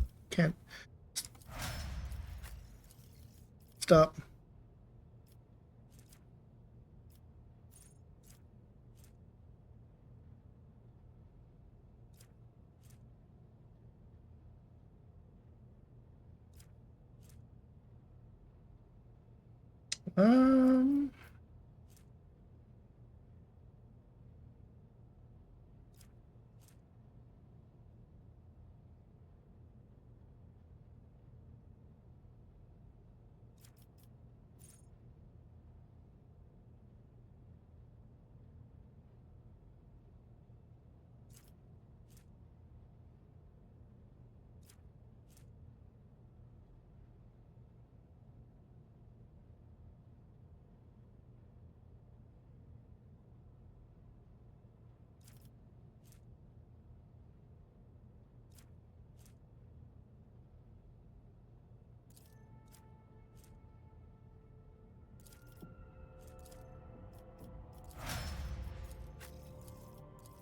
Operative.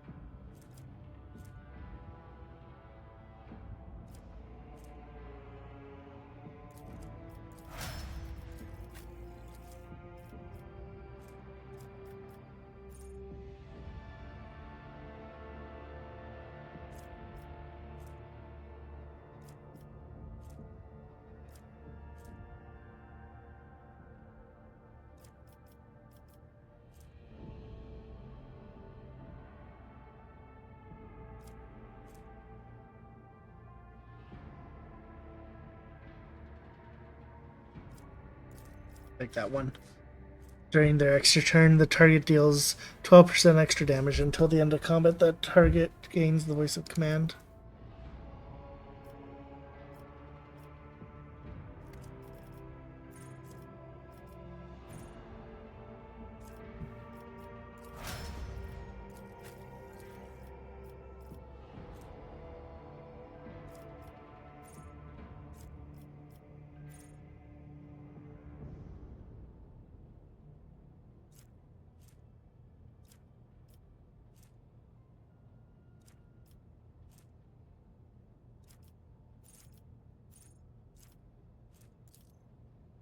Or more.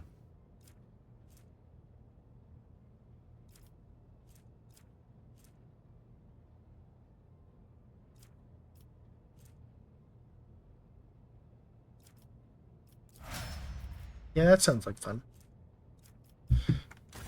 Cool.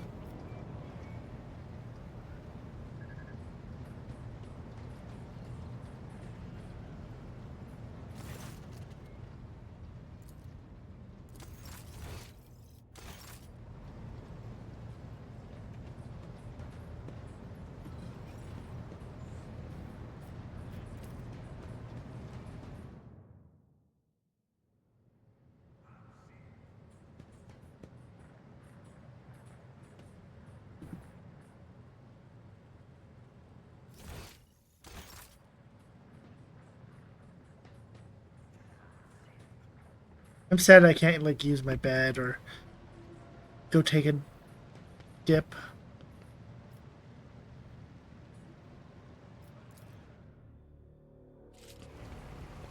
Oh, I can take a dip.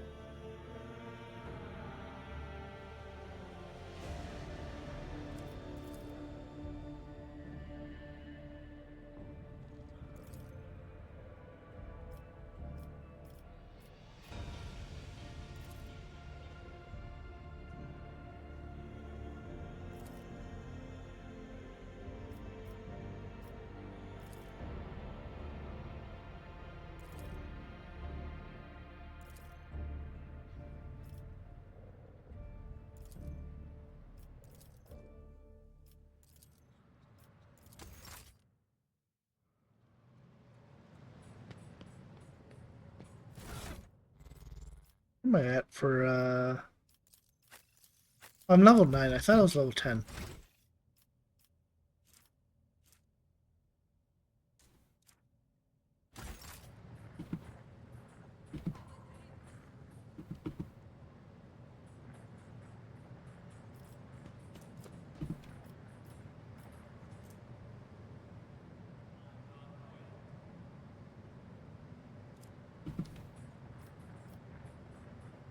Orb.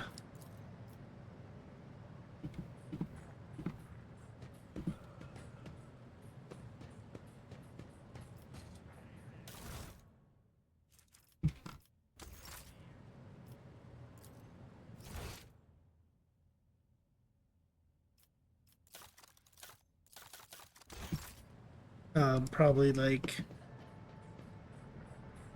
Actually, I have no idea.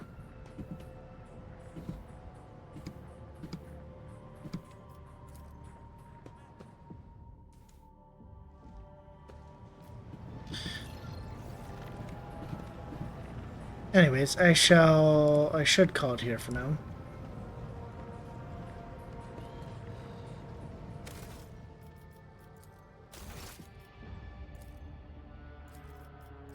I have 8 hours of in-game, and I have done like...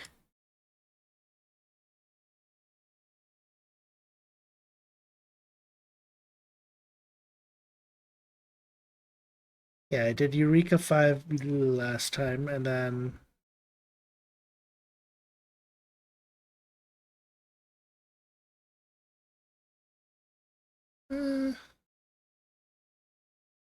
I don't feel like I've done much, but... I guess I have. But anyways, I think I'm going to call it there for now, so... Thank you guys for watching. Tomorrow we'll be back on Digimon. Because gotta play more of that. So anyways, thank you guys for watching. Hope you have a wonderful day, night, whenever it is for you. And I shall see you when I see you. Peace.